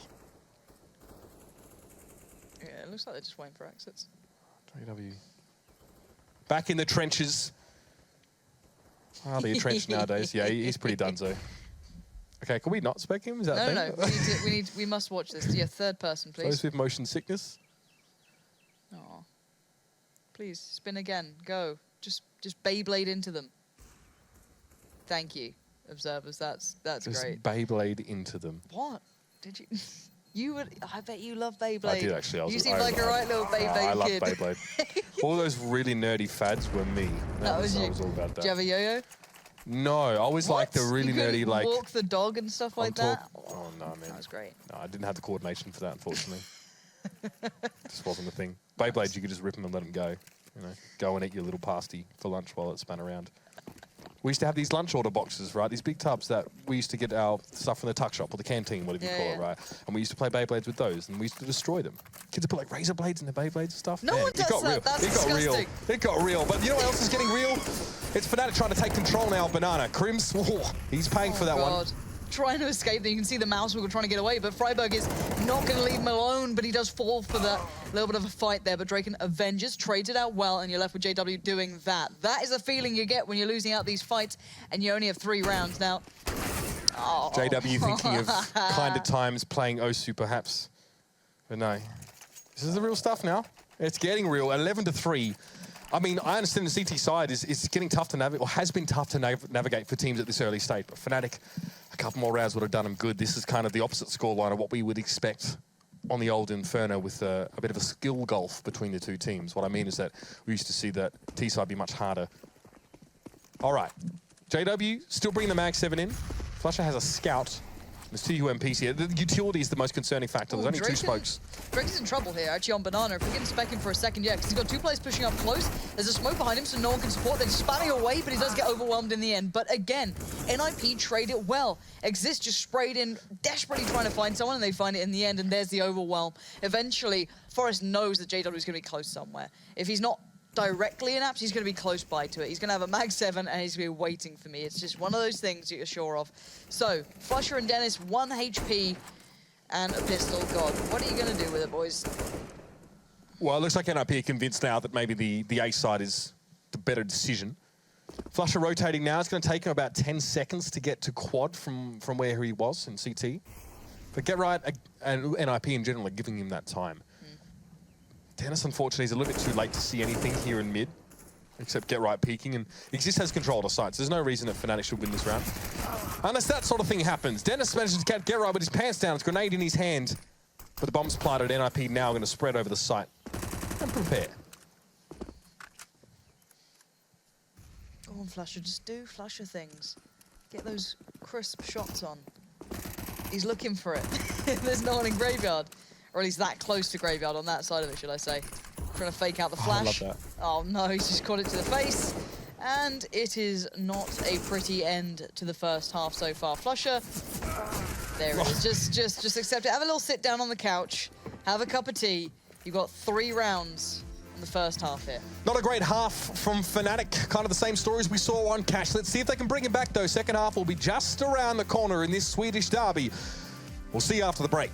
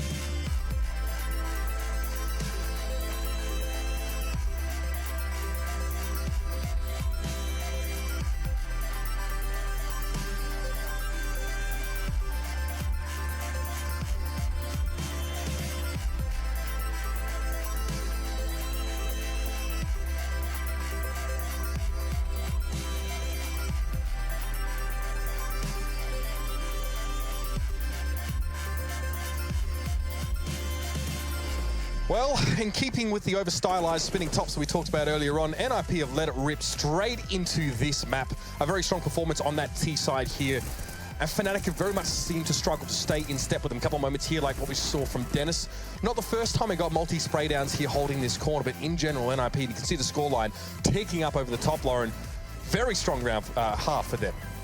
Yeah, this has been a brilliant display and what seems like a common trend for Fnatic at the moment. Very one-sided halves, whether it be favorable or not. They are drastic, to say the least. To be fair, I mean, it was much the same, I think, in the match against LDLC as well. They had a pretty average CT side, and their T side was really, really nice. So, I mean, this is what we're waiting to see from them. This is obviously where they have to deliver.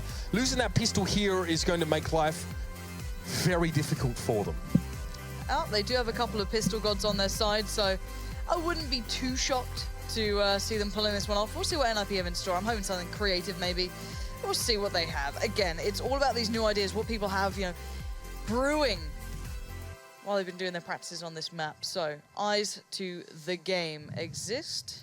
Gonna have a nade, Freiburg with a grenade. So, Banana gonna get the nuke. And Fnatic has just one player with utility. So, we'll see what they go for here.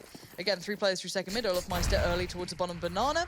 There's those nades going past. He takes a bit of damage, but it's no real problem, no real threat at this point. And Exist rotates back around. So Fnatic looking for some sort of play coming through up towards the top of the mid, but no one's really entertaining that idea at all. So just keep your eyes towards Flusher. Freiburg and Get Right actually on that B side at the moment, instead of Exist, who's just playing from Library at this stage. But I mean, all eyes on Fnatic now. They're going to be grouping up. It's going to be the good old Glock train that we know and love. They're going to make the way slowly down. So that's the smoke. Flashes should come in here as well as they make this push, and Get Right knows what it's about. He's actually got a 5-7 here, so quite an investment. Freiburg very low after the initial salvos came through, but he still finds a kill. That's called value, ladies and gentlemen. Get Right finds one as well. The side is clear for now, but Exist has been pretty quick in his rotation here. Have to challenge out Olofmeister, but he may not be ready for this. Olof switching weapons. Both of them about the same amount of damage taken after that little engagement. So now the retake is on. Yeah, Exist has no armor either, so playing back into this is not a fun time for him, but he's got to try and take some attention away or just take almost his head away. Why not do that instead? And the retake is looking good, and it's just got better. The defuse kit, I think, was on Freiburg if they needed it. Exist pick it up. There's no problem anywhere. They're fine. Look at that. Just NiP playing back in and retaking on this site, specifically on this map, is so tough. But they pulled it off. Fnatic looked like they had a bit of a head start in that one, but they actually got pulled off it. I mean, as much as this map is heavily rotation-based, if you can get trades, equal trades as CTs on that side, and have Exist so close as well, having him get that pick on Olofmeister and getting that headshot straight away possibly could have been the round. Olofmeister was in a pretty strong position in general with the player on the site. Little things like that really make a big difference. So now, yeah, Fnatic have to buy up a little bit. The Kraken, I believe, is going to be released, or at least attempted to, by JW. Does he still have the Kraken skin? Surely he does. Observers, please. Can we have a fact check on JW? Fact check. Thank you. The Kraken is confirmed to still be here. This one, you need the Apex Molly. Get Exist out of that little spot. That's, you know, a whole Molly dedicated towards it. You can't afford it, but it'd be a nice idea, wouldn't it? Now, I like JW with a shotgun because it's hilarious.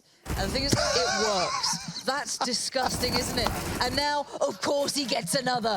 Of course he does. The Kraken is truly unleashed. A nice little nade to round it off again. It's just watching him play is sometimes like the most unclassic style of Counter-Strike. But it just puts a smile on your face. All right.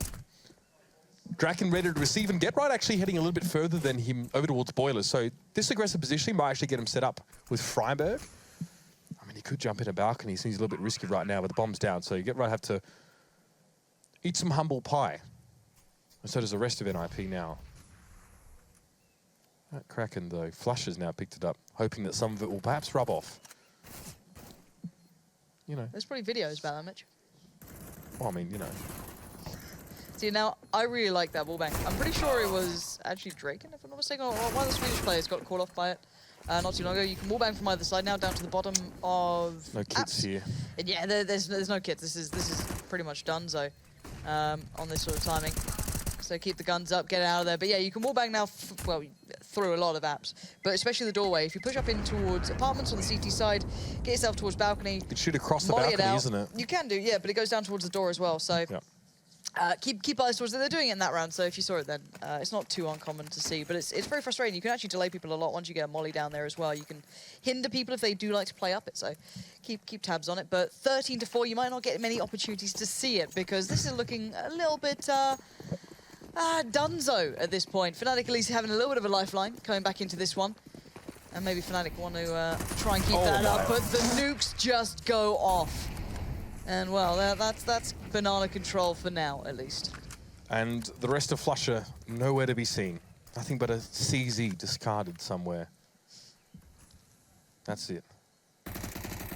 Brutal, savage, and all the rest, but now NiP, again, had to decide where to go from here. They got to smoke down in Banana, and Dennis is amidst that one right now. So you can actually boost on top of Dennis and get a look over the wall if you were feeling that way inclined, but smoke's going to clear anyway.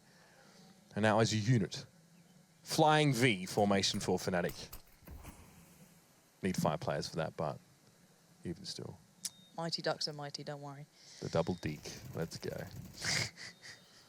And Freiburg trying to play a little bit of an off angle at the back there, but JW just destroys him now. Smoke goes in, mollies go out. Get Right pretty much denied unless he wants to play close. Don't think he really wants to. The molly's going to spread towards that left corner anyway, so he can't really do much about this. Has to allow Fnatic the control, and this is a nice little beginning. Bomb goes down. No real point of pressure just yet. Okay, so another retake situation for NiP. Okay. Another retake situation for NiP here, but this time they actually have a kit to work with. So Draken, you can see he's just trying to stay alive at this stage. Because if the kit gets dropped all the way back there, like, you might not have the time to circle around and go back to CT. Needs to stay alive. Dennis on towards Draken. And that might be it here. Get Right going to go down now. Olofmeister to challenge out. It looks easy, because it is for him. Dennis finds Exist, and that will be the end of the round. 13-5, if Fnatic start to claw their way back in. Again, if NiP give them too much of an opening, it could be something to talk about. But right now, you still need to see more.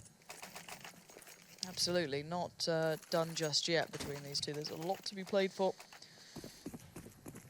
And NiP, money depleted, have to go down to the pistols. A couple of upgrades in the form of a Deagle, P250, a little bit, maybe a stack towards our quad, excuse me. Going to boost up there as well.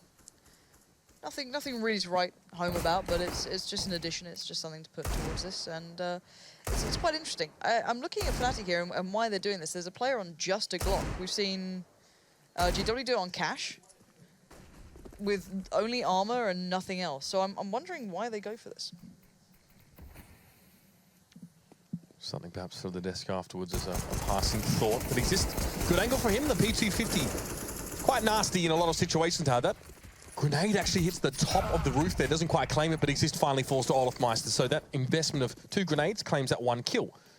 Get right, best be ready for this. This could be something a little bit special, but no. Dennis catches him with a headshot and then will be able to push over on towards the site. Draken is not wielding too much, Lauren, I'll be honest with you. Very little, in fact. They're trying to fight off a horde of zombies with a feather duster. It's only going to get you so far. Very clean, of course, but that's it. And Freiberg, so is his inventory. He's found it, don't worry. He got there eventually. Any pixel out of place that he can possibly... Someone in the back row yells, sweating bullets. A distant memory these days. For most of these teams. JW, you gonna get your knife out? Yeah, you are. Do it, there it is. Love a bit of it, why not? Get some money building. But I'm interested what the devs think about the whole one player on purely just a Glock with armor. We saw JW doing it. And they just kind of plow in. I'm wondering if it's just like a scouting mission, literally. Just bang them out, make them tradable, basically. You've got full armor and helmet, I believe, as a Glock player still. So it's quite a big investment for them. I'm wondering what they think about it. Flusher hasn't been able to have much of an impact in the first half. He's really struggled a lot. He's died every round. He hasn't survived 1 round yet. He's 2-19, I think, at this stage. So. Okay, then. Draken catches that one straight from downtown, but NiP actually looked to have a little bit more life coming back into the round. The smoke is there. It doesn't matter, though. Freiberg, there's smoke there. They don't care. You can't do that. It's fine. This is an FPL. Forrest now going to back away over the balcony. Get right going to come in through from CT, so still an opportunity here. I mean, this kill could be big. Olaf wasn't ready for that. Wasn't looking for it either. Yeah, and now Flusher, the 1v2. Playing out of apps. I think Forrest is possibly considering this already. Considering the position. He might get the first peek. He does, but careful now. You want to be 100% when you're fighting against Flusher, and you can see as to why. Good flash as well. Going to bait out the shot, but he knows. He's reading this so well. Has he seen... He didn't see Get Right Cross. So they've kind of gone around each other at this point. Flusher, oh my god. Oh, this player's nutty. Flusher's got just god-tier game sense. And Get Right, you're dead. You're done. You're absolutely banged to rights. Absolutely outplayed by Flusher then. That was incredible from Flusher. There were so many places he could have gone. We get the replay, of course we do. This was the knife. Good amount of money there for Fnatic, who definitely want to start building on that burgeoning budget, and they've actually lost a bit. You can see that these rounds have still been relatively costly for them. As then NiP fancy playing some later round retakes and taking it down to one-on-one situations. But again, from Flusher, that was great. There's a nuke. Why are we not looking at banana? No. It's a little underwhelming. Armored up players, grenades that don't necessarily connect. I need some excitement in these rounds, Mitch. You were frothing last round. It was great. This has been a great game. Now. Well, there's that. That's one way to start things off. What do you say about Dragon that? Exists like, I was about to rotate. Guess I'm here now. NiP just have to suffer through this one. You're not getting too much out of it at this point. Now, Exist and Draken, they're playing close here. Maybe they can get a gun away. That'd be absolutely lovely if they can. Oh, not being fooled by that pesky barrel. So Fnatic keeping things clean so far. Nice work from Olofmeister. In trouble now. And he will lose out, but does it mean that Exist can get the rifle? No. And that was the big selling point of all of that. Trying to get something out of that round, and really, they got a kill, but that's not quite enough. Need a little bit more to write home and bring home this map at this point. 13-8. 1 round on the CT side for NiP. They got the first, and then it was turned around. So Fnatic showing they do have that T-side prowess. We haven't seen the full play yet from them against that big buy. This is what I'm looking at now. You've got the AWPs coming out for Drake, and you've got every piece of utility you'd want. So if there's going to be a point where NiP can stop this, it's now. But Fnatic like to pick up the pace at these sort of moments. This is when they like to go even harder, and Drake, and a very aggressive angle he goes for then goes for the slightly more passive, and Olofmeister getting caught out. That is a rare rare glimmer. I mean, the repeat there as well was pretty audacious, I think it's safe to say. You don't always sort of expect to come into that. You think, you know, you're throwing the Molotov, and that's that. And it's one of the reasons why some teams play so well with new rosters, that Hollywood period, is because maybe opponents aren't used to the tendencies of the players. Maybe that's something for Olaf he wasn't ready for. Regardless, puts NiP in a player advantage here. If they keep losing rounds, buyers are going to be few and far between for them. They need to make this count. Yeah, fnatic are at the jump-off point towards A, where they're just going to probably commit, but we'll see if they can get the attention early, get some of that utility away, because there's still a little bit sat with NiP, and they're going to cut off certain aspects of this map as the time does start to dwindle down. But no rotates yet either from Drake and or Freiburg. They're just holding these angles. Get right with a nice little spot, slightly towards the site, still very dependent on Forest denying anyone playing out of apps, and he's done that, and it's actually Exist doing that, finding JW there. Ooh. And hello again, Exist. Welcome back to the game, my friend. 3 kills for you, and Dennis crawls away towards Boiler, tries to find a passive angle, and he gets it. Top player for NiP at Katowice, Exist was. I mean, in matches where they had close games or even won, he was above and beyond the top performer on NiP. I think one match even had a 1.4 rating, so I think he had almost 30 kills in that match. It's a good tournament for him. Again, it's just not something you expect. I remember Pronax, or it was said of Pronax, in the matches where he would have been the top player for Fnatic, something wasn't really working properly. Something wasn't right about that. I think as time has gone on, with sort of the conception of an IGL maybe being a weaker player is starting to dissipate as new players come in and the game is played in a different way, but still, you can count on Exist to produce very solid performances like that, and we get to see it from his point of view now.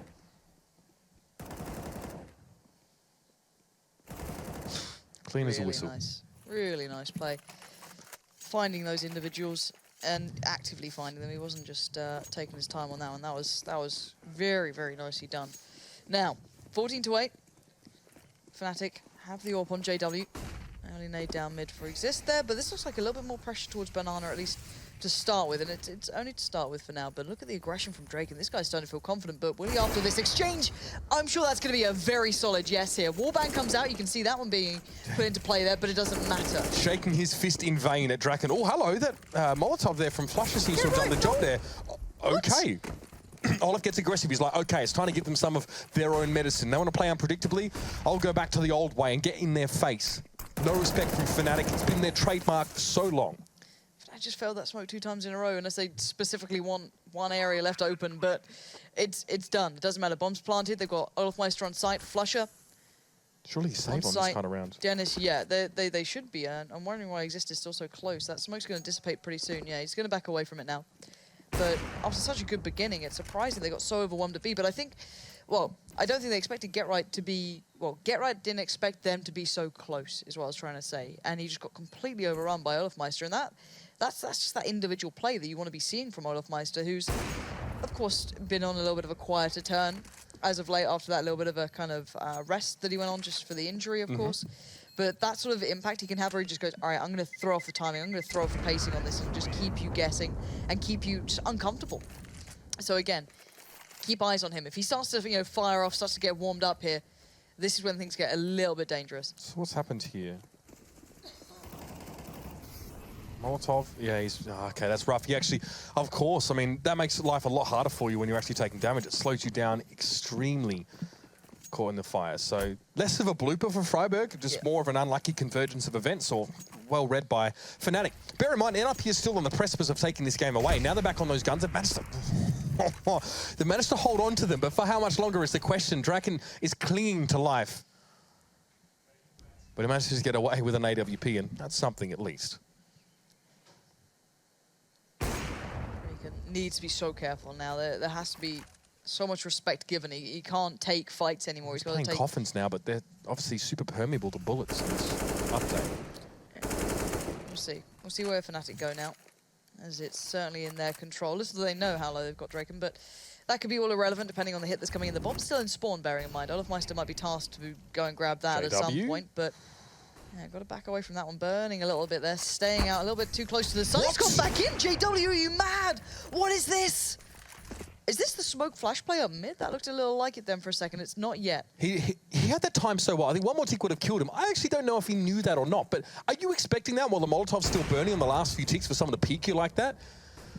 a huge risk, potentially with high reward, but none in this case. And JW just takes a lot of damage to even the health totals across both teams here. Oh, he's mollied out Exist. He's going to have to cross, and he already pre-marked the wall where he jumped to, but didn't manage to catch him in the end as he did cross through. But this is all just a little bit of a ruse. Is it going to be that B hit coming in? Draken is low. It's going to be down to GetRight to do a lot of the work here, but there it is. He's still going to be relevant to this round. And GetRight and Freiburg, the early rotate coming over has helped them drastically in this. They had 3 players waiting for it, but there's still JW, there's still Crims, but it is a 2v3 and the HP is low. JW, after that molly, crispier than a DJ Mallorca, and he's going to go down. Draken finds him there on the site. It was Crims, should I say, that fell there.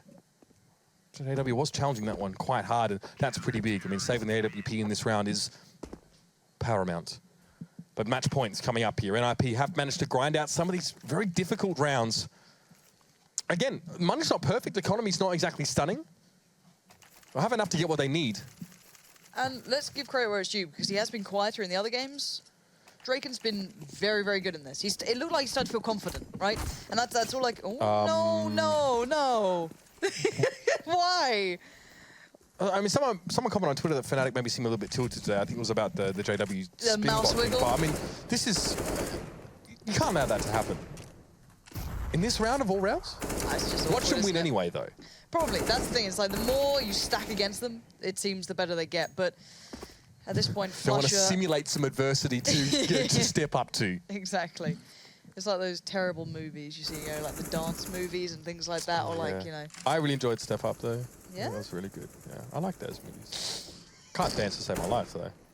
I look like a half-mauled jellyfish on the dance floor, but still enjoy them. All right, boost over the smoke just to keep tabs towards quad in case someone tries to sneak through there. No one has yet.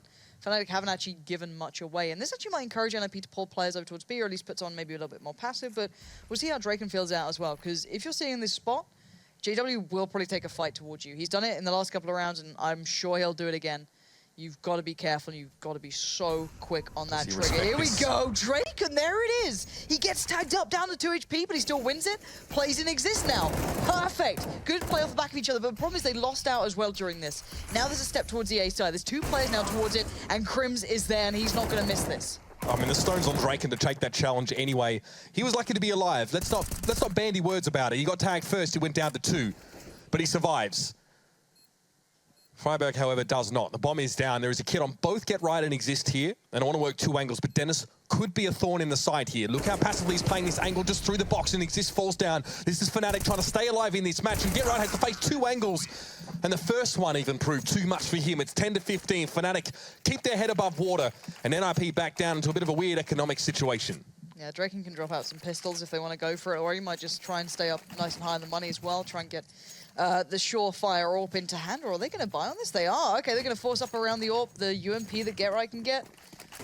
All right, go for it. I guess there were a couple of players like super low, but Draken on the AWP, he's gone for the hero play here. What are you going to do with it, my friend? He's going to have to find some big impact if they want this one, because fnatic know they're going to be a little lackluster somewhere, whether it be on their utility, whether it be in the weaponry. Some part of the piece is going to be missing. You've got to be careful up close and personal here, Garrett. You better be ready for what's about to come around that corner, because Flusher is centimeters apart from you. These little pop flashes up and over the top, immediately giving away the game more than anything, and the white peak comes out, but Flusher is not going to miss, and he doesn't miss either again towards Freiburg. Now Exist has to rotate. And this is a problem. fnatic are pulling NiP apart. Left, right, and center, limb by limb. It's impossible for them to handle this. So now Draken's left in that predicament of, do I just not help here? Do I need to keep hold of this AWP? Is it time for me to already kind of be waving that flag? 17 seconds for him to rotate. By the time he gets to the site, fnatic probably will have hit it here. It's going to be the 5-7 and Exist, but the shoulder peek from Flusher, even at a big advantage, even economically, weapon-wise, in the round, he goes for a shoulder peek and just stays safe. Very clever, and Forest and Draken here, no, they'll be putting their heads together. It'll be the brains trust now, deliberating on how they get this game done. fnatic refuse to go down. Although Forest had no choice in that matter. Draken maintains the AWP. Obviously money for the side of NiP right now. They spent in that round, they forced. This is going to prolong, I mean, NiP's sort of slump in economy over the next few rounds as well. To be fair, there was a couple of players who were in like double eco territory anyway, but still, it's not what you want to be considering at this It's point. definitely double eco territory now. Oh, yeah, definitely. I mean, the last time these two teams played on this map, it was at Katowice. It was really close, 16-14 Fnatic. So I'm glad you get to see it again. Oh, God. Apps player is very close by. He's going to live. And now they're just going to probably clean it, and they'll be fine. Ish. Still not great, but... Yeah, this is going to get Fnatic right on the doorstep. See, now, I'm wondering if Chad is doing his predictions. Last time we were watching a game, he gave us the breakdown of, all right, they're going to lose the next ones, they're going to go to OT. He does the OT predictions, right? He was ready for it. Now, I'm wondering if he's done it again. I'm not sure. But at this point, the only impact piece that NiP has is Drake, and everyone else on Fnatic is fully set. You've got Flusher on the farming. He's got the plow out in the form of the UMP. Are they going for the Virtus Pro line? They are.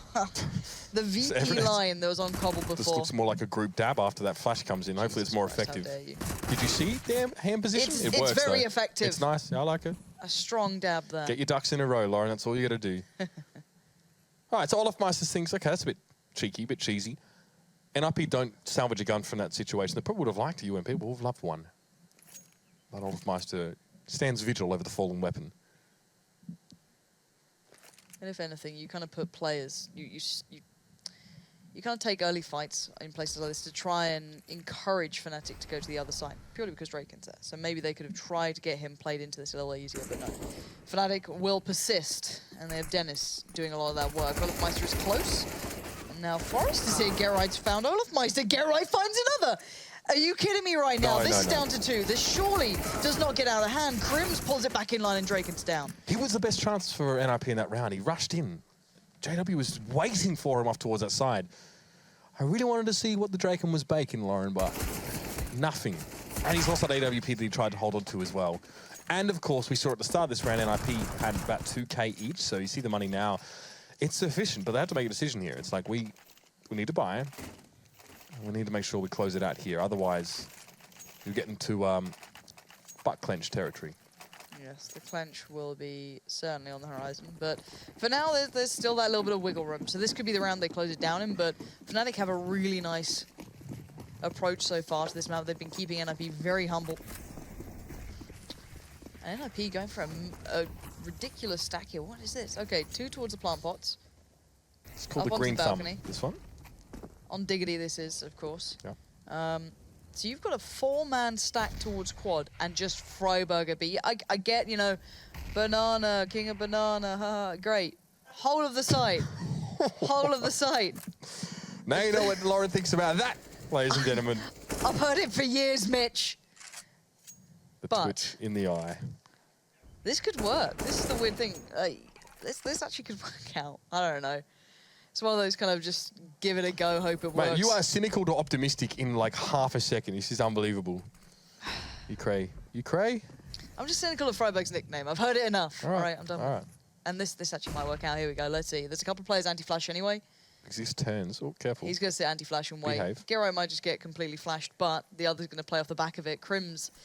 The timing is everything, and this is going to be so weird to play into, and I don't think they've seen it all. They might have just about now. Yeah, they are backing the hell away. They got enough of a peak. Now, let's see if he lives up to that really refreshing reputation everyone gave him. Well, Freiburg had no smoke here as well, so Draken, it's going to take him a long time to get to this side even still. Freiburg just back it out. He's booking it out of that side at this stage, and he has no choice. But he's staying alive, and that's almost the more important thing now. And NiP is set up for a 5-man retake on this site. They've got 1 kit, though, and that's on Get Right here. He's going to be the last to rotate there, so at least risk of that kit being dropped way back behind. But it's time to go. It's time to face the music. Time to meet your maker, whichever way you want to put it. Now at the moment. Freiburg, oh, hello, through the coffins. Puts JW in one. It's going to be Draken taken down by Olofmeister in a 3v3 now. You've got to go, though. This is time. Flusher finds Get Right. That's the kit down. Olofmeister on towards Forest. The 1v2. Freiburg is no more.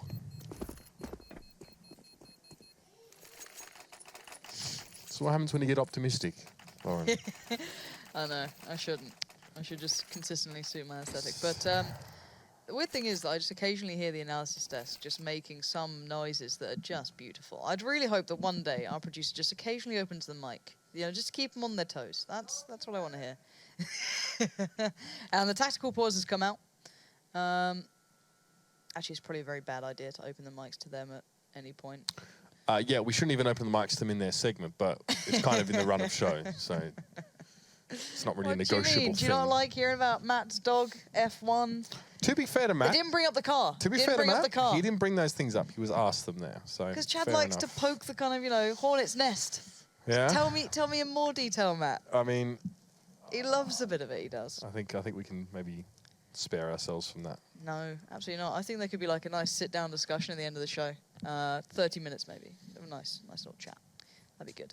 But NiP do need to talk because this side has been a little bit of a... I want not... Problem's a hard word for it, right? But it has been... 3 rounds and a half for NiP. Yeah, it's not what you want. It's been tough. Their economy has been broken consistently. They've depended on individuals to pull them back into these rounds.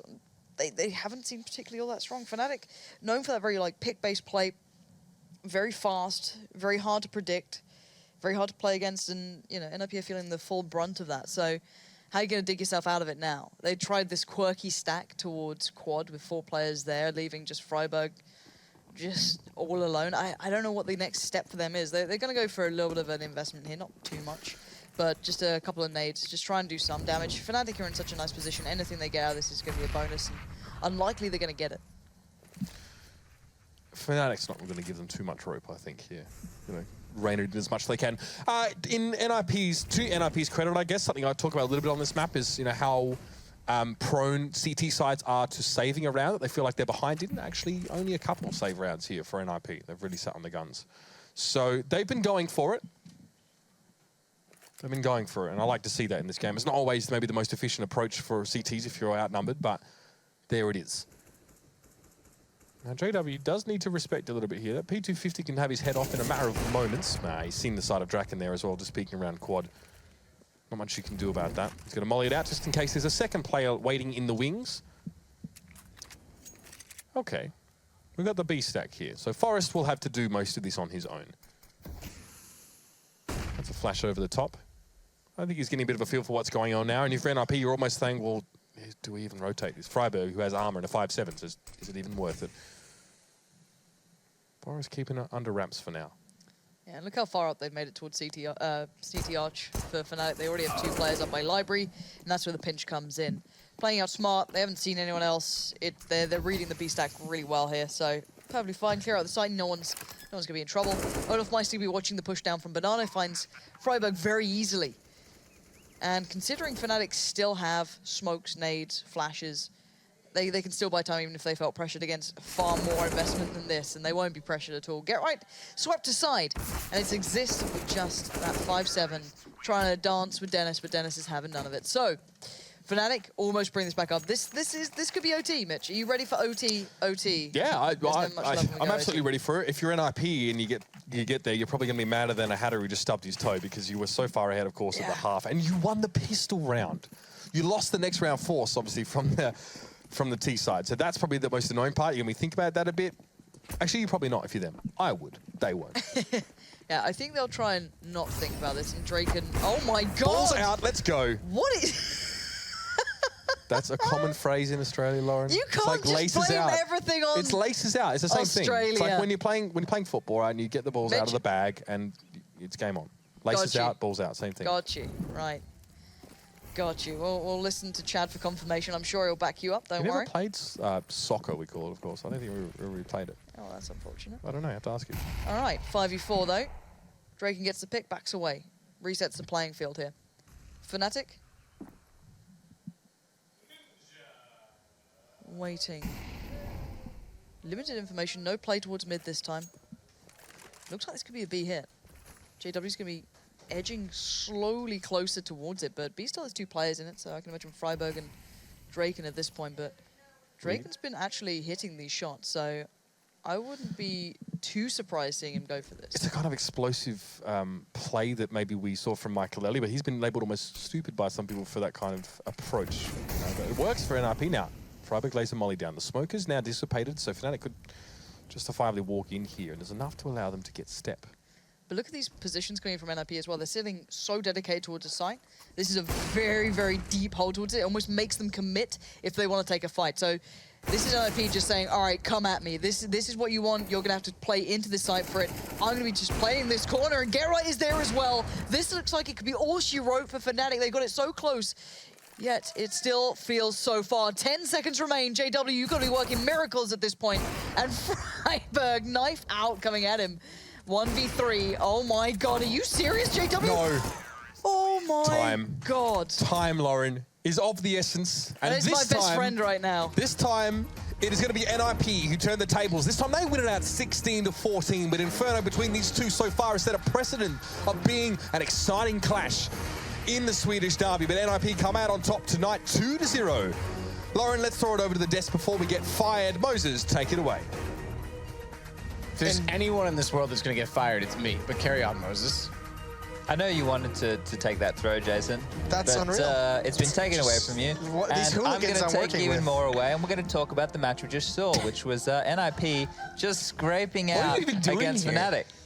I don't even know. Take it away, boys. All right, that overtime right there. Yeah. Draken on the T side, he was the hero, and then in the last round for NiP, pushing out Badana in front of the Molotov, grabbing that pick, giving the 40v5 advantage. NiP with some fantastic reads, having 3-man stacks on B, which got them some very crucial CT rounds. Great stuff. Jason, what do you think about the match? No, keep going, guys. Let's talk about cars. Okay, well, we're actually talking about the Counter-Strike right now. Yeah, Jason, why wouldn't you get it together? Yeah, You're supposed to be running this. You know, you're supposed to be driving the car. The car's Counter-Strike. Yep. So I think if Car's a team, got no wheels. If people want to see a team of how to play like cookie cutter Counter-Strike, have executes and use them at the right times, watch NiP. Because the fact that they run that set execute, that A attack on the first gun round, then they force Fnatic onto another eco/force buy, then the next time they have a gun round, they do a B execute. They only marginally lost that round. But to do those things, you can use them later in the half as fakes. It's a really good way to set the pace. Fantastic stuff from NiP. Close game. All except almost dropping the ball there at the end. That Yeah, was a little, it got a bit that was a little tight. uncomfortable, wasn't it? Yeah. Matt, GW anything 4 you want to add in kills. there? You know, you wanted to talk about cars. We can do that if you'd really like. I think Draken he's looking. No, Jason just looks so sad that we He took does. all that away from him. No, I know. Should we let I'm him continue now? I need a frothy. Yeah, we can get you a frothy. Yeah. Get you a Kolsch. Get Yeah, you a a horse little bit of tranquilizer. Really escalating the situation there. That being said, let's just move on. You guys have just ruined everything. That this entire day is over.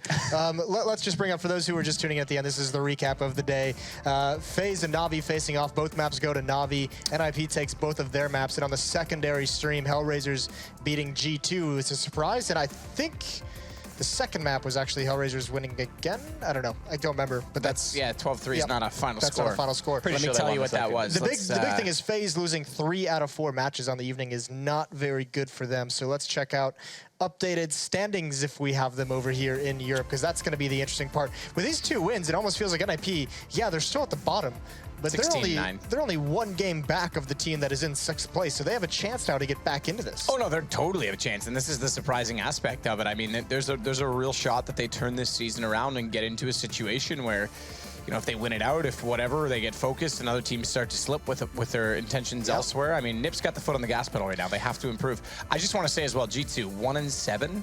That is atrocious, considering that Ocelot just had a tweet or an interview where he said, I saw the caption. Deal in esports acquisition. Yeah, like, come on. And everyone was saying, you know, super team. This is super sad team right now. Thanks for that deep analysis, Matthew. Now we have the NA schedule coming up next. It's going to be CLG taking on NRG. It's going to be Optic taking on Rush. And on the secondary stream for them, it's going to be Winter Fox and Complexity. And then Team Liquid taking on Renegades, who are rumored to be bringing in a Serbian sensation. They can't have Yanko. Yeah, and I wonder who Optic are going to use, because Hiko said that he is no longer being the stand-in for them. So that'll also be an interesting turn of, not results? I don't know what events. I was going to say. Turn of events. Let's get there, boys. A turn of story. It's late. Yeah, it is late. It's not that late. That's it. That's all we have for the show. Thanks for tuning in, guys. Thanks always to my beautiful colleagues who make things so difficult for me. We'll see you guys again tomorrow. More Counter-Strike matches lined up, and make sure you tune in then. See you later. Do you think this would fit on his head?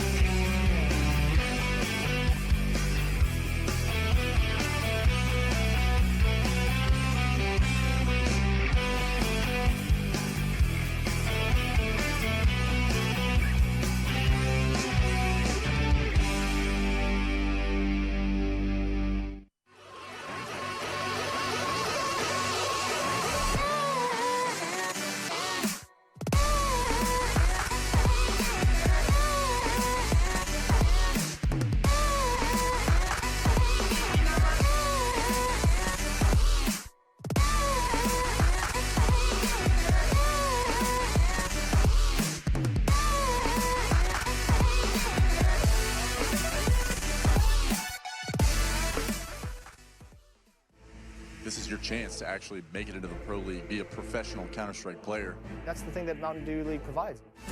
Kinguin, you know what? If anybody has a shot at 2-0, it's Kinguin. Beautiful Counter-Strike. You usually only see that into the professional level of things.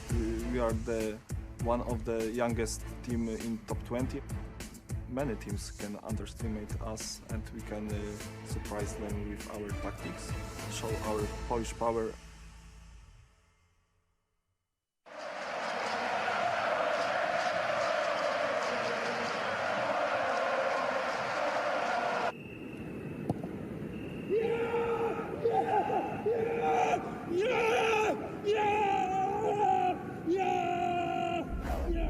Start your esports career now at play.eslgaming.com.